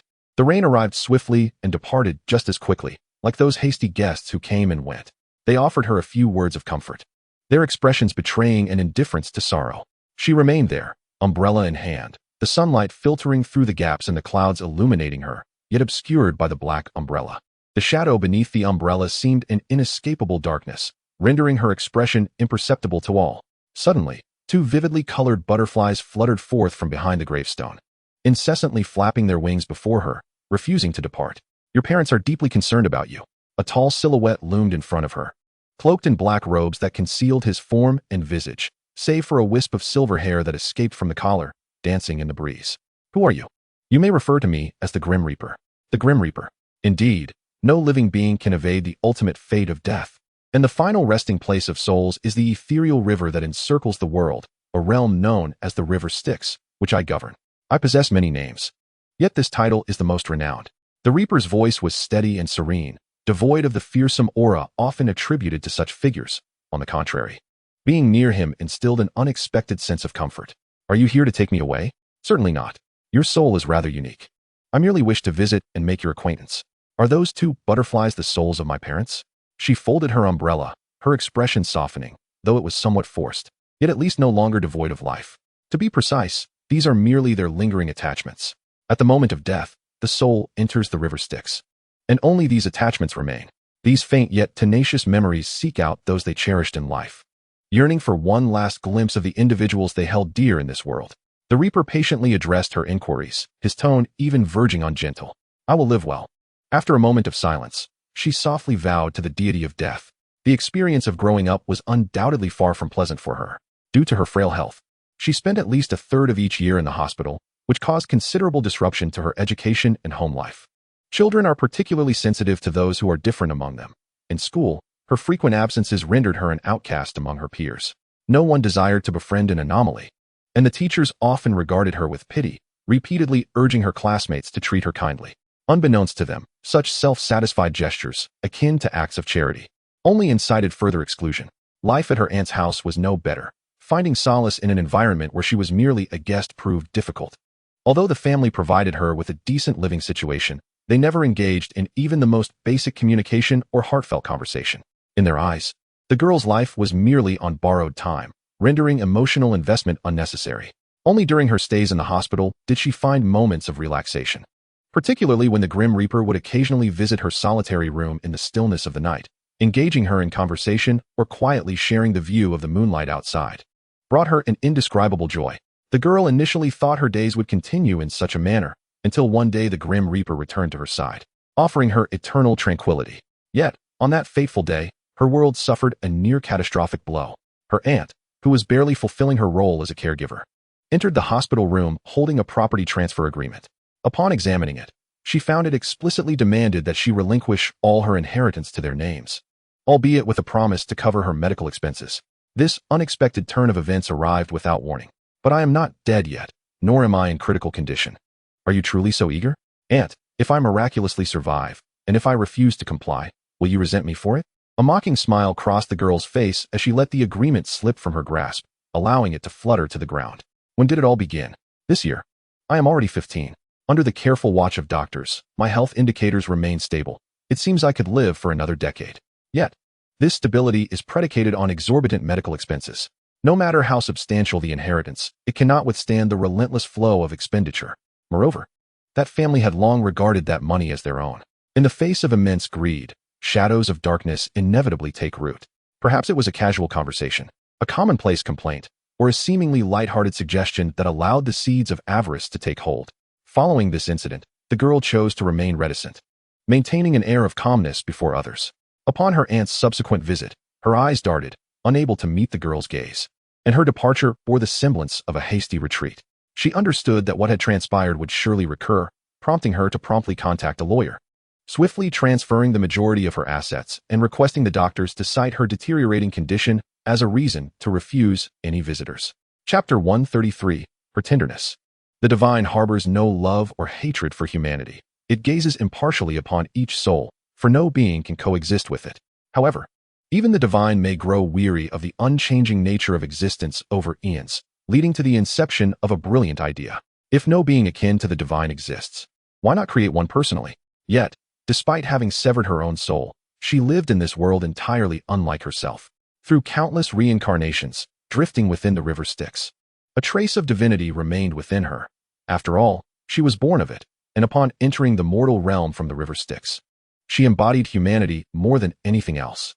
The deity was curious, never having anticipated such an outcome, and thus occasionally visited her in the human realm. Following that incident, her condition indeed worsened uncontrollably. In the ensuing time, the girl invested a significant portion of her inheritance. Naturally intelligent, coupled with the monotony of hospital life, she self-studied extensively. And within a mere 3 years, her fortune multiplied exponentially from the few tens of millions that remained. By the time she reached adulthood, she left only a few million for her aunt's family as compensation for the years of care, decisively severing all ties. On the terrace of a quaint villa, the girl sat quietly in a reclining chair, surrounded by an elegant, serene environment, far removed from the clamor of the city. Gazing upward, she beheld a multitude of radiant morning stars, an idyllic setting for recovery. Aware that her time was limited, she allocated her assets and chose to publicly announce their destinations through the media. Half of the substantial sum was donated to the Hope Project for the establishment of schools and improvement of living conditions for impoverished children. The other half founded a charitable foundation, named the Butterfly Foundation, aimed at assisting children who lost their parents at a young age and could only attend school while residing in orphanages until they reached adulthood. Thereafter, society would regard her as a compassionate individual. Except for them, the more others praised her, the more they would despise her, resenting the decisions made during that time. This was the most refined form of retribution she could conceive. She instructed her bodyguards to forcibly dismiss her aunt's family, who had finally managed to find her, and relished in their expressions of ire, stifling a laugh. Yet, this small act of revenge could only be deemed tender. However, at times, humanity fails to learn the virtue of contentment. I once remarked that your soul is extraordinary, regardless of how many cycles of reincarnation you endure. No matter how bleak and despairing those lives may be, you refuse to allow your soul to succumb to darkness, forever radiating light. This life is no different. Can you tell me why? The Grim Reaper sat beside her as the sun began to set, the last rays of sunlight gradually fading away, and the chill and dimness that belonged to the night enveloped them. If the world were shrouded in darkness, then why could I not transform myself into a radiant moon? Even if I am inherently cold, I would still delight in witnessing others perpetually bathed in light. She uttered this thought without much contemplation, almost instinctively. The Grim Reaper beside her chuckled softly, an ineffable satisfaction and joy lighting up his demeanor. A fragment of his own essence had been cast into the river of the underworld, resulting in the emergence of such a being. Her soul shone with an unparalleled brilliance, possessing a unique gentleness in this world, a singular glimmer amidst the vast expanse of souls. Regardless of how many cycles of reincarnation she underwent, no matter how many times he inquired of her soul, her responses remained strikingly similar. What a remarkable outcome, he mused. I have created many worlds, one of which saw humanity divided into two distinct existences by my own hand. They were at odds with one another, as the ordinary faction deemed the powerful one as an aberration. The former outnumbered the latter, yet the latter wielded greater strength, igniting countless conflicts. Now, the former, through their own endeavors, has acquired an alternative form of power, gradually catching up to the latter. I do not wish to see war reignite between the two. Regardless of which side perishes, it is not a result I wish to witness. If you were the creator of this world, how would you resolve this dilemma? As laughter faded, the deity contemplated for a moment before posing this question. The reason an aberration is considered such is not merely due to its uniqueness, but rather because it is a remarkably rare existence. Among 100 individuals, if there is one tall person while the remaining 99 are short, the singular tall figure naturally becomes an aberration in the eyes of the 99 who consider themselves normal, facing vehement rejection. However, If among those 100 individuals, there are 10 or more tall ones, they cease to be aberrations and become commonplace, and thus will not turn against one another. A commendable answer. Yet this world lacks the surplus power to transform those shorter individuals into more tall ones. Have you not created many worlds? Why not borrow a bit of power from another realm? So, if I implore you to lend me your strength to alter this world, would you acquiesce? The girl's breath grew faint, yet her expression became increasingly serene. Is this what it means to be solicited by a deity? But why me? Is my soul truly so exceptional? Or is it that I possess the power you seek to change the world? For the first time, the deity presiding over death took hold of the girl's right hand. Among myriad worlds, every realm contains similar souls, yet yours is distinct. You bear no comparable essence in other realms. You are singular, a soul beyond the deity's dominion. This uniqueness will yield immense power when altering the course of fate. This power can reshape the world. More importantly, this power complements itself, making you worthy of becoming the deity of that world. This is the gift I wish to bestow upon you. Yet, he did not utter the final words. His slender fingers traced a contract's design upon the palm of her right hand, whether it was due to her proximity to death, having lost all strength, or her acceptance of the Grim Reaper's proposition. The girl showed no signs of resistance. I grant you a new life, and in return, you lend your power to alter the destiny of that world. Is this not a form of coercion? The intricate patterns of the dark contract gradually took shape, her tone devoid of any irritation, instead imbued with a lightness as if jesting. The deity, satisfied, completed the final stroke upon her palm, gently returning her hand to its place, a colossal scythe materializing in his grasp. You may also make other requests of me, and I shall endeavor to fulfill them. The girl pondered earnestly for a moment, the full moon's radiance cascading upon the Grim Reaper wielding the immense scythe, and the young girl, serene and harmonious, creating an eerie sense of unity from a distance. She closed her eyes. At the very least, may my next life be filled with joy. A gentle breeze dispersed the last sigh of the girl in this life, the scene freezing at that moment before becoming blurred.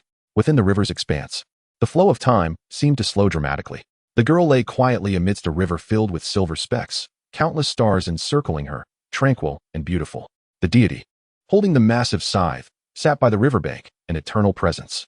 Time passed in an indeterminate manner, and as the stars danced, he suddenly bowed his head. The girl's eyelashes fluttered delicately, reminiscent of a butterfly's wings, and she gradually opened her eyes. Chapter 134, Harry's Enrollment. The King's Cross station in 1991 was bustling with activity as Harry pushed his luggage trolley to the threshold of platform 9 3/4. By traversing that enchanted passageway, he would arrive at the train station bound for Hogwarts. Lily and James placed their hands upon his shoulders, a silent encouragement reflected in their expectant gazes. For reasons unbeknownst to him, a profound sense of reassurance welled up within young Harry. Over the years, he had often been plagued by nightmares, dreaming of a childhood spent alone with the Dursleys, deprived of his parents. Contrary to the kindness he now experienced, Aunt Petunia had been harsh and critical, rendering his dreamlike childhood far from idyllic. Yet, those were merely dreams. After all, how could one take dreams to heart? Summoning his courage, Harry inhaled deeply and steered his luggage trolley towards the seemingly solid wall. After a brief moment of darkness, he found himself amidst the throngs of the bustling platform. Numerous young wizards stood there, bidding farewell to their parents as they boarded the train, embarking on their journey to Hogwarts. Dear Harry, remember to write to us once you arrive at school, and do say hello to Sirius for me. James knelt to adjust his clothes, while Lily reached out to pat his head, ultimately surrendering in her attempts to tame his unruly black hair. Okay, Dad, I'll tell Godfather. Harry nodded in agreement. Recalling how Sirius had been appointed by Professor Dumbledore to teach defense against the dark arts at Hogwarts a few years prior, Lily and James offered Harry a few more words of advice before watching him step into the carriage. They hoped their son would forge new friendships at school. Rumor had it that a new teacher from China would be bringing students over for exchange learning this year, and it was uncertain if there was any connection to the Dawn Isles. As Harry found a vacant seat in the carriage and waved goodbye to them, Lily turned to discuss this matter with her husband. This year marked the first cohort since the world had undergone transformation, as the wizarding realm not only integrated with the ordinary world but also engaged in a degree of exchange with the realm of cultivation. There were many valuable lessons to be gleaned from China, and the new instructor would be imparting knowledge at Hogwarts, hoping the young wizards would learn something novel. As James shared this information he had gleaned, his thoughts inevitably drifted to that silver-haired girl, even as he promptly silenced himself, refraining from uttering her name. He sensed a fleeting wave of despondency emanating from Lily beside him. I'm sorry, Lily. James placed his hand on his wife's shoulder, gently embracing her in an effort to provide strength and solace. It's all right, James, it has been quite a while. Anna once told me she would surely return. And I have always believed that. It's just Severus. At the mention of her friend, Lily's gaze dimmed, revealing a trace of bitterness. Severus had waited far too long. She had assured him of her return, yet an interminable stretch of time had elapsed. Lily rested her head upon her husband's shoulder, striving to suppress the sorrow that welled within her. During Anna's absence, that man had awaited her each day, yearning for the moment he would awaken from the abyss of his dreams to behold her once more. However, in the span of 10 years, aside from the fleeting visit of butterflies heralding the opening of Wizarding Paradise, there had been no trace of her in this world. Severus had traversed the globe, through the forests of Albania, the peaks of the Alps, and every inch of land in the east, but all his hopes and efforts had yielded naught. He had even sought out the esteemed Zhang Tianshi at Longhu Mountain, only to receive a mere shake of the head in response. Initially, he had deduced that the girl represented a sliver of hope in this world, a notion that had later proven true. Yet that did not imply that she possessed any vitality herself. The subsequent divination he received was equally ambiguous. Zhang Tianshi, lacking insight into her life, could offer no clarity. Eventually, Severus ceased his wanderings, immersing himself in potion experimentation at the laboratory on Dawn Isle, and began studying alchemical arts under the tutelage of Nicholas Flamel. Yet, just prior to the commencement of this academic year at Hogwarts, he was summoned by Professor Dumbledore, who sought to appoint him as the potions master and head of Slytherin House. Horace wished to retire to Dawn Isle after many years of teaching, and Severus found himself unable to decline the request. With no other candidates available to teach the course, Horace had ardently recommended him before his departure. Without waiting for Severus to express his discontent, Dumbledore sighed deeply, his eyes filled with compassion, and continued, "Severus, you have exerted yourself excessively these past few years. Lily has informed me that you devote the majority of your days to potions and alchemy, sacrificing precious sleep. I wish for you to be in better spirits when Anna returns." Upon hearing Dumbledore mention the name of the one he had long cherished in silence, Severus's pupils constricted. "Did you just say she will return?" Over the years, many had refrained from broaching the subject of Anna, careful not to disturb his wounds. Yet such caution could not quell his fervent longing during the quiet of night. He had replayed every moment spent with Anna countless times. Only during his studies could he temporarily bury her image deep within his heart, using it as a means of self-soothing. Indeed, Severus. Both Gellert and I have always believed this. Dumbledore's resolute nod imbued Severus with newfound strength. After a moment of contemplation, he acquiesced. Hogwarts was replete with the echoes of her presence. Every path she had walked, every seat she had occupied, all remnants of her existence. They had studied together in the library, attended classes side by side, dined in the Great Hall, and returned to the Slytherin dormitory together. They had untangled their hearts atop the astronomy tower, kissed beneath the mistletoe, and everywhere he looked, he saw traces of their shared journey. Waiting for her return here seemed a reasonable choice, perhaps offering some respite from his longing. Ultimately, he consented to Dumbledore's request, once again becoming the potions master and head of Slytherin House just before the new term commenced. Chapter 135, She Never Breaks Her Promises. Gryffindor. Professor McGonagall removed the sorting hat from Harry's head, and he joyfully made his way to the table designated for the Lion House. Sirius, seated at the staff table, clapped enthusiastically, delighted that his godson had joined the same house where he and his late friend once thrived. In contrast, Severus exhibited no particular reaction, his thoughts consumed by memories of his own arrival at Hogwarts alongside Anna. As for Harry, having already been involved in his life extensively in the past, it seemed prudent to leave him under the watchful eye of that foolish dog. The students of Gryffindor erupted in cheers at little Harry's arrival.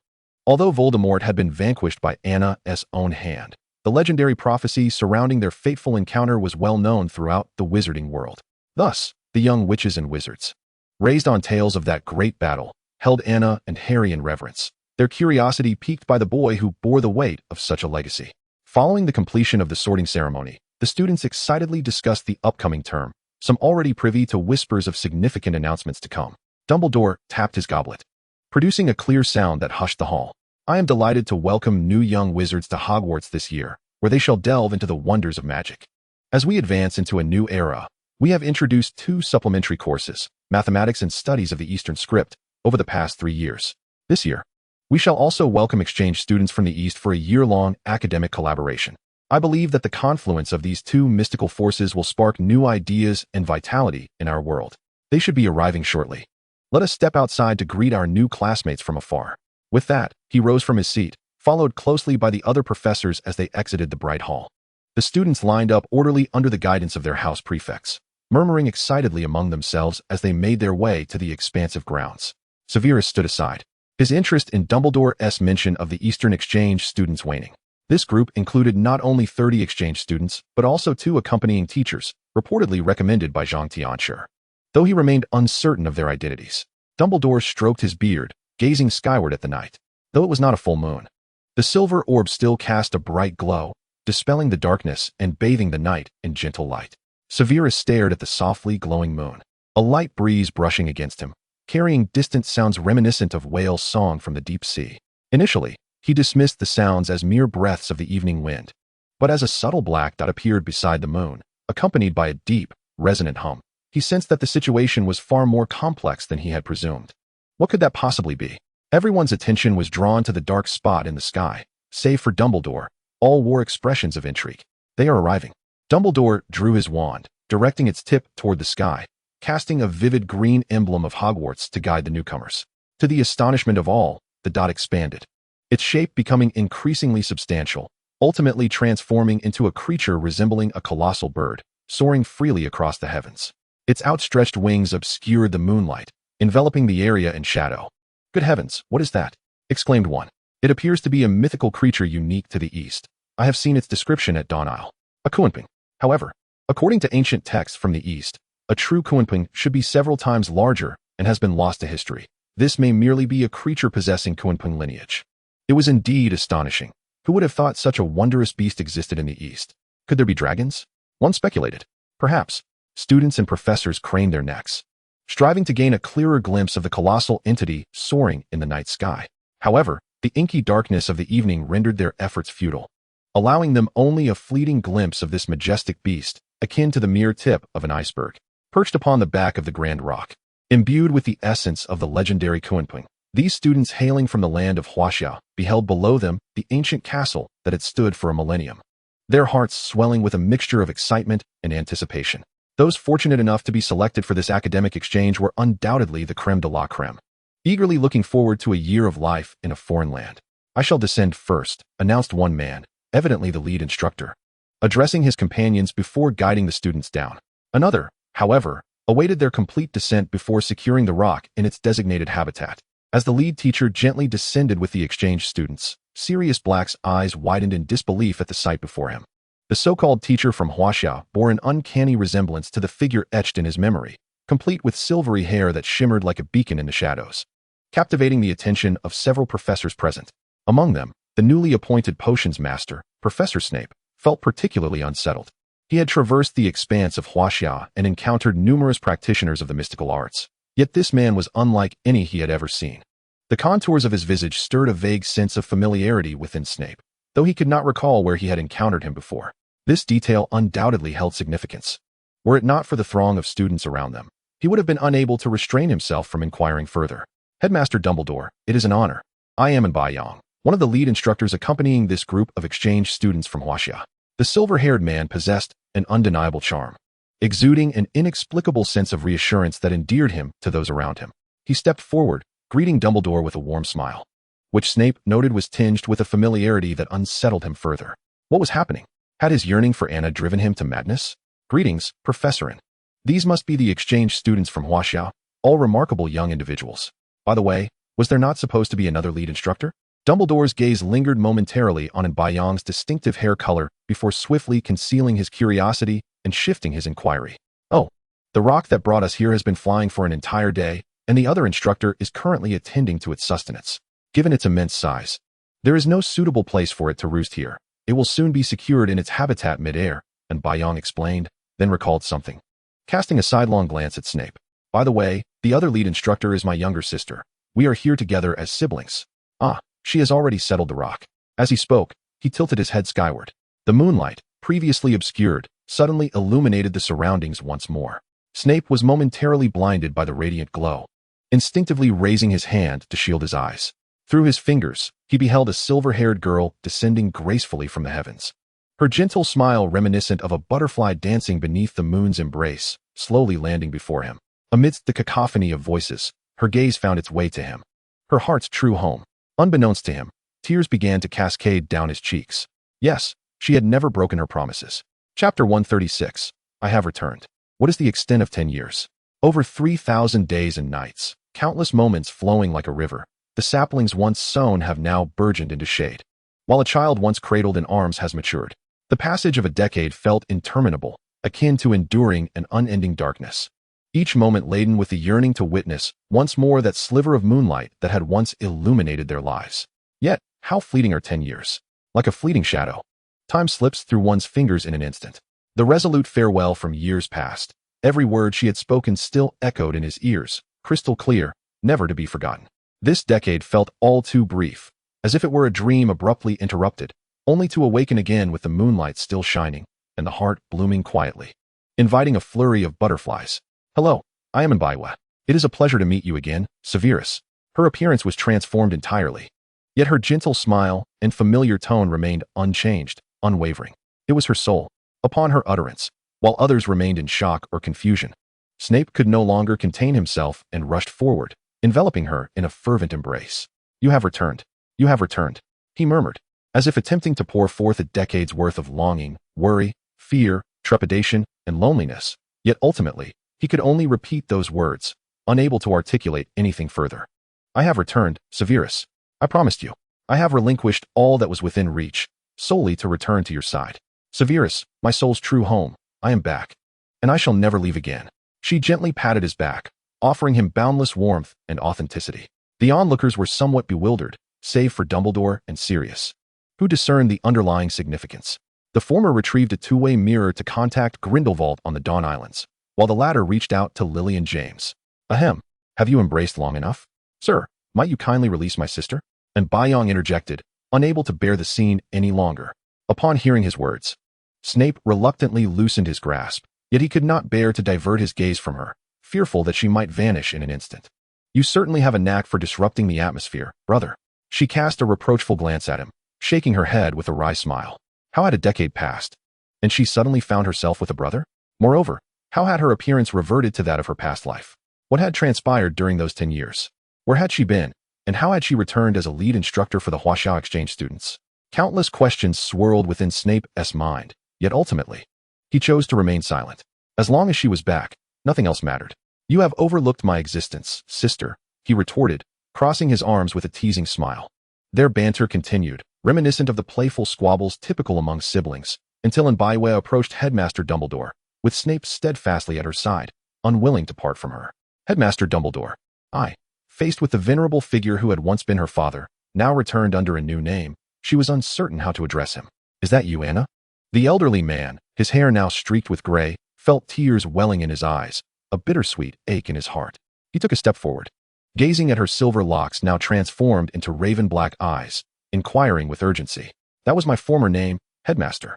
The body of alchemical essence has completely shattered. This form is a creation born from the preservation of my soul by a divine being from a previous world. If you are Anna, then call me as you did before. Regardless of your appearance, I shall always be your father. Dumbledore sighed deeply, placing a hand gently on her shoulder, offering a kind yet melancholy smile. Very well, father. I am Mbaiwa, but to you, and to those who knew my past, I shall remain Anna. The girl tenderly embraced the elder, pledging her promise, while the professors nearby were left in stunned silence at her revelation. The individual hailing from Huaxia claims to be the former Anna, a statement they indeed find credible, especially since both Professor Dumbledore and Severus Snape have recognized her, regardless of her drastically altered appearance. Yet, why does she refer to Dumbledore as daddy? Could it be a misunderstanding? Wasn't her original father Grindelwald? Why then, does she call Dumbledore daddy? I haven't yet mentioned this to father. In truth, I just returned here a couple of days ago. I was still in Huaxiao when Master Zhang announced that a supervising teacher was needed to escort the students here, and he recommended us. And Baiwa explained her circumstances, astonished to find that upon opening her eyes, a decade had elapsed in the world. After a brief exchange of pleasantries, she and Bayong introduced the exchange students from Huaxia as they collectively proceeded toward the hall. Today marks not only the new student banquet at Hogwarts, but also a banquet for the exchange students from Huaxia. Originally, Mbaiwa and Bayong were to be seated beside Dumbledore, but due to the former's situation, the old headmaster thoughtfully arranged for her to sit with Snape instead. By the way, you mentioned that you and Anna are siblings. However, you are aware of her past. What is the significance of this? After satisfying their appetites, the group began to converse, with Dumbledore inquiring about the silver-haired gentleman seated beside him. Regarding this matter, and Baiyang glanced at his sister, who was engaged in conversation with the potions professor on the opposite side, unsure of where to begin. After all, he is not the original being, but merely a manifestation of consciousness. His circumstances differ from those of the former Anna and the current Baiwe. Perhaps it would be best to find a quiet place later to discuss this further. And Baiyang refrained from answering and shifted the conversation with the esteemed headmaster to other topics, such as the curriculum for the exchange students this year. Although his primary purpose for being here was not this, he felt compelled to fulfill the task he had accepted. Meanwhile, Snape seemed to have entirely forgotten Baiyang's presence. His gaze fixated solely on the person beside him, even the sumptuous feast before him failing to distract his attention. You've grown thinner over the years. Have you not been taking care of yourself? Perhaps I should remind you of this before I leave. Chapter 137. Let us marry. She reached out to tuck a stray strand of hair behind his ear, gazing at his gaunt face with concern. For the past decade, she had been in a deep slumber, recuperating from the soul damage inflicted by that momentous disruption of the world's rules. So her memories remained rooted in that night 10 years prior. The students below were intensely curious about the relationship between this new teacher from Huaxia and the potions professor. Yet they refrained from asking questions. Only young Harry, seated at the Gryffindor table, seemed to perceive something amiss. His mother often took him to the Dawn Isles for outings, where he had encountered Professor Snape, and whenever the name Anna was mentioned, a shadow of sorrow would cross their faces. Judging by Sirius's animated demeanor earlier, it was evident that this was indeed the Miss Anna they spoke of. That gentle, silvery hair seemed hauntingly familiar. Reminiscent of a time when he had seen it as a child, the silver butterfly in his dreams had always guided him away from nightmares. Snape grasped Baiwe's hand, noting her youthful age, while he himself had aged significantly. You must eat more. Being so thin won't look good in wedding photos. And Baiwe tore a piece of bread from the table and offered it to him. Regardless of what she fed him, Snape accepted eagerly. His focus entirely captivated by the two words she had just uttered. Marriage? He appeared momentarily dazed, as if struggling to comprehend the significance of her declaration. Indeed, I once mentioned it. If I had returned sooner, we would have married sooner. If I had returned later, we would have married later. Now that I am back, although perhaps a bit late, would you consent to marry me, to share the ordinary remainder of our lives together until our souls return to the river of the underworld? She paused, her gaze earnest. Snape, taken aback by her sudden revelation, found himself at a loss for words. Anna, I merely wish for your return. Beyond that, I have never dared to hope for anything else. Just your presence is enough. I am already immensely content. His tone was laced with trepidation, as if fearing that his exuberance might frighten away this seemingly fragile butterfly before him. Yet, Severus, I wish to be with you forever. Do you not desire the same?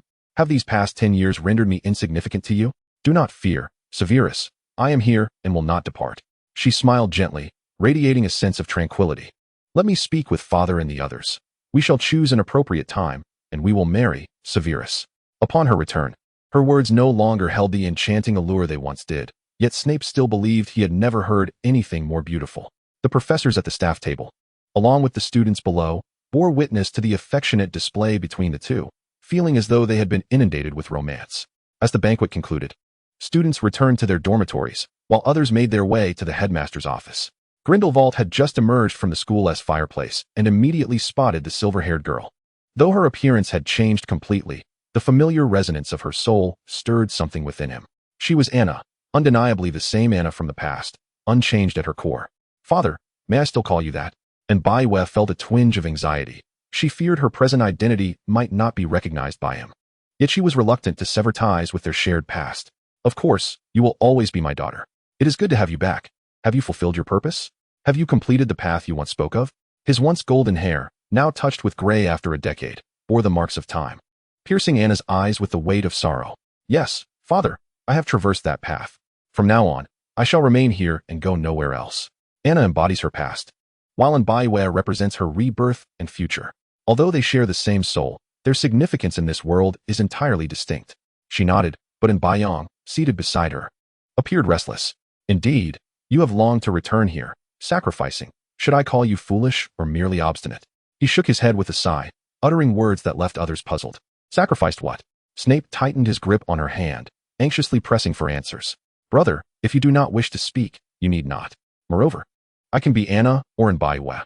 I simply do not wish to become that elevated figure. The girl countered, halting his impending words with a glance that conveyed her intent. She was human, not divine. In the cycles of existence spanning centuries, that deity had affirmed this truth. Born of the divine, She ultimately transformed into a soul uniquely her own, a gentle yet ordinary glimmer within the vast river of the underworld. The news of Anna's return swiftly spread across the Dawn Isles and reached the ears of Lily and familiar faces of the past. While conversations swirled in disbelief, the date for their wedding was also set. Just before Christmas, nearly everyone available mobilized, with the final venue being the original Grindelwald Manor. Prior to the joyous occasion, the manor lifted the protective enchantments that had guarded it. This owner had been absent for a decade, yet the estate remained unchanged, revealing its splendor to all after several decades. North and Eliza had wed and were blessed with a charming daughter.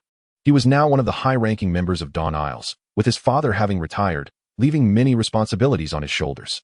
However, upon hearing the news of Miss Anna's return and her forthcoming marriage to Severus Snape, they promptly set aside all their affairs and returned to the manor.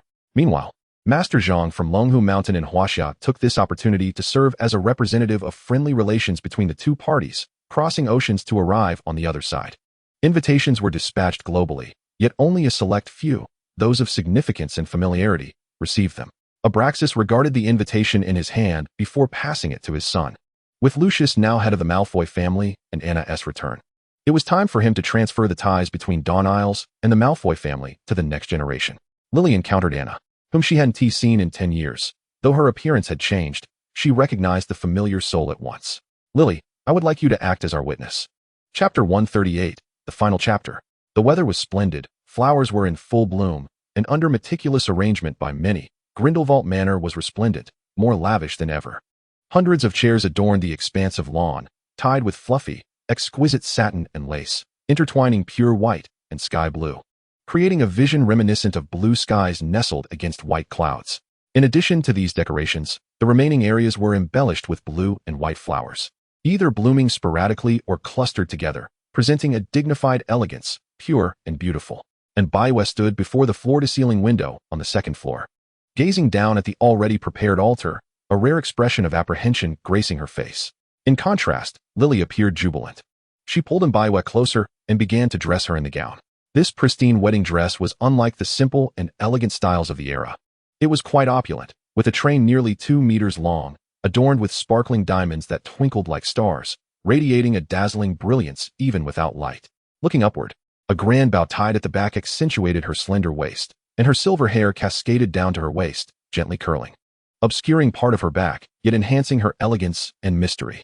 The front of the gown was adorned with crystal flowers, interspersed with delicate white sand butterflies, whose wings fluttered softly with the slightest movement, creating an illusion of real butterflies alighting among them, imparting a sense of liveliness. Lily took the veil resting on the table and placed it upon her, enveloping Baiwa's delicate face in a veil of pristine white. "Oh dear, you look utterly stunning today. I dare say, I have never seen a bride more beautiful than you in my life." Lily surveyed her, her eyes filled with awe. "Lily, you were also very beautiful in your time," and Baiwa smiled in response, the veil revealing a hint of her rosy lips curving gently. "Haha, I can believe that Severus will be utterly astonished by your appearance today. I can hardly wait to see his surprised expression." With half an hour remaining before the ceremony began, he should already be down there. As Lily spoke, she drew back the sheer curtain and cautiously peered downstairs. Professor Snape, clad in formal attire, stood rigidly at the altar, conversing with the guests beside him, his expression meticulously serious, appearing quite stern. Yet only those familiar with him would recognize that this was merely an expression of his extreme nervousness. Anyone who dared to approach him would discover his muscles were taut, akin to stone, and Bayong leaned closer, casting him a melancholic glance, and suddenly produced a delicate box from his hand. Upon opening it, a simple gemstone ring was revealed. The gem's hue was exceedingly rare, a pure silver white, identical to her hair. Looking into the inner band of the ring, a line of Latin was inscribed, "Blessings from the divine." "Thank you." Having surmised the events, Snape closed the box. Although he had previously purchased a wedding ring, it was evident that the one Bayong offered was superior. He wished for that existence to forever protect her until the two of them returned to the underworld in this life. If there were a next life, he hoped to encounter her again, the girl who transcended time and space to stand before him. The wedding soon commenced, with Lily holding Baiua's long train as they descended the stairs, where Dumbledore and Grindelwald awaited at the bottom. "My dear, you look beautiful today." Grindelwald, initially leaning against the banister and conversing with Dumbledore, turned upon hearing the commotion, both offering heartfelt compliments. "Thank you, father." And Baiua smiled and nodded. She could have simply taken one of her father's hands, yet she chose to place both of hers in the hands of the two venerable men. All invited guests had arrived. Seated beneath the altar, watching as the beautiful bride, guided by two renowned wizards, made her way to the ceremony site. She stood at the beginning of the aisle, enveloped by flowers, her gaze fixed on the man across from her.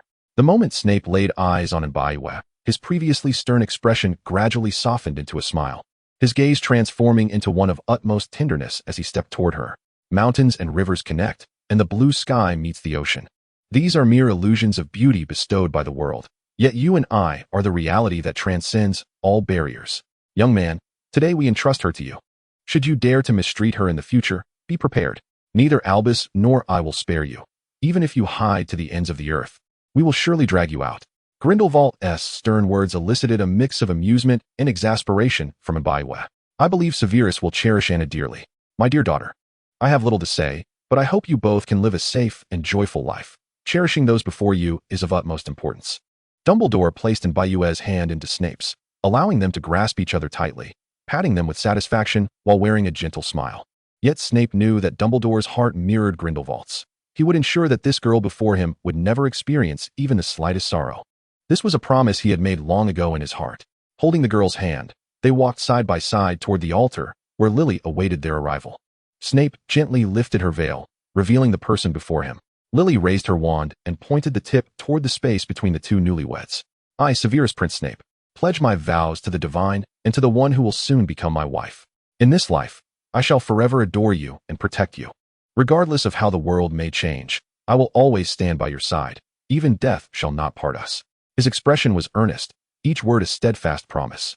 The tip of Lily's wand began to emanate a golden light, encircling the couple like the most beautiful clouds at the horizon. I, Mbayiwe, Anna Albus Grindelwald, vow before the divine and before the one who is to become my husband. In this lifetime, amidst the celestial bodies, I cherish you. Through the tempests and tranquil seas, my love is solely for you. In the tapestry of my memories, you alone remain imperishable, steadfast until our souls reunite in the river of oblivion, eternally intertwined. From this day forth, she shall possess a companion for life. Henceforth, as the seasons shift and the elements dance, be it frost, rain, or snow, she will traverse every path alongside this person before her. A golden light, akin to translucent ribbons, entwines the two newlyweds, forging an everlasting covenant. Very well, Mr. Snape. You may now kiss your bride. Lily, with her wand stowed away, bore a mischievous smile, her eyes beckoning him. Snape, his right hand clenched and raised to his lips, cleared his throat, a faint blush gracing his cheeks, leaving the members of the Dawn Islands Potions group and several invited Hogwarts students in a state of astonishment. What shall I do? Should I close my eyes, Severus? Her words echoed those spoken years ago beneath the mistletoe at the observatory, somewhat alleviating his tension. If you wish to do so, he replied, their mutual understanding illuminating a sweet intimacy shared between them. Lowering his head, Snape sealed his wife with his unique mark. At the river's end, the divine extended a palm, a glimmer of silver transforming into a butterfly that gracefully ascended, fluttering towards the vibrant world of mortals. Chapter 139, Epilogue, A Severed Existence. In 1960, Unmatched, on this Christmas Eve, the winter night is bitterly cold. Yet, thanks to the little one before me, perhaps I can spend tomorrow as Christmas with a touch less solitude. Grindelwald gently rocked the cradle before him, his movements tender. The infant, who had just awoken, now lay in deep slumber, her fair skin reminiscent of the first snowflake to fall from the sky, beautiful and pure. The days spent raising a daughter were the happiest moments Grindelwald had experienced in Unmatched over the years. Although his daughter seemed somewhat extraordinary, he paid little heed to such matters. As Anna grew, traces of his youthful visage began to manifest in her features, save for her striking azure eyes. At times, Grindelwald would find himself lost in those eyes, his mind adrift in thoughts unknown. When Anna first encountered magic, Grindelwald sensed an anomaly in her soul and magical essence.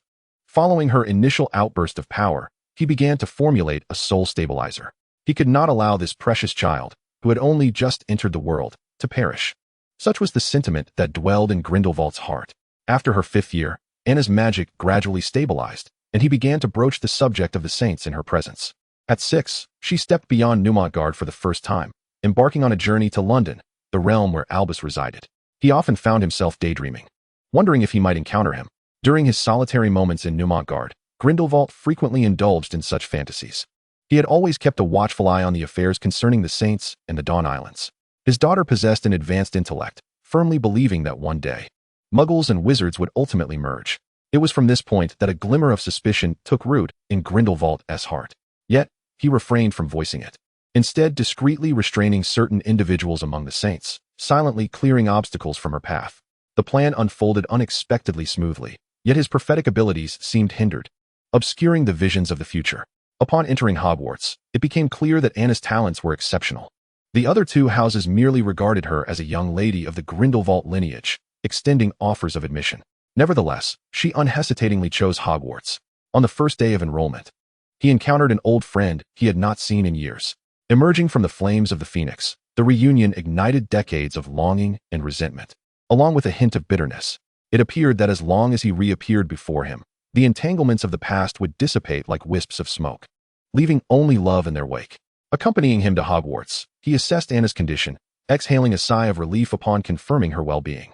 He had never anticipated that this child, now grown into a young woman and lying upon a sickbed, would one day become the bond that reconnected them. 26 years passed, both long and fleeting. As if in the blink of an eye, they strolled together beneath the enchanting moonlight, reminiscing about the past and contemplating the future. Yet, when confronted with a certain question, he retreated, returning to the cold, unyielding confines of Nomontgard. The youthful audacity and arrogance he once possessed merely concealed the guilt and remorse that lingered from that fateful summer in Godric's Hollow. Emotions that remained difficult to reconcile even after decades had passed. It seemed as though no one was truly at fault, yet simultaneously, everyone bore their share of blame. Anna was not Ariana, nor could she ever become her. From the moment she was born, opening her eyes to the world, Grindelwald had grasped this truth. Nonetheless, she had always endeavored to become the daughter they could share, striving to eliminate all barriers between them. Grindelwald found himself at a loss for words in response to her efforts. Anna acknowledged him as her father. From where had this child gleaned knowledge of the past? Had the saints divulged such details to her? A curious, yet benevolent child. Following the Christmas festivities, he intended to consult the two-way mirror regarding his daughter's recent circumstances. However, after a brief wait, the visage that materialized was none other than Albus. Good heavens! Had he failed to wash his face properly today? With a furrowed brow, Grindelwald hurried to the restroom, tidying himself before returning to the mirror. Fortunately, Professor Dumbledore merely appeared puzzled, not having severed their connection. Unsure of what to discuss, Grindelwald sensed that Anna might serve as a suitable topic.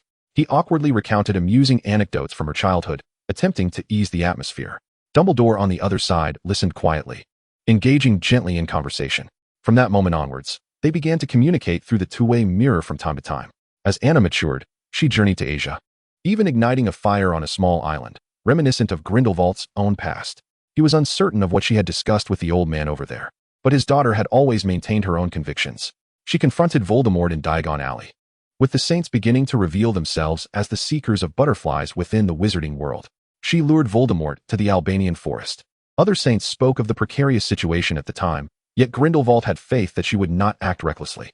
She ventured to the Hog's Head Inn in Hogsmeade, meeting Albus's brother, naturally encountering a portrait of Ariana. However, she was not Ariana. Perhaps she should have been given a more melodious name. The Dawn Islands officially opened, seemingly bringing her closer to the ideal world she envisioned. Her magic and soul underwent unpredictable transformations, leaving him genuinely alarmed. She had found someone she liked. This revelation startled him even more. The infant who once cooed in her cradle had grown to such an extent, reflecting on the past. These years felt like a fleeting dream. In the decades since Anna departed this world, Grindelwald had often fantasized about what might have been. Had he not suddenly conceived the notion of creating an alchemical body? Had Anna never been born into this realm? What would the fate of he and Albus have been? It was perhaps that summer, that duel, which served as an eternal, unhealable dividing line, marking the point of no return where they would never meet again until death. He dared not envision it. Anna was like an unexpected visitor who had inadvertently stumbled into this world, a gift bestowed upon her by the divine, gradually erasing the rift that lay between him and Albus. Although it was not entirely healed, the divide had at least ceased to be so profound and conspicuous. Years after Anna and Severus wed, Headmaster Dumbledore officially retired from his position at Hogwarts, and Severus Snape ascended to the role of the new headmaster. Anna took on the mantle of head of Slytherin House, also teaching potions. In Godric's Hollow, a cozy new house was erected on a remote piece of land. Its pristine white walls gleamed brightly, and the garden was adorned with an array of exotic flowers and plants. Under the sheltering eaves, 2 rocking chairs sat invitingly. This newly built abode belonged to the 2 elderly gentlemen. One appeared rather amiable, his azure eyes sparkling with wisdom. He had a penchant for sweets. And the small table next to the rocking chair was always laden with delectable treats. The other seemed somewhat reticent, speaking little. Yet he relished the company of his affable counterpart, brewing a fragrant cup of black tea to accompany the latter's indulgence in sweets. When Anna brought Severus to visit their elderly fathers, they were embroiled in a spirited debate over what to have for lunch. "Al, I believe we should opt for something light this afternoon. If you desire sweets, they can be reserved for tea time," suggested the amiable one. "But, Gale, I merely wish to indulge in a small cake post-lunch. You ought not to impede my desires," countered the other. "If you do not consider that cake a proper meal, I certainly will not dissuade you. However, your dental potion's effectiveness has been waning of late. If you wish to continue enjoying such sweet delights, you ought to heed my advice." "Oh, it matters not. Severus's potion remains as effective as ever. You cannot strip me of the joys in my life. That would be utterly unbearable, Gale. Joy must be built upon health," the other replied. "Very well, just this once. From tomorrow onward, you shall listen to me and reduce your intake of such confections." Their discussion concluded, Anna rolled her eyes outside. It seemed that the last time she visited, they had been arguing about the very same issue. Was the only topic left between them now the 3 daily meals? Perhaps it would be wise to enroll them in a senior travel group to explore the world. Thus, the days passed in tranquil monotony. Wizards enjoyed a longer lifespan than ordinary folk. It would not be until decades hence that Grindelwald and Dumbledore would approach the embrace of death. "In truth, I possess some authority here. Should you wish, I could bind your souls together and send you into the river of the dead until the next life, where fragments of this existence would linger, sufficient for your reunion. In this way, you could cast aside all past sorrow and meet once more in a fresh life." Anna inquired of her 2 elderly fathers. Grindelwald and Dumbledore exchanged glances and burst into laughter. "To be entangled with him once more in my next life? I would not be opposed," Grindelwald mused. "If Gale is agreeable, then I have no objections." Dumbledore nodded, signifying his acquiescence to his daughter's proposal. All past grievances dissipated. Their souls flowed through the long river of time, re-entering the realm of the living. In this life, they were free of barriers, maintaining an unwavering closeness from childhood into adulthood, experiencing this perfect new existence together. Chapter 140, Epilogue, The Dust Settles. In a secluded little town, beside a forest, stood a modest, unadorned house. Early in the morning, a woman with somewhat coarse hair opened the door and stepped outside, settling onto a large stone to quietly watch the sunrise. She cradled a weathered notebook in her hands, as if it were her most cherished possession, never allowing it to slip from her grasp. This place was remote, and few townsfolk passed by, yet over the years, they had come to know of this woman's existence. Unbeknownst to one another's names, they referred to her simply as the witch by the forest. This day appeared ordinary, yet it was anything but for the recluse, Bellatrix. Anna, having traversed here via apparition, was the only one aware of her current whereabouts among the Black and Lestrange families, aside from Regulus. Bellatrix seemed entirely oblivious to her visitor's presence, or perhaps she simply did not care. In the decade following Voldemort's defeat, after her release from Azkaban, she often sat here in tranquility, reminiscing about the past. The side effects of frequent memory charms were evident. She felt her recollections of bygone days growing hazy. Yet she could still recall her former obsession. "How have the years treated you?" Anna inquired, settling beside her as if they were old friends, not even glancing at the diary clutched in Bellatrix's hands, but rather gazing at the distant scenery together.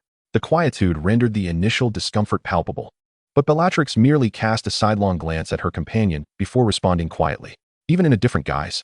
She recognized Anna as the little girl from long ago, the one who had been more adept at beguiling hearts than the devil himself, and whose greed was more pronounced than that of any demon.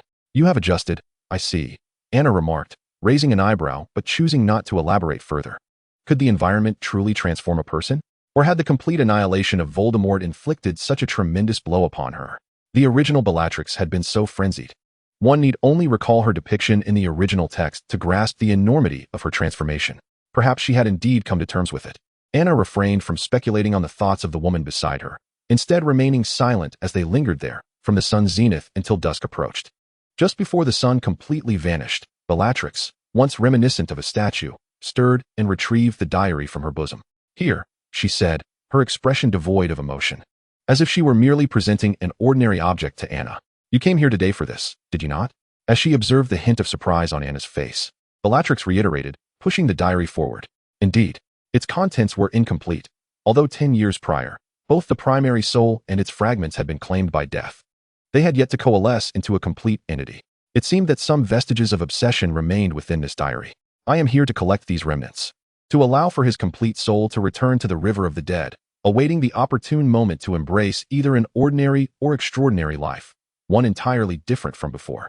Anna provided a brief explanation, accepting the diary. Is that so? That sounds well.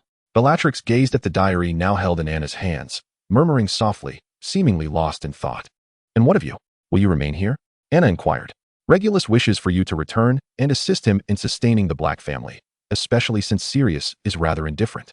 Regulus. I do not know. Perhaps I shall return. It is rather pleasant here. That was all she said before resuming her position on the stone, cradling nothing in particular, only to realize belatedly that the diary had been taken from her. A fleeting sense of loss washed over her, yet beyond that, there were no other emotions of sorrow. In the passage of time, the once tenacious obsessions gradually faded away, little by little, as if washed away by the river of time. Having lost her pursuits, she found herself at a loss, uncertain of her future direction. That diary, merely a remnant of her lingering thoughts, and Bayue said little, quickly departing from this place and handing the diary over to Bayong. Soon after, she learned from Sirius about Bellatrix's return to the Black family. The matter concerning Voldemort was thus laid to rest. In the next life, this somewhat extraordinary soul was unaware of where the currents of the soul would carry her. Rebirth is a curious phenomenon, imbued with both sorrow and joy. The next chapter of Mr. Riddle's existence was now entirely disconnected from her. Chapter 141, Side Story, Phoenix, 1. Disarm. A beam of light struck Lucius's wand from his grasp. As Harry panted slightly, the blood on his face mingling with perspiration. Well done, James. Sirius exclaimed excitedly, calling out the name of his old friend, momentarily feeling as if he were fighting side by side with that dear brother once more. He waved his wand, sending Lucius flying. Yet in a shadowy corner not far away, Bellatrix rose and uttered the chilling incantation. Avada Kedavra! A blinding green light erupted from the tip of her wand, racing towards Sirius before anyone could react. The gray, translucent curtain beside him fluttered as if stirred by an unseen wind, and at that moment, a young, exquisitely beautiful girl stepped forth from behind that mysterious veil, appearing directly before Sirius and intercepting the deadly curse. The Phoenix sensed something amiss and turned to see the green spell strike her. However, a gem ring hanging from the girl's neck shimmered faintly, instantly manifesting a silver barrier that dissipated the lethal curse into nothingness. Everyone stood in stunned silence, taken aback by the sudden appearance of this silver-haired girl. Harry and the other younger ones may not have understood that the curtain from the Department of Mysteries was specifically designed for the study of the afterlife. Typically, it was only those from the outside who entered, never had a living being emerged from within, yet today, that understanding was shattered by the presence of this little girl. Moreover, had she not just faced a genuine killing curse? Their astonishment did not end there. This unfamiliar girl spoke words even more astonishing. Hello, Harry brother, and Uncle Sirius. Oh, Uncle Lucius is here too. Please send my regards to Grandpa Abraxas. Mommy said he hasn't been well lately, so please remind him to take care of himself. Aunt Bella, is Uncle Regulus not here? Is he on a blind date? By the way, what are you all doing? Is there something fun here? The Phoenix glanced around, noticing most of the faces were familiar, temporarily oblivious to the gravity of the situation. Who are you? Sirius and Harry were bewildered, while Lucius and Bellatrix were equally confounded. The Death Eaters and members of the Order of the Phoenix engaged in battle nearby were unaware of what was transpiring beside the veil, still focused on their immediate foes. This little girl seemed to know them all, even the deceased Abraxas and Regulus, yet none of them recognized her. I am Phoenix, Uncle Sirius. How could you ask such a silly question? Phoenix rolled her eyes, but, being clever, quickly sensed the oddity of the situation. You all seem to not know me anymore. Where's this place? She asked, her confusion evident. However, owing to her mother's teachings and her inherently unique nature, she did not panic excessively in such an eerie circumstance. You claim to have known my father? Who are you? How do you know Regulus? Lucius quickly connected the dots. His father, Abraxas Malfoy, had long since departed for the River of Souls and could not possibly know this girl named Phoenix. Well, he is currently enjoying retirement on Dawn Isle. Uncle Lucius, you mentioned recently that the family responsibilities would be handed to Brother Draco. Uncle Regulus is in charge of the Black family and still hasn't he married. Aunt Bella, you were urging him to get married just the other day since Uncle Sirius ISN team managing things. However, now that none of you recognize me, is this indeed the similar yet distinctly different world that my uncle spoke of? She lowered her head, pondering for a few seconds, muttering her last sentence softly, unheard by those around her. Though merely 6 years old, her thoughts were far more mature than those of typical children. The atmosphere became tense. Retirement? Arranging marriages? What on earth is this? Just as everyone was at a loss, A swirling mass of black smoke emerged from the Department of Mysteries, swiftly transforming into a terrifying, noseless bald man standing beside Lucius. Sirius immediately pulled Harry back, taking Phoenix with him, shielding both behind him. Wow, I've never seen a noseless person before, especially a bald one. Children are always drawn to the novel, and Voldemort's current appearance was indeed peculiar, hence her astonishment. The little girl's innocent voice echoed throughout the room, causing everyone who heard it to feel their hearts race. Sirius gripped his wand tightly, feeling utterly bewildered. He truly wished to know from whose household this child had been raised. How could her heart be so bold? Wait, a bald head, noseless.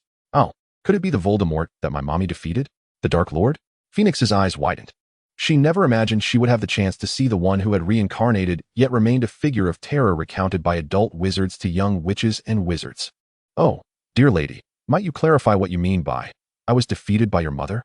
Voldemort, having laid eyes on this suddenly appeared girl, felt an inexplicable surge of irritation and unease upon seeing her beautifully flowing silver hair. She seemed more akin to the prophesied innate adversary. His raspy voice hissed like a snake, radiating danger. Not defeated, but killed. Phoenix corrected him with unyielding conviction, her small face etched with seriousness. If this truly is the alternate world my uncle spoke of, then the Voldemort I know has had his soul bound and placed into the River of Souls. And if he has indeed reincarnated, he would likely be just a year younger than me now. Phoenix calculated with her fingers, blissfully unaware of the world-shattering implications her words held for the Dark Lord standing before her. Just then, Dumbledore arrived, causing Phoenix's eyes to light up instantly. Grandpa, I'm here. The newly arrived headmaster of Hogwarts was taken by surprise to see a charming little girl waving at him and sweetly calling him Grandpa, displaying an affectionate demeanor, yet he had no knowledge of who she was. In that moment, everyone was utterly baffled. Chapter 142, Side Story, Phoenix, 2. Wait. Uncle said this world seems to lack a mommy, so this elder before me cannot be the one who dotes on me and often brings me little cakes and snacks. Realizing this, Phoenix, somewhat disheartened, lowered her little hand, a look of disappointment etched upon her face. Nevertheless, witnessing another world was an extraordinarily novel experience for her. The arrival of Dumbledore brought a modicum of relief to the members of the Order, for the current headmaster was indeed their anchor in these tumultuous times. Harry, too, felt a sense of reassurance, though his attention remained primarily focused on the Dark Lord before him and the enigmatic Phoenix at his side. She had just called him Brother Harry? Having never had a sister, Harry found the sensation rather peculiar. Tom, the Aurors from the Ministry are on their way. Will you not depart? Dumbledore momentarily diverted his thoughts to Voldemort, as he was the most pressing threat at that moment. As for the little girl, it would be prudent to inquire further once the situation had settled. Perhaps she was merely a lost child. However, it was indeed unusual for a child to go missing in the Department of Mysteries. Voldemort cast a glance at Phoenix, sheltered behind Sirius, noting her complete lack of fear, which only heightened his suspicions. She claimed that her mother had once defeated him, and the fervor in her assertion did not suggest deceit. Given these factors, Voldemort resolved to retreat for the time being, intending to investigate the matter further upon his return. Perhaps he should consult Severus to discern what he might know. Confident in his standing at Hogwarts, Voldemort instructed the other Death Eaters to depart the Ministry, after which he vanished into a wisp of smoke. This time, he had no inclination to delve into Harry's psyche, but rather found his thoughts drawn to this smaller child. Once Voldemort and the Death Eaters had completely departed, Dumbledore exchanged a few words with the delayed Ministry Aurors before swiftly leading everyone back to Hogwarts. Naturally, Phoenix accompanied them, stating that both her parents were at Hogwarts. Could she be the child of a former student? Speculation abounded in the headmaster's office, especially as she seemed to know all of them, even recognizing some of the Death Eaters based on Sirius's descriptions. This sudden emergence from the shadows had made her the focal point of everyone's attention. I was born in another magical world, akin to a parallel realm. Currently, it is summer in that world, and my mother and father have gone on their honeymoon, leaving me with my uncle. But my uncle and my mother share a bond of the soul, without any blood relation. He asked me if I wished to visit another world, and thus I was brought here. You mean you have come from another world? Dumbledore, ever the learned individual, grasped the essence of her words, marveling at the extraordinary notion of encountering someone from a parallel universe in his lifetime. Phoenix then elaborated on her world, admitting she could not clearly articulate matters regarding the Islands of Dawn, yet she retained memories of familiar faces. You are saying James and Lily are alive in another world? Sirius inquired with palpable excitement, for this was the most profound regret of his life, and the very scenario Harry yearned for. Indeed, my mother vanquished Voldemort before the prophecy came to fruition. If not for a twist of fate, she nearly became Brother Harry's godmother. Growing up, Phoenix had heard tales of her mother's past, as everyone freely spoke of it. Her uncle had also confided much in her. Then, what is your mother's name? The question arose from the assembled company, intrigued by the girl's frequent references to her mother. Dumbledore, referred to as grandfather by the girl, was particularly curious. When had he acquired a daughter without his knowledge? My mother is named Imbiwe. Is that an Asian name? Dumbledore mused, yet she continued, in my world. You would all call her by another name. Her other name is Anna. Full name, Anna Albus Grindelwald. A profound silence engulfed the office, all eyes turning to Dumbledore, their minds momentarily incapacitated. Grindelwald? Was that not the name of the infamous figure from decades past, Dumbledore's old adversary? Why were these two names now intertwined? Anna?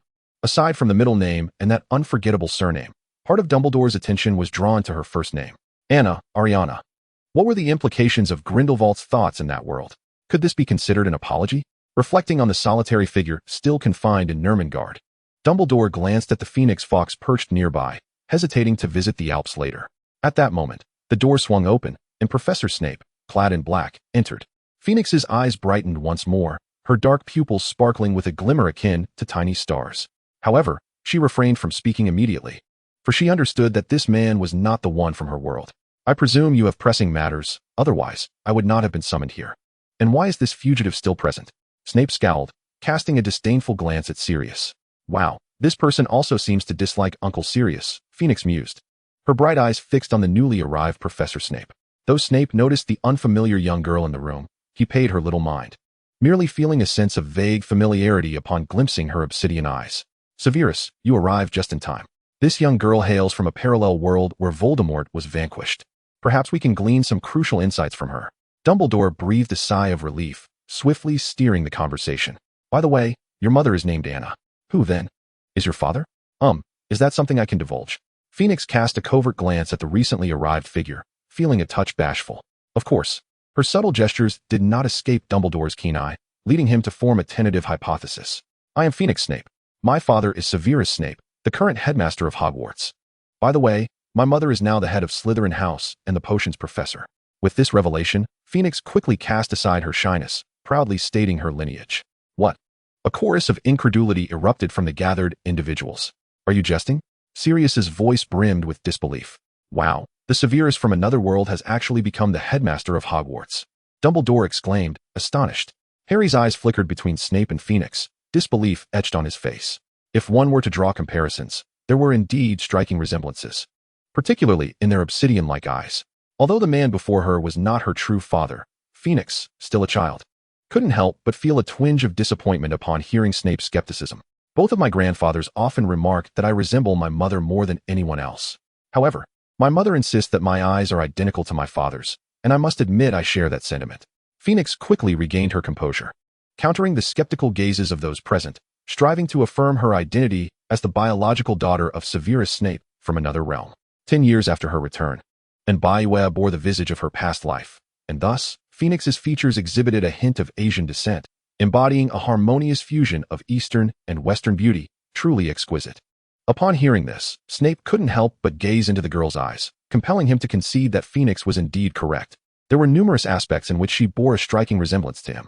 Moreover, the subtle sense of kinship was undeniable, yet it only deepened Professor Snape's internal conflict. Oh, I have a family portrait right here. Take a look.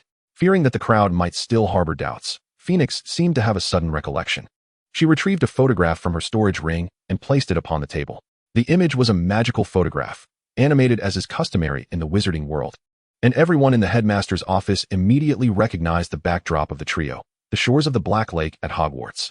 The man in the photograph, with his somewhat long black hair tied back with a silver-green ribbon, donned a black wizarding robe, his expression stern.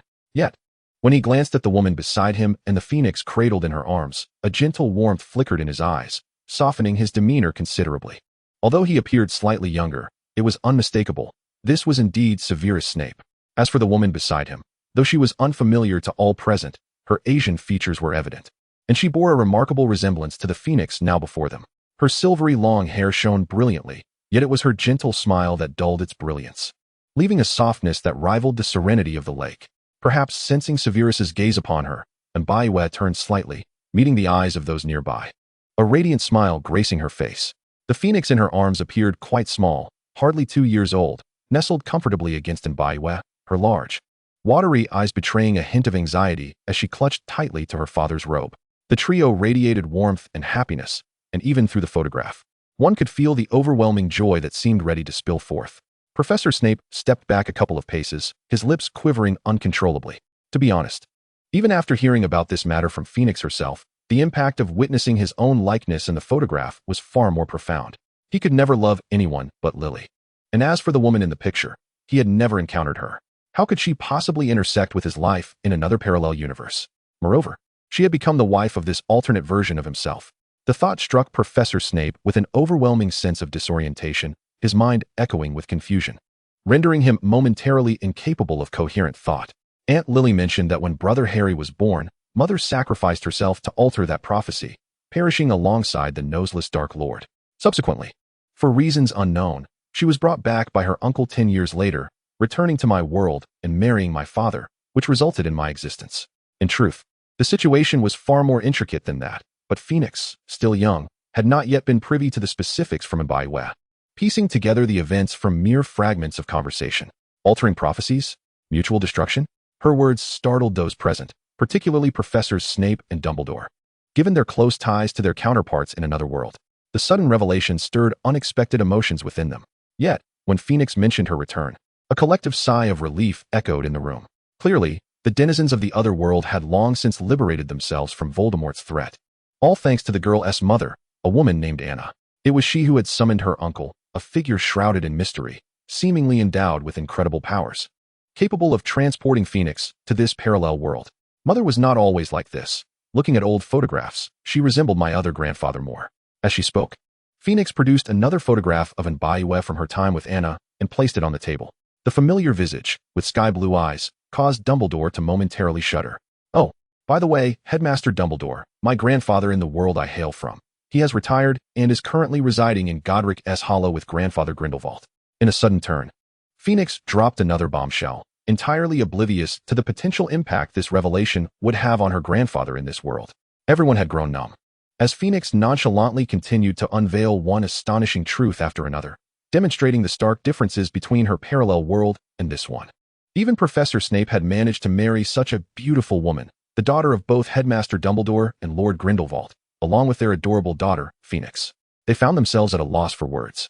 Subsequently, Phoenix began to extract more photographs from her storage ring, finding amusement in the astonished expressions of those around her. Among these images were those of Lily and James, as well as Sirius and Remus, revealing a Harry from the parallel world who appeared more cheerful, his forehead devoid of the scar left by Voldemort. Dumbledore even observed images of Lucius, Bella, and Regulus together, while James and the others were not far off. The two groups displaying neither camaraderie nor animosity toward one another. Given that Voldemort had been vanquished in that realm many years ago, it was not implausible to envision former Death Eaters coexisting in the same space. Upon witnessing the thriving lives of those individuals in this world, Harry exhibited a twinge of envy, while Sirius shed tears at the sight of James in the photograph, playfully draping his arm around the shoulder of his counterpart from the other world. Snape, upon seeing Lily still alive in that realm, alongside the woman named Anna, was engulfed by a tumult of emotions he could not articulate. It felt as though he had received news of an old acquaintance from a distant place, one that stirred a sense of solace intertwined with an inexplicable unease, swirling within him, unyielding in its intensity. The well-being of all in that alternate world served as a peculiar comfort to him. Dumbledore perused the photographs, which naturally included images of himself and Grindelwald from the other world, appearing without any hint of discord as they leisurely sat in lounge chairs, indulging in snacks laid out before them. Such a beautiful world, could it truly exist? It felt akin to an unattainable dream, a distant shore forever beyond reach, with an insurmountable chasm separating reality from the images captured in the photographs, offering only a fleeting sense of solace. By the way, Phoenix, where is your uncle? Why isn't he in any of these photographs? After a moment, Dumbledore seemed to recall something, shaking off the melancholic mood to inquire. My uncle? He dislikes being photographed, claiming that his essence cannot be captured in an image. In any case, my uncle is an enigmatic figure, resembling my mother somewhat, with silvery white hair. Once he visited here, the headmaster's office in the other world. He came to discuss something with my mother, and when he arrived in my father's office, I noticed that the sorting hat seemed quite agitated, though I didn't think to ask at the time. My father's office. The crowd was perplexed, but soon grasped the situation. Phoenix had just mentioned that the headmaster Dumbledore of that world had retired, and now her father, Severus Snape from a parallel universe, occupied that position. This realization caused a slight discomfort for Sirius, and Harry could hardly fathom what it would be like with Snape as the headmaster. Nevertheless, everyone's focus shifted to the sorting hat she had mentioned, prompting them to turn their gazes towards the tattered hat resting high upon a shelf. Silver hair, oh. Let me ponder. The sorting hat, having been retrieved from its lofty perch by Dumbledore, furrowed its brow, straining to comprehend the description provided by Phoenix. If it possessed brows, that is, the sorting hat had lived for a millennium, having been born when the 4 founders of Hogwarts still roamed the earth.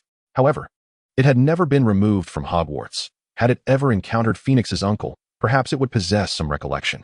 Yet, this only underscored the terror of that individual. To have survived to this day, bridging 2 worlds and effortlessly mending souls, inevitably conjured thoughts of legendary deities.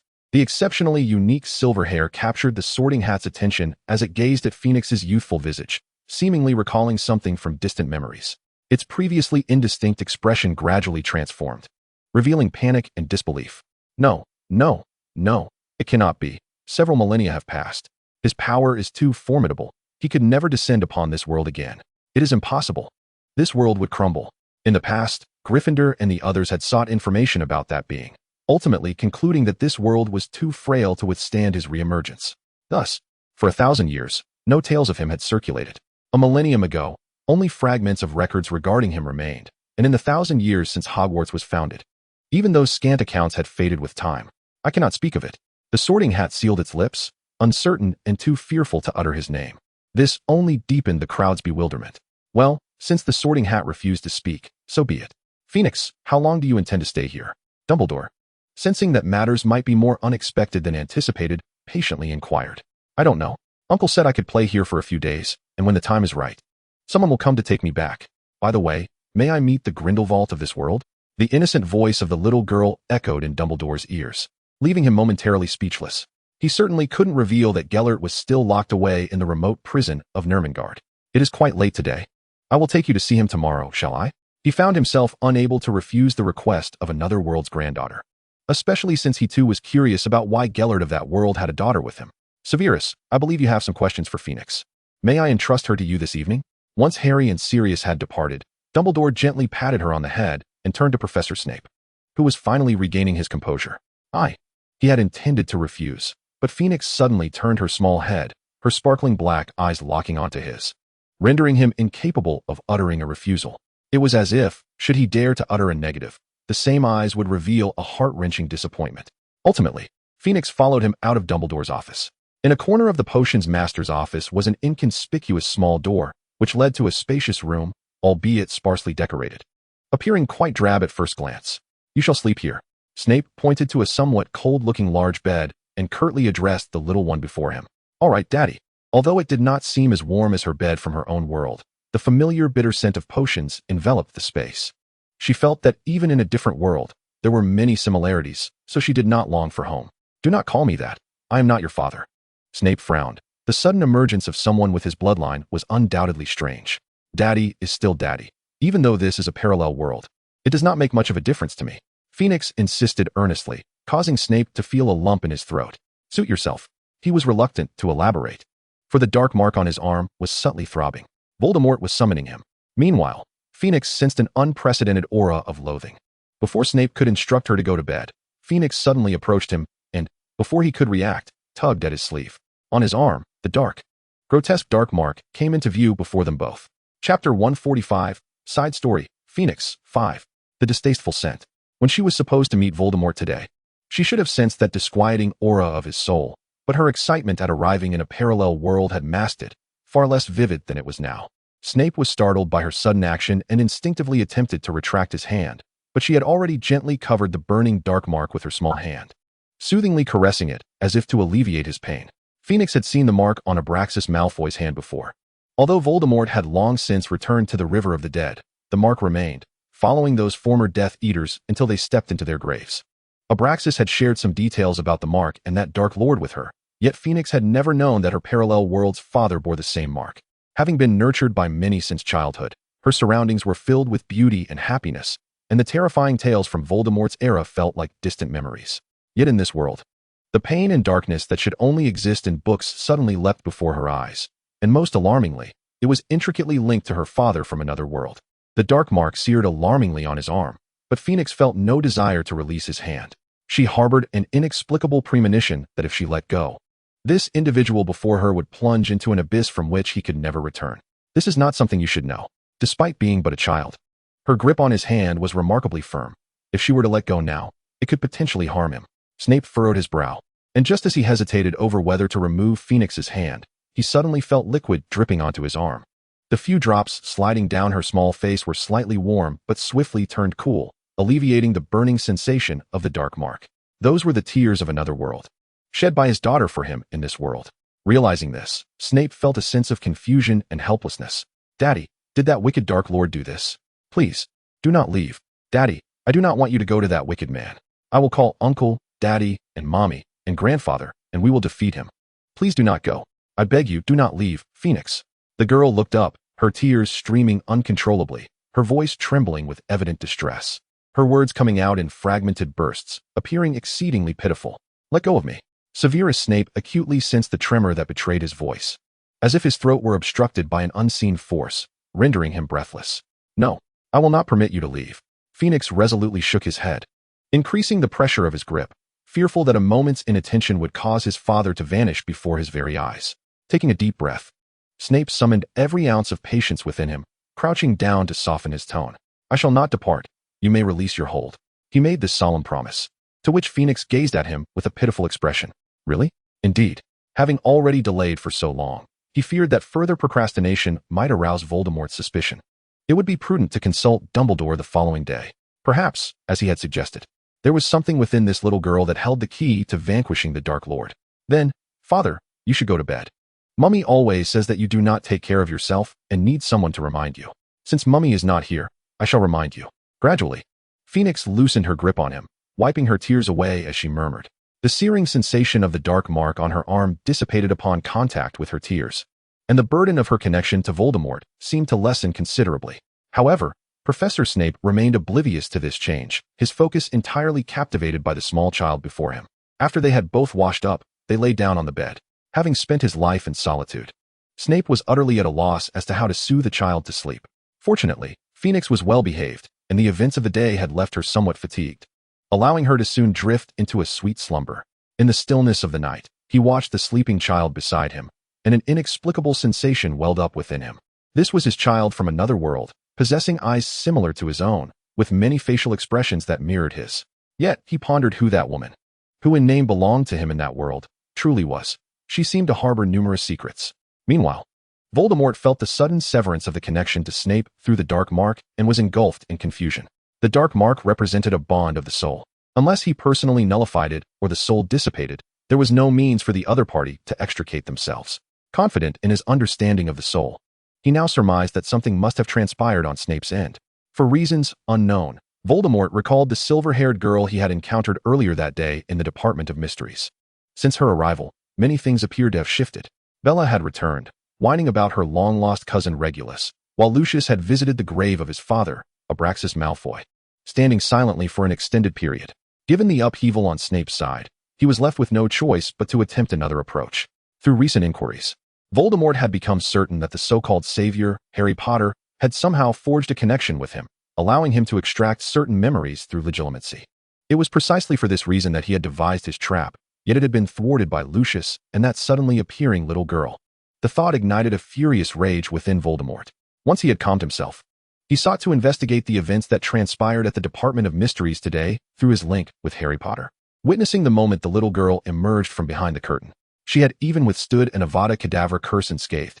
This revelation sent shockwaves through Voldemort's mind, and as he endeavored to delve deeper, the pendant hanging from the girl's chest emitted a blinding silver light, severing his connection to Harry Potter's mind. The radiance was dazzling and exuded an intense heat that inspired dread, making it impossible to gaze upon directly. Just before he was engulfed in darkness, Voldemort glimpsed a woman standing within the silver light.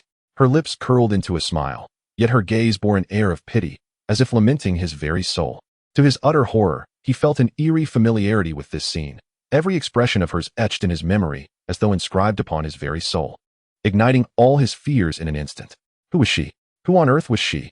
Chapter 146, Side Story, Phoenix, 6. For more than a decade, Snape had seldom experienced a peaceful night's sleep.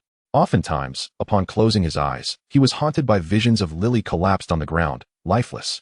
At other times, he would see Voldemort seated upon his throne, mocking him for unmasking all his deceptions. Thus, he would often sit at his desk brewing potions.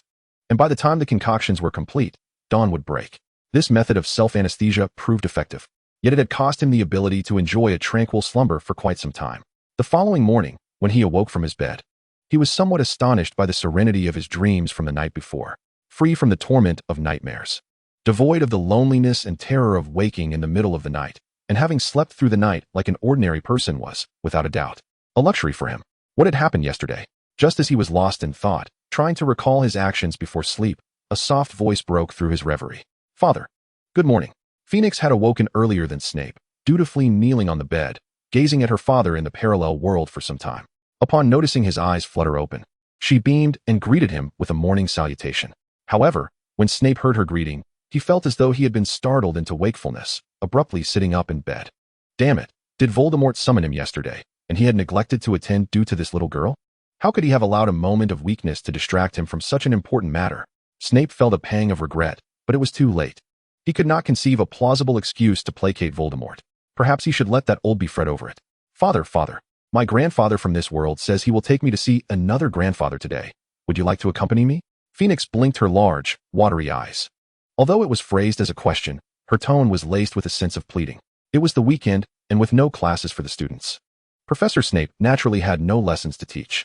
However, the prospect of accompanying them to Newmungard left him in a state of indecision.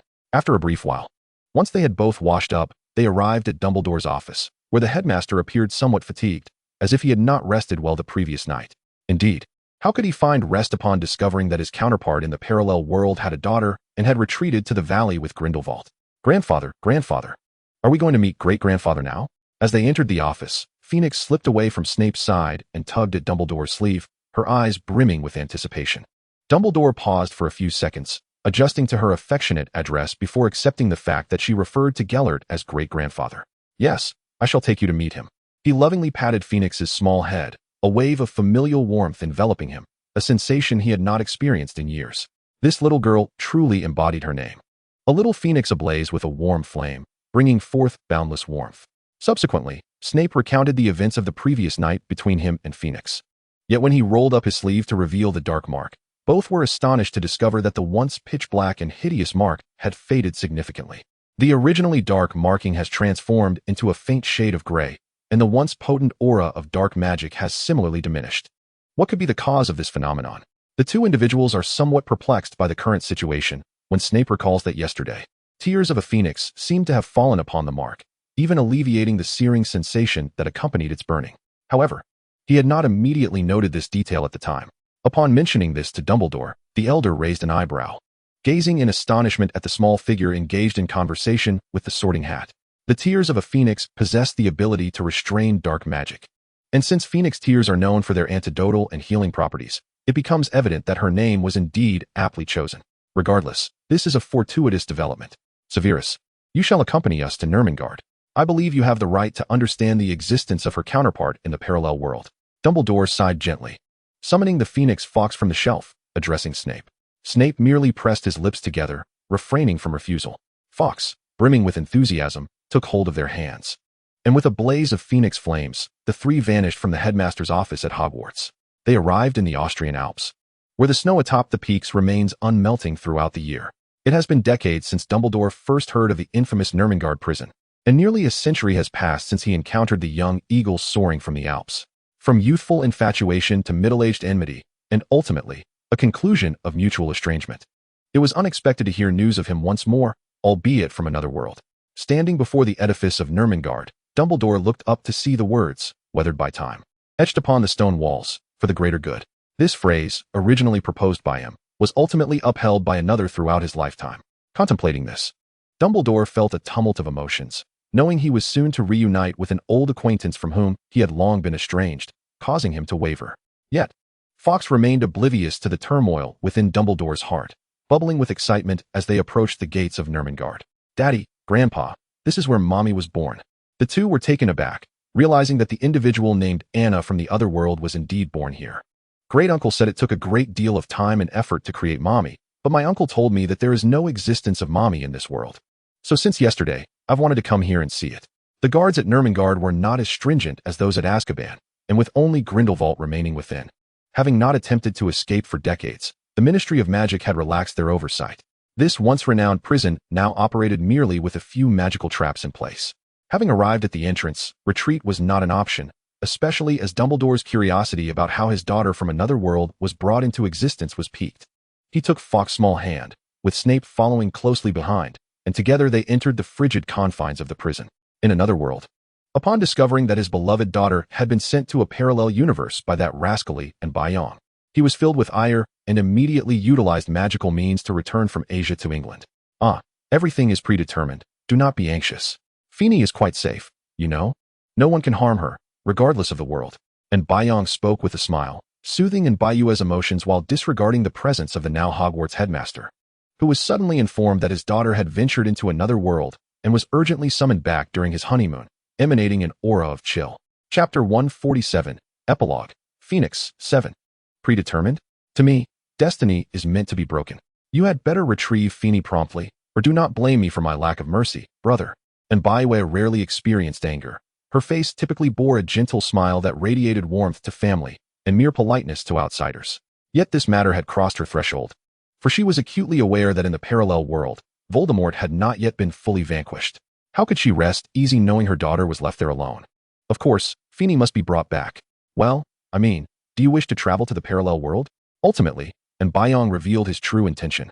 The scene shifted back to the Nurmengard of the ordinary world, where Dumbledore stood before Grindelwald, who was undoubtedly astonished. What a rare visitor. Albus, how many years has it been since we last met?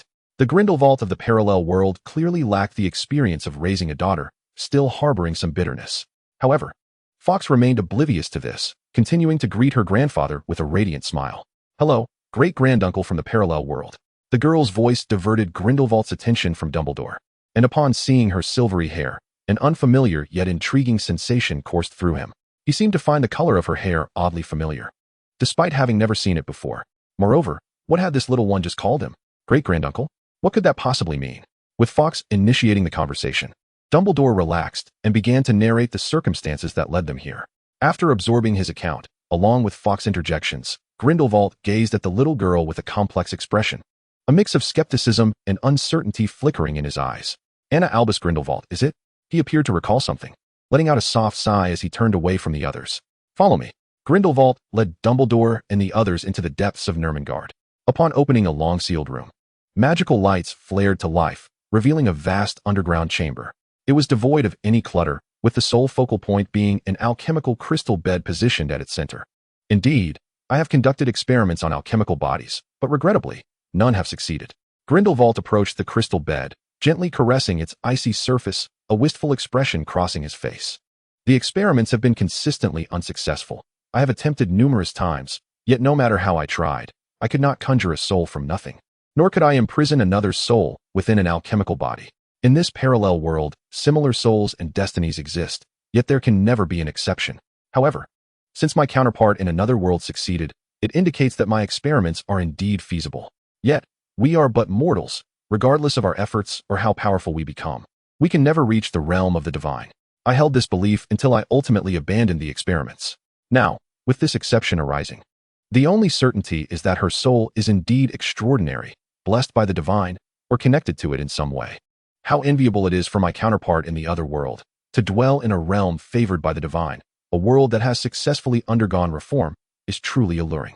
The otherworldly version of myself and Albus are able to enjoy a tranquil old age. For this, Grindelwald was consumed with jealousy. Yet he must suppress his emotions, burying all fantasies deep within his heart. In this world, he has not created a daughter named Anna, and even with the knowledge of the parallel world, it offers only a modicum of solace. Your name is Fawkes, is it not? Grindelwald approached the girl, kneeling beside her and inquiring softly, as if drawing upon every ounce of tenderness he possessed, gazing at the descendant of himself and Albus in this parallel world. Yes, great uncle, Phoenix replied sweetly, while Snape stood anxiously by her side, acutely aware that this world's Grindelwald was oblivious to her existence and uncertain of his feelings towards Phoenix. How are the versions of me and Albus from that world? Grindelwald asked gently, a glimmer of hope shining in his eyes. "They are well," Phoenix assured him, recalling her mother's words. Even if the souls of the two grandfathers were to drift into the river of the dead, she would ensure they would meet again in their next life. There was no sorrow, no regret. They had shared a perfect life together, as her mother had once spoken. Being still quite young, Phoenix could hardly grasp the complex history between her two grandfathers, nor the rarity of their current peaceful existence. Yet, the tenderness in her mother and Bayue's expression as she conveyed these sentiments left an indelible mark on the young Phoenix's memory. "Is that true?" Grindelwald pondered, momentarily lost in thought, a rare smile gracing his face. Nearby, Dumbledore, too, caught the words, feeling a wave of emotion wash over him. His cerulean eyes glistening with unshed tears, quickly wiped away with his sleeve. Even with Phoenix's arrival today, sharing such revelations, it was likely that Grindelwald would never step out of Nurmengard. The thought of a future life lingered for him like the unmelting snows of the Alpine peaks, casting a warm, nostalgic light. Before departing, Dumbledore asked Phoenix and Snape to wait outside, wishing to converse with his long-lost friend. "Perhaps we were all mistaken, Gellert," he began, appearing particularly aged in that moment, standing opposite Grindelwald, momentarily at a loss for words. "In this parallel world, our daughter, she truly is a remarkable child. Albus, knowing this, and that you have brought Phoenix to see me, is already enough for me in this world. The weight of a lifetime filled with discontent, regret, pride, and myriad other emotions gradually dissipated with the passage of time, culminating in a profound serenity today. Perhaps there are no more regrets in this life. If there is a next life, if indeed there is a next life, then let us become acquainted once more, Gellert." What had once seemed an unattainable notion of a next life had now transformed into the most fervent hope Dumbledore could articulate, leaving Grindelwald pleasantly astonished. Yet, he nodded in agreement, solemnly expressing his own yearning. "Very well." As the Phoenix soared away, a beam of summer sunlight appeared to pierce through the cold confines of Nurmengard, enveloping his spirit with the fragrance of roses. Chapter 148, Side Story, Phoenix, 8. There is no more time to wait. Voldemort rose from his seat, pacing back and forth in the grand hall of Malfoy Manor, gripping his wand tightly, his expression fraught with impatience. Ever since he had seen that woman in the silvery light last night, an unsettling premonition had plagued him, and his anxiety had only intensified after his Death Eaters failed to glean any information. Logically, if someone as unnerving as that had emerged in the wizarding world, they could not possibly be a mere unknown witch. Yet, despite employing every possible means to investigate, the results remained fruitless.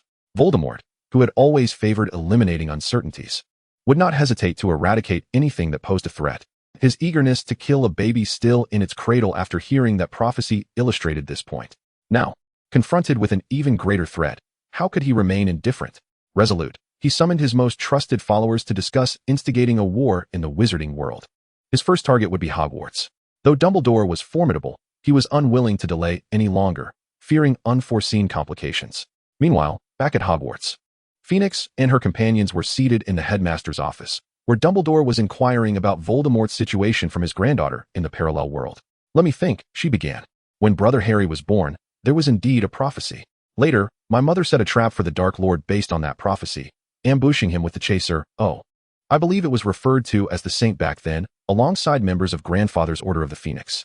My mother activated an alchemical circle to trap Voldemort inside, unleashing lightning to obliterate his soul fragments, effectively vanquishing that Dark Lord.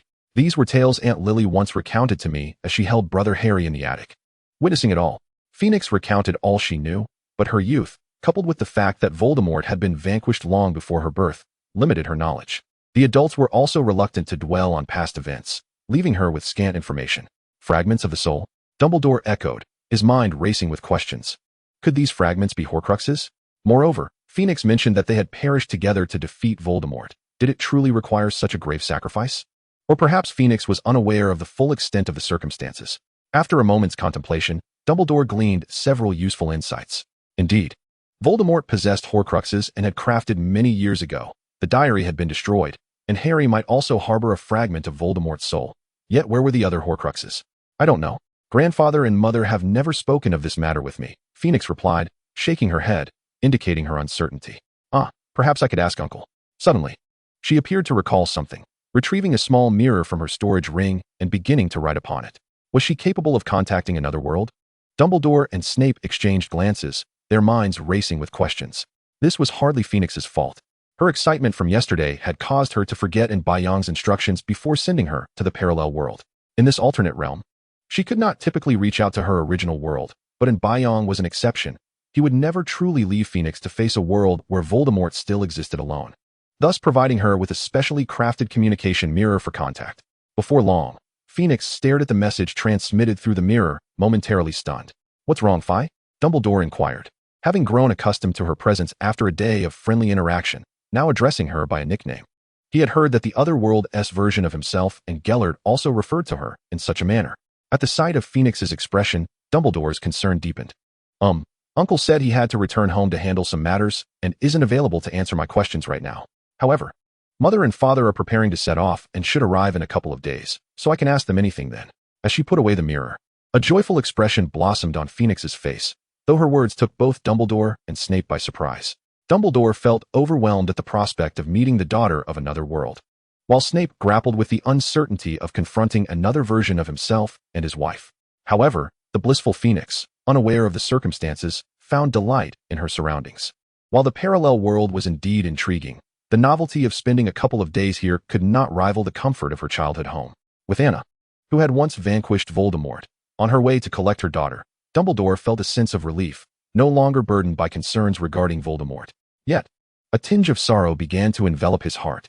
Phoenix was both obedient and charming, but most significantly, she was a cherished relative of both him and Gellert in this parallel universe. Thus, upon learning of this connection, he naturally felt a surge of affection and tenderness towards her.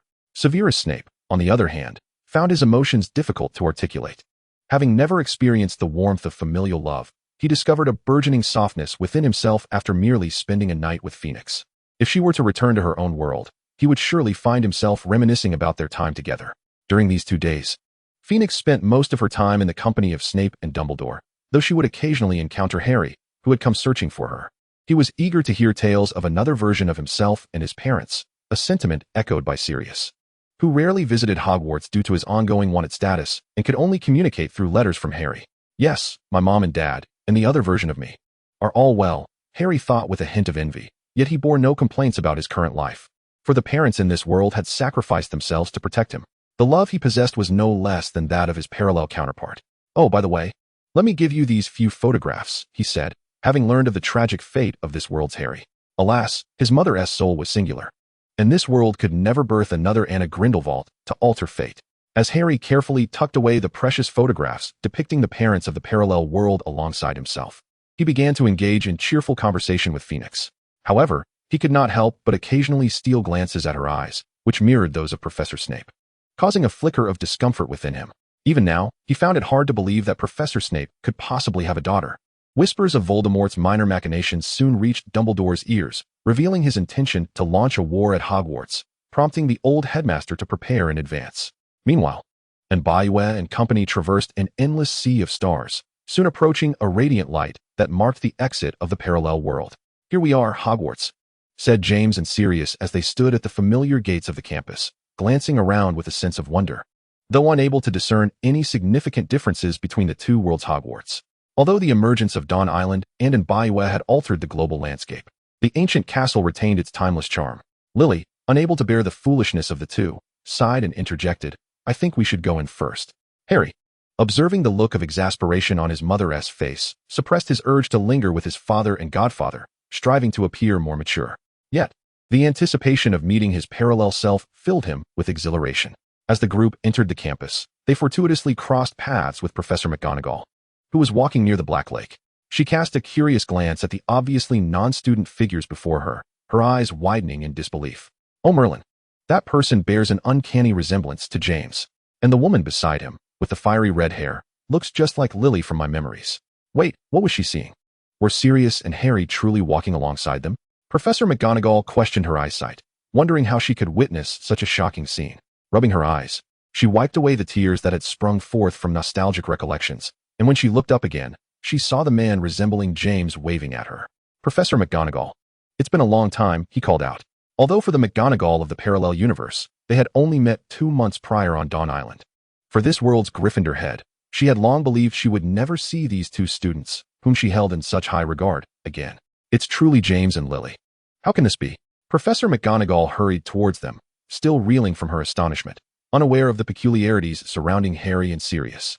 For instance, Harry's lightning scar was absent, and Sirius appeared significantly healthier than the man who had emerged from Azkaban, resembling his former self during their school days. You are. Professor McGonagall hesitated, suspecting these figures might be students playing a prank, but soon dismissed that implausible theory. We come from a parallel world, Lily explained. We arrived here due to certain circumstances and do not belong to this world, Professor McGonagall. Perhaps we should head to the headmaster's office. The current headmaster should still be Mr. Dumbledore, and I believe he will understand. Very well, I shall escort you to the headmaster's office, Professor McGonagall acquiesced, momentarily bewildered. As they descended to the first floor, they unexpectedly encountered the trio of friends leaving class, making their way to the Great Hall. The sight of two Harrys facing each other was undoubtedly astonishing. The original Harry gasped, stepping back in disbelief, having heard from Phoenix about his parallel world parents' well-being, yet finding himself utterly unprepared for their real presence. Oh, this is my counterpart from another world, huh? Harry, he looks just like you, Sirius exclaimed, approaching the original Harry without hesitation and pulling him into a friendly embrace. That's natural, Godfather. Oh, I mean, this is really cool, the parallel Harry responded, stepping forward to meet his original counterpart, oblivious to the throng of Hogwarts students captivated by this momentous encounter. Merlin, the parallel world truly exists. Hermione and Ron exchanged astonished glances, Ron's mouth agape, wide enough to fit an apple. Just moments ago, Harry had mentioned this topic, but they had regarded it with skepticism, never anticipating they would witness such a historical moment firsthand. My child, you must have endured great hardships, Lily and James, initially hesitant, felt their hearts soften due to the bond of blood. Especially when their gaze fell upon the scar on the original Harry's forehead, they felt both pain and overwhelming love. Lily stepped forward, gently caressing the scar on the original Harry's forehead, and it was at that moment that he seemed to awaken from a trance, his body trembling uncontrollably. Mom, Dad. His voice was barely a whisper, laced with disbelief as he struggled to comprehend the reality unfolding before him. Of course, my friend. We are the same person. Your parents are my parents, the parallel Harry reassured him. And if you wish to consider me your brother, that would not be a problem either, haha. The parallel Harry's demeanor was much more cheerful as he patted his counterpart's shoulder, laughing without a care in the world. Perhaps it is due to their differing upbringings, yet overall, the two Harrys bear a striking resemblance to one another. After all, as he stated, they share the same parents. Upon hearing this, the original Harry could no longer contain his tears, wiping the rolling droplets from his cheeks with his sleeve while smiling and nodding. The other version of himself seemed to grant him boundless strength, and even as he was embraced by James and Lily, he could not halt his joyous weeping. All right, I believe we can head to the headmaster's office for a proper discussion, James said, patting the back of his son from another world in a comforting manner. The original Harry had never experienced the bliss of being surrounded by family, and for a moment, his emotions became overwhelming. However, he soon found solace amidst the reassurances of those around him. Ron and Hermione exchanged brief farewells and departed, knowing that since the matter pertained to the parallel world and they were headed to the headmaster's office, the ensuing events were beyond their purview. As McGonagall pushed open the door to Dumbledore's office, Fawkes was the first to sense the disturbance, darting towards the entrance, only to find that among the newcomers were none of her beloved parents, her small face displaying a look of disappointment. Dumbledore was deep in discussion with Snape, never anticipating that individuals from two worlds would unexpectedly converge at this moment, leaving them momentarily bewildered. Snape gazed at the unharmed Lily. An abundance of words lodged in his throat, yet none could escape his lips. Greetings to you, headmaster of the parallel world, and Severus. Lily smiled as she addressed the two, only to feel herself enveloped in an embrace. Looking down, she discovered that the one holding her was none other than the adorable Fawkes. Aunt Lily, where are my mommy and daddy? Little Fawkes asked, her voice tinged with concern. Fear not, Fawkes, they have gone ahead to attend to some matters, but they shall arrive shortly. Moreover, your two grandfathers are here as well. We will all return home together, Lily reassured, playfully pinching Fawkes's small nose, quickly brightening her mood. Really? That's wonderful. However, Dumbledore found himself somewhat flustered, having not anticipated the arrival of his counterpart from another world along with Grindelwald. While the group remained in the headmaster's office sharing their accounts, Voldemort was leading his army of Death Eaters towards Hogwarts. Upon receiving word, Dumbledore immediately ordered the members of the Order of the Phoenix to assemble at Hogwarts for the impending battle, and Lily and James expressed their desire to join. Initially, only Anna and Severus had come, but upon hearing of Voldemort's presence, they decided to accompany the others. I believe those of us who have already sacrificed in this world would be pleased to witness the moment of vengeance. Lily articulated the reason for their presence in the headmaster's office. Dumbledore did not object, and Snape, who had remained silent, refrained from interjecting. Before we proceed, We must first visit the room of requirement. Aunt Anna mentioned there is something we need to retrieve. Parallel Harry recalled Anna Bayua's prior words and suggested. Observing the two nearly identical Harry Potters with their arms slung around each other, and noting the apparent discord between James and Sirius with his counterpart, Professor Snape felt a twinge of headache. The parallel world of Fawkes, in certain respects, bore astonishing similarities. A throng of Death Eaters, Dementors, Giants, and Werewolves, under Voldemort's command, swiftly approached the borders of Hogwarts. The school's alarm bells rang out as the heads of the various houses organized the students' evacuation through secret passages, while some members of the Order of the Phoenix quickly arrived via the Floo network. When Lupin and the original Sirius laid eyes on James, they too shed tears, rushing forward to embrace their long-lost brother. Subsequently, the original Sirius observed his counterpart with astonishment, and they planned to share a drink together once the battle concluded. Peter. He is thriving in another world, the original Sirius reflected, lamenting the treachery of their former friend, Wormtail.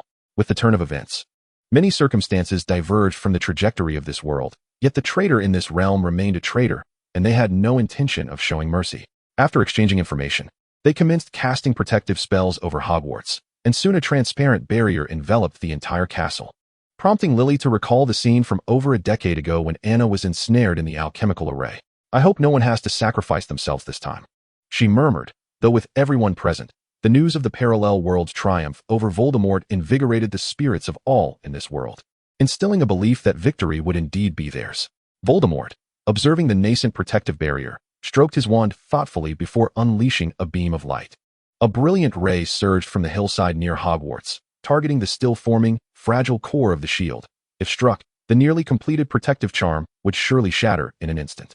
Just then, a phoenix engulfed in azure flames soared in from the opposite direction, racing towards the beam of light unleashed by Voldemort, colliding with it before it could reach Hogwarts' barrier. The clash of these two formidable forces resulted in an ethereal fusion, leaving only wisps of blue flames cascading from the sky before gradually vanishing. In the blink of an eye, a crisis had been averted, and Dumbledore sensed something amiss. Turning to the direction from whence the blue-flamed phoenix had come, two elderly figures hovered in the sky before gently descending upon Hogwarts. One was a familiar visage, while the other was the true great-uncle from Fawkes' perspective, the parallel world's Grindelwald. The sight of the two walking side by side stirred something deep within the original Dumbledore. Yet he quickly composed himself and stepped forward. "Welcome," he softly greeted the two, as if they were long-lost friends reunited after many years. "Welcome," the parallel Dumbledore replied. And the three shared a knowing smile, a multitude of words unspoken yet understood. Voldemort, unaware of the unfolding events, assumed that Dumbledore had simply nullified the previous attack, his expression darkening with displeasure. He gestured for his troops to advance. With the assistance of several formidable allies, the Death Eaters' offensive was markedly slowed, most of them being intercepted by the members of the Order. Some Death Eaters, upon witnessing the presence of two Dumbledores, nearly had their eyes pop out in disbelief and hurried back to inform Voldemort of this astounding development. "Two Dumbledores? Are you certain you haven't made a mistake?" Voldemort frowned, sensing that the wheel of fate had begun to turn uncontrollably in a direction that hastened towards him. The reporting Death Eater nodded vigorously, appearing sincere. "Send the Dementors," Voldemort commanded. Since Bellatrix and others had escaped Azkaban, he had been gathering these terrifying Dementors, now a formidable force in his ranks. Once he summoned the Wraiths from the cave, victory in this battle would be assured.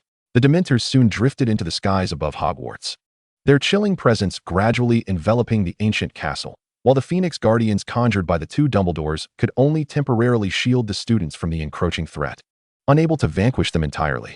Despite the students who remained to fight and the members of the Order of the Phoenix summoning their patron muses, they were unable to completely repel the encroaching Dementors.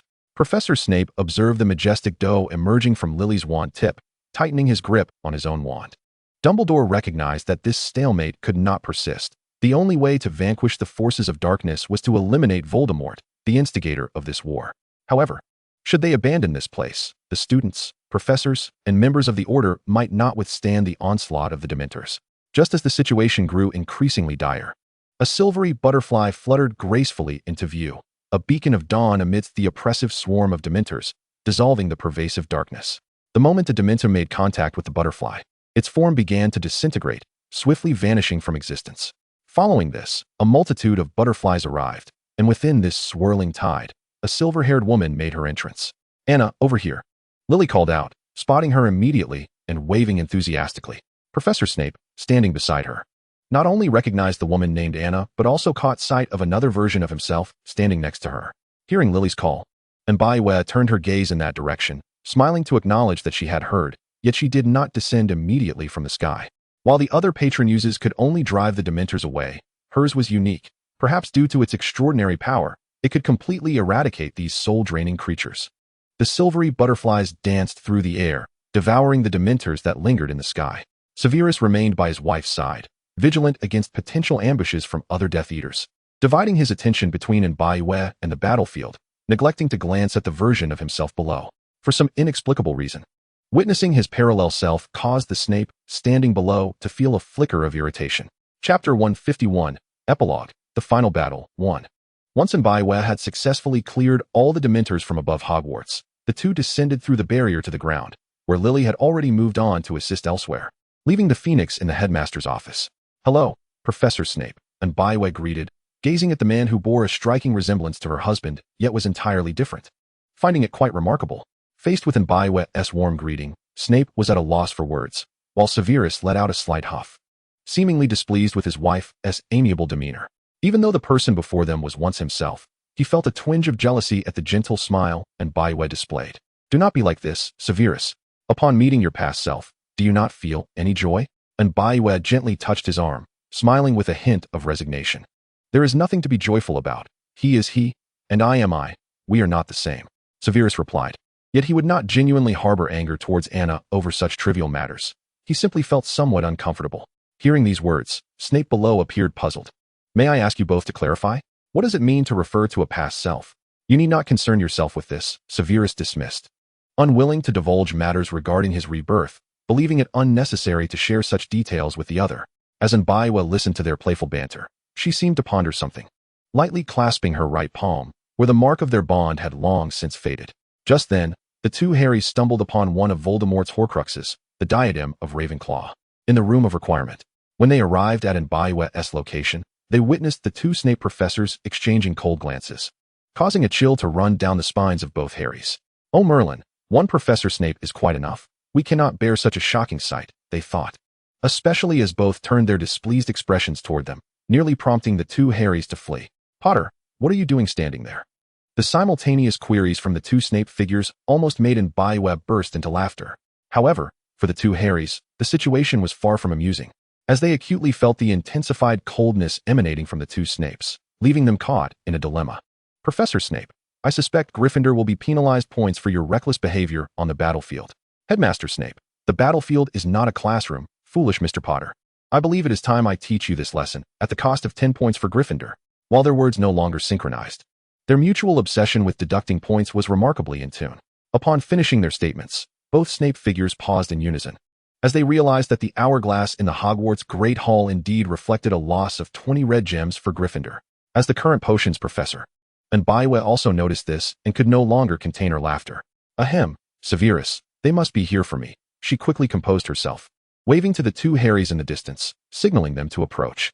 Accepting the diadem of Ravenclaw from the original Harry, a nostalgic expression graced Mbaye's face, while Severus beside her subtly furrowed his brow, his eyes filled with distaste.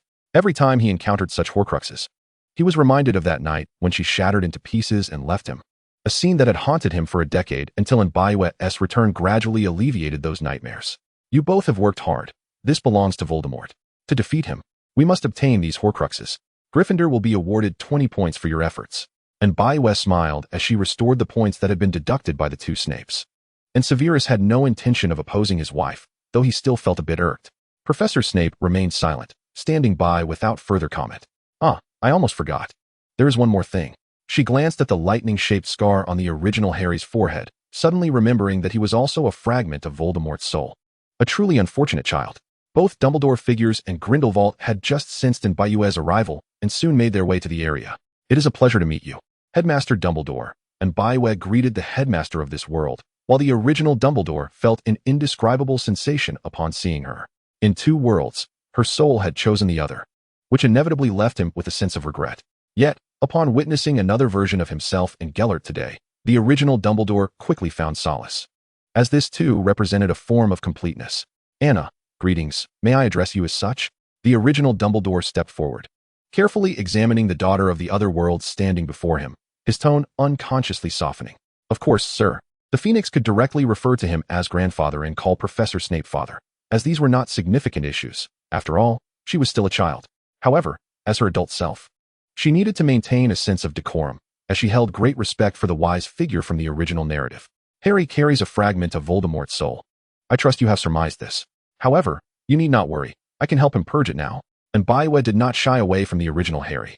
After the 2 incidents with the Department of Mysteries, it is likely that he harbored some unspoken suspicions, albeit hesitant to confirm them. Upon hearing in Biowed's words, the original Harry paused momentarily. However, upon learning that he could expunge the fragment of Voldemort residing within him, he quickly regained his composure. During the past few days spent in the company of the Phoenix, Harry had come to discern that the woman before him, named Anna, possessed extraordinary abilities, having once vanquished another Voldemort. Therefore, he held her words in high regard. Moreover, his parents from the parallel world had brought him here thanks to her, and he felt an immense gratitude towards her, considering that the other version of himself was akin to his twin brother. Could there be any danger? Do not force yourself. The former was a query posed by the original Dumbledore, while the latter was Severus's concern for her. There shall be no danger. Severus, I have promised you that I will not leave your side, nor will anything akin to the past transpire again, rest assured. And Biowed gently caressed Severus's worried visage, understanding that he was reminded of the unpleasant events from when they eradicated the Horcruxes, thus softening her tone to comfort him. Professor Snape, though oblivious to their shared history, recognized the atmosphere between the two and understood that while another version of himself bore some similarities, he was indeed not the same. Ahem, let us proceed swiftly. We must soon meet the Dark Lord, interjected Grindelwald, somewhat disapproving of the affectionate display between his daughter and son-in-law. And Biowed cast a resigned glance at her father before stepping before the original Harry, reaching out to brush aside the hair from his forehead. It may sting a bit. Can you endure it for me, Harry? Upon hearing her words, Harry nodded obediently, while the parallel version of himself watched intently, feeling a twinge of anxiety. And Biowed's fingers gently traced his scar, and as her fingertips made contact, a soft silver light began to emanate from the scar. Harry experienced a sensation akin to searing pain, reminiscent of when Voldemort had connected with his mind. Yet he gritted his teeth to stifle his cries of anguish. Soon, the burning sensation dissipated, replaced by a refreshing breeze that seemed to sweep through his entire being, bringing him an unparalleled sense of ease. All done. After a brief moment, and Biowed withdrew her hand, and everyone noticed that the scar that had accompanied Harry throughout his life had vanished, leaving his forehead pristine, akin to that of his parallel self. Good child, you have endured much over the years. From now on, choose the life you desire freely.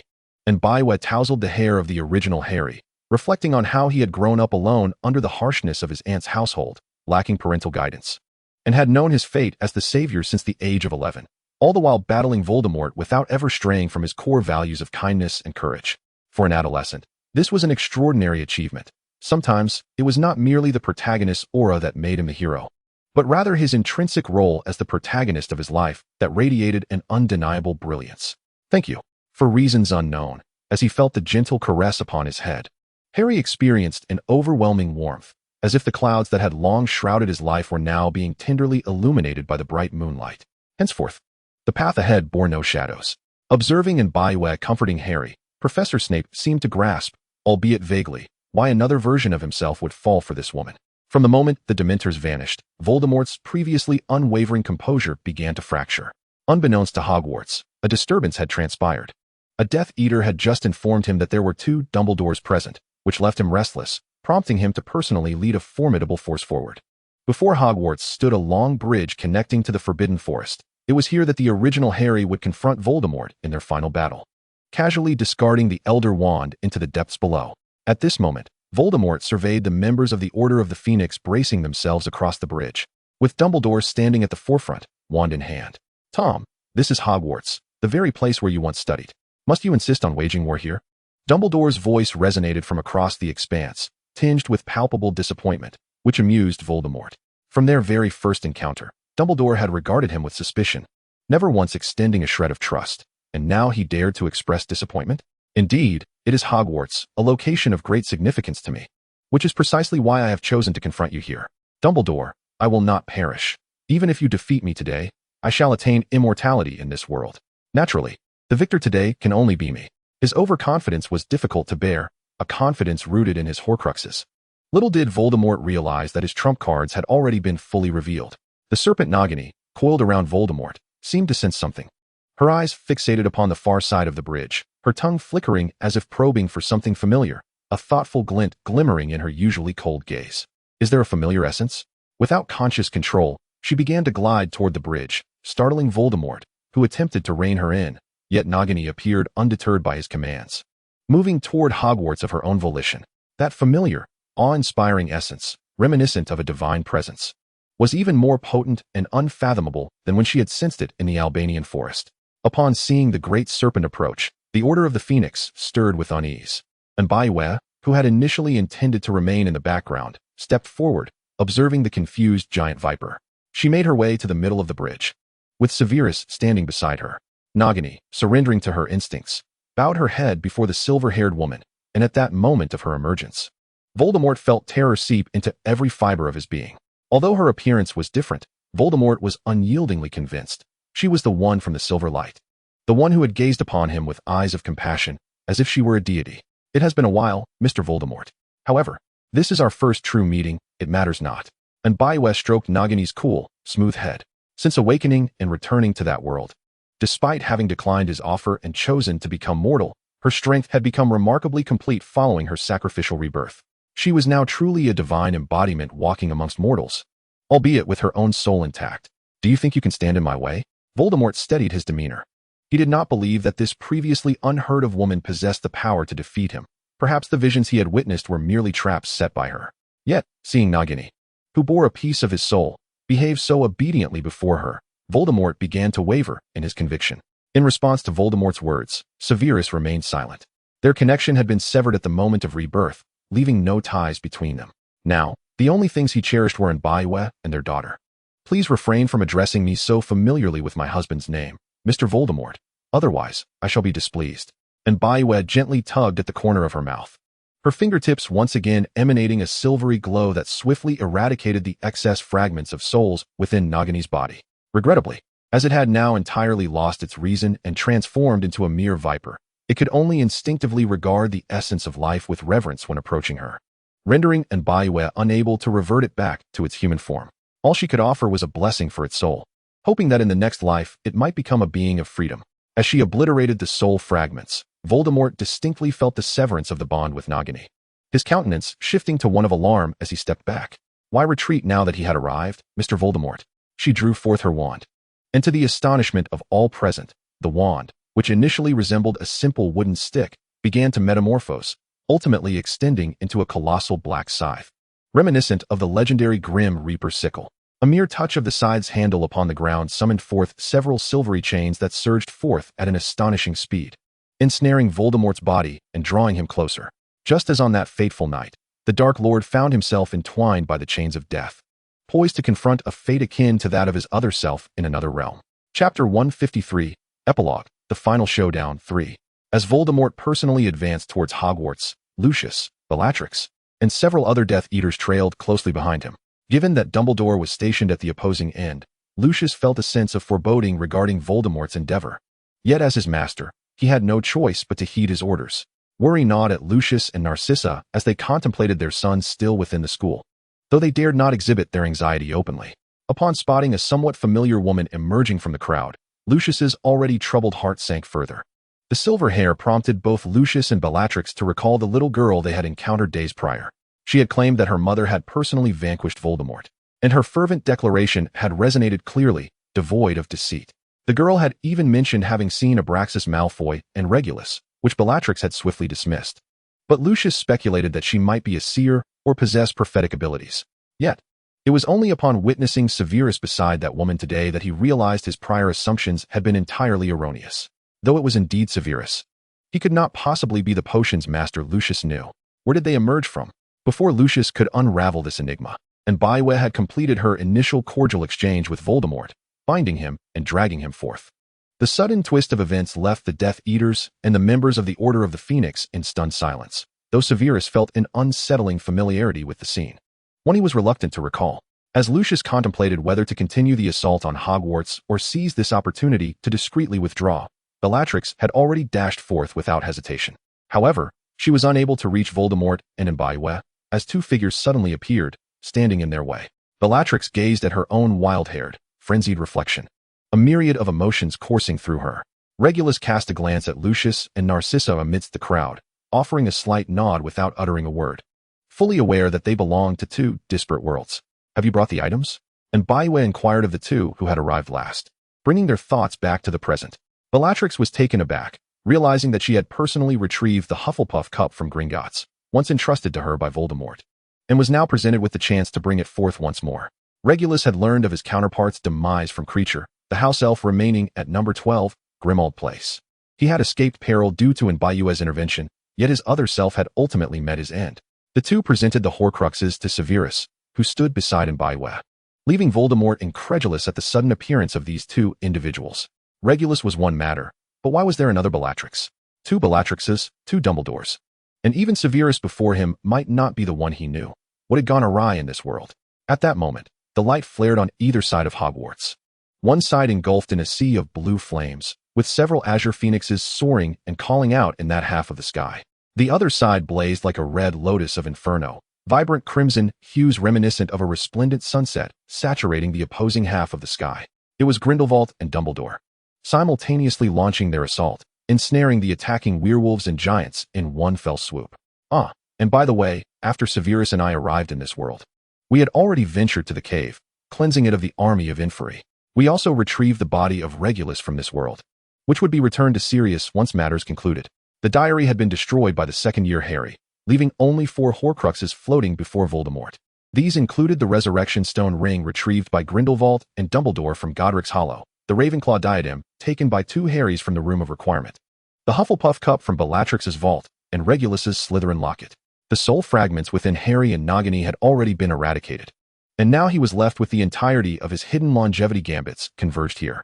Mr. Voldemort, as I once conveyed to another version of you, when you trample upon your own soul to create Horcruxes, your fate is sealed. The divine observes the souls of every being.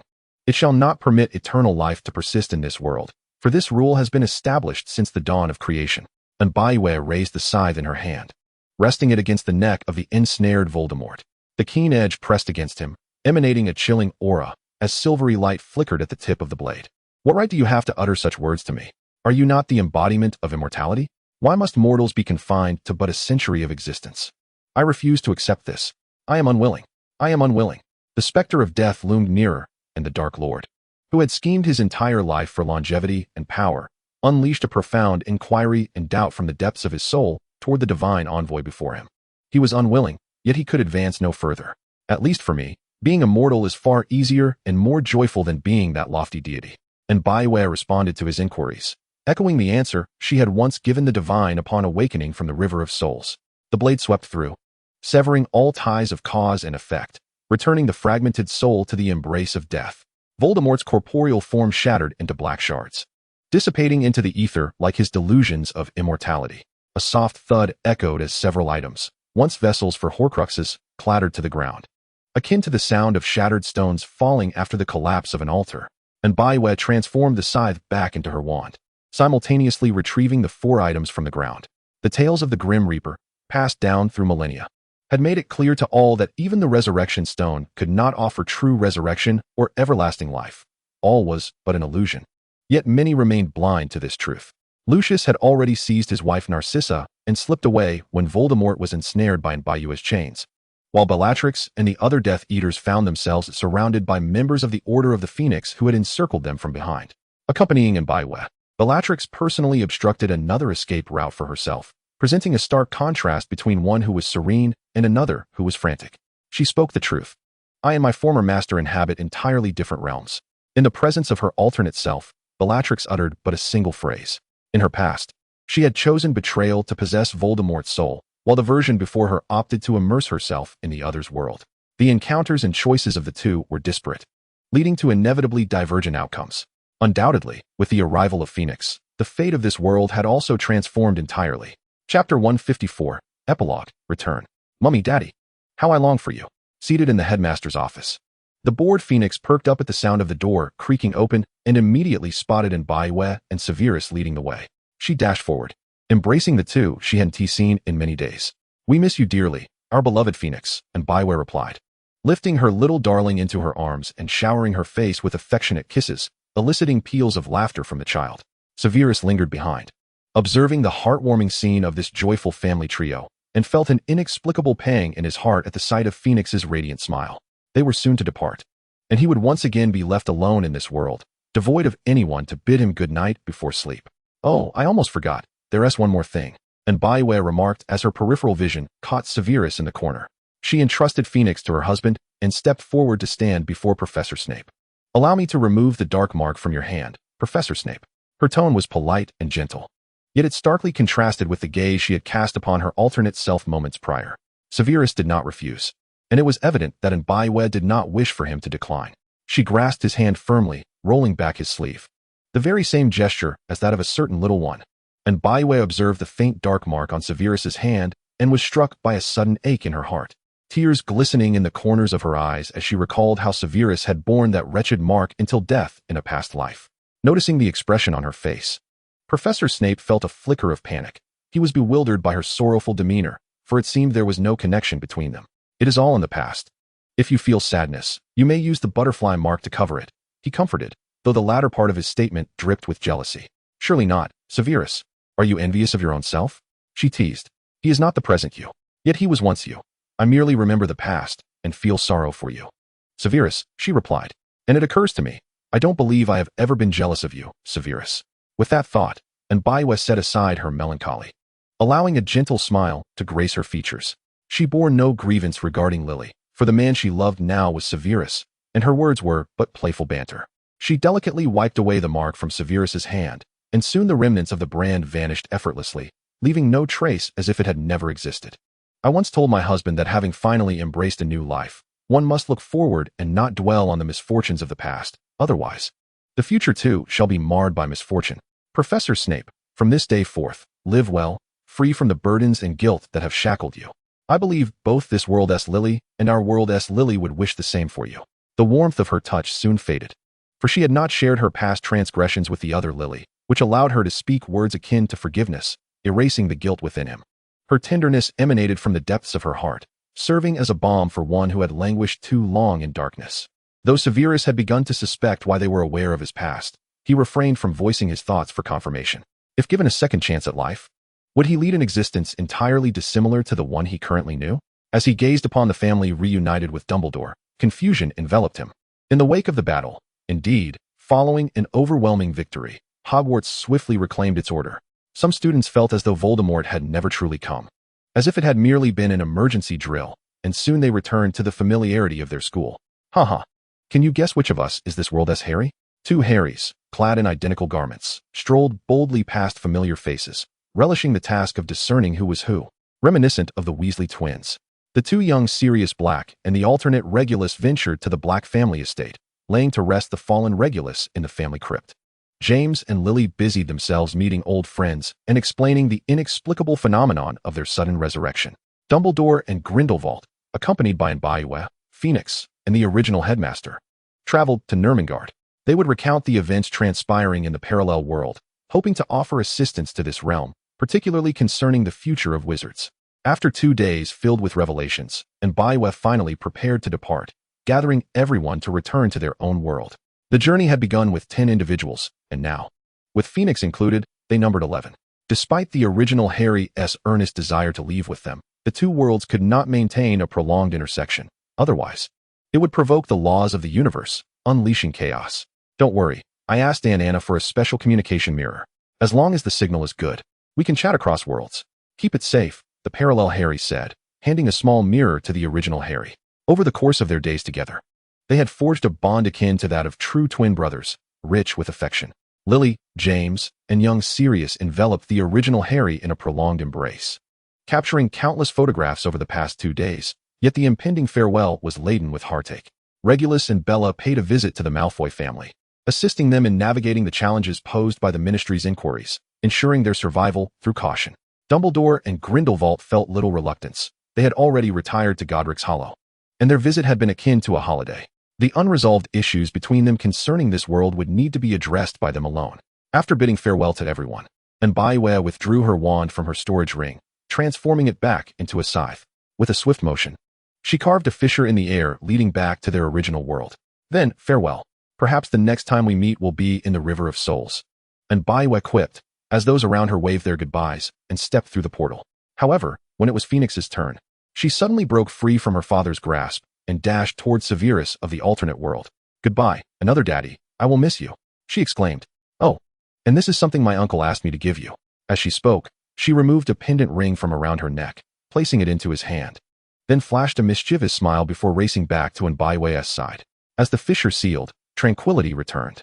Severus stood rooted in place, tightly clutching the ring Phoenix had given him, as if grasping a glimmer of hope for the future. Chapter 155, Epilogue, Everything Completed. Severus Snape, the esteemed headmaster, remained a bachelor throughout his life. Upon his demise, he did not infuse his soul into the portrait that adorned his office, leaving future students and headmasters to commemorate him through a static, silent image. In the moments before succumbing to darkness, he clutched a ring embedded with a silver gemstone, which accompanied him into the grave.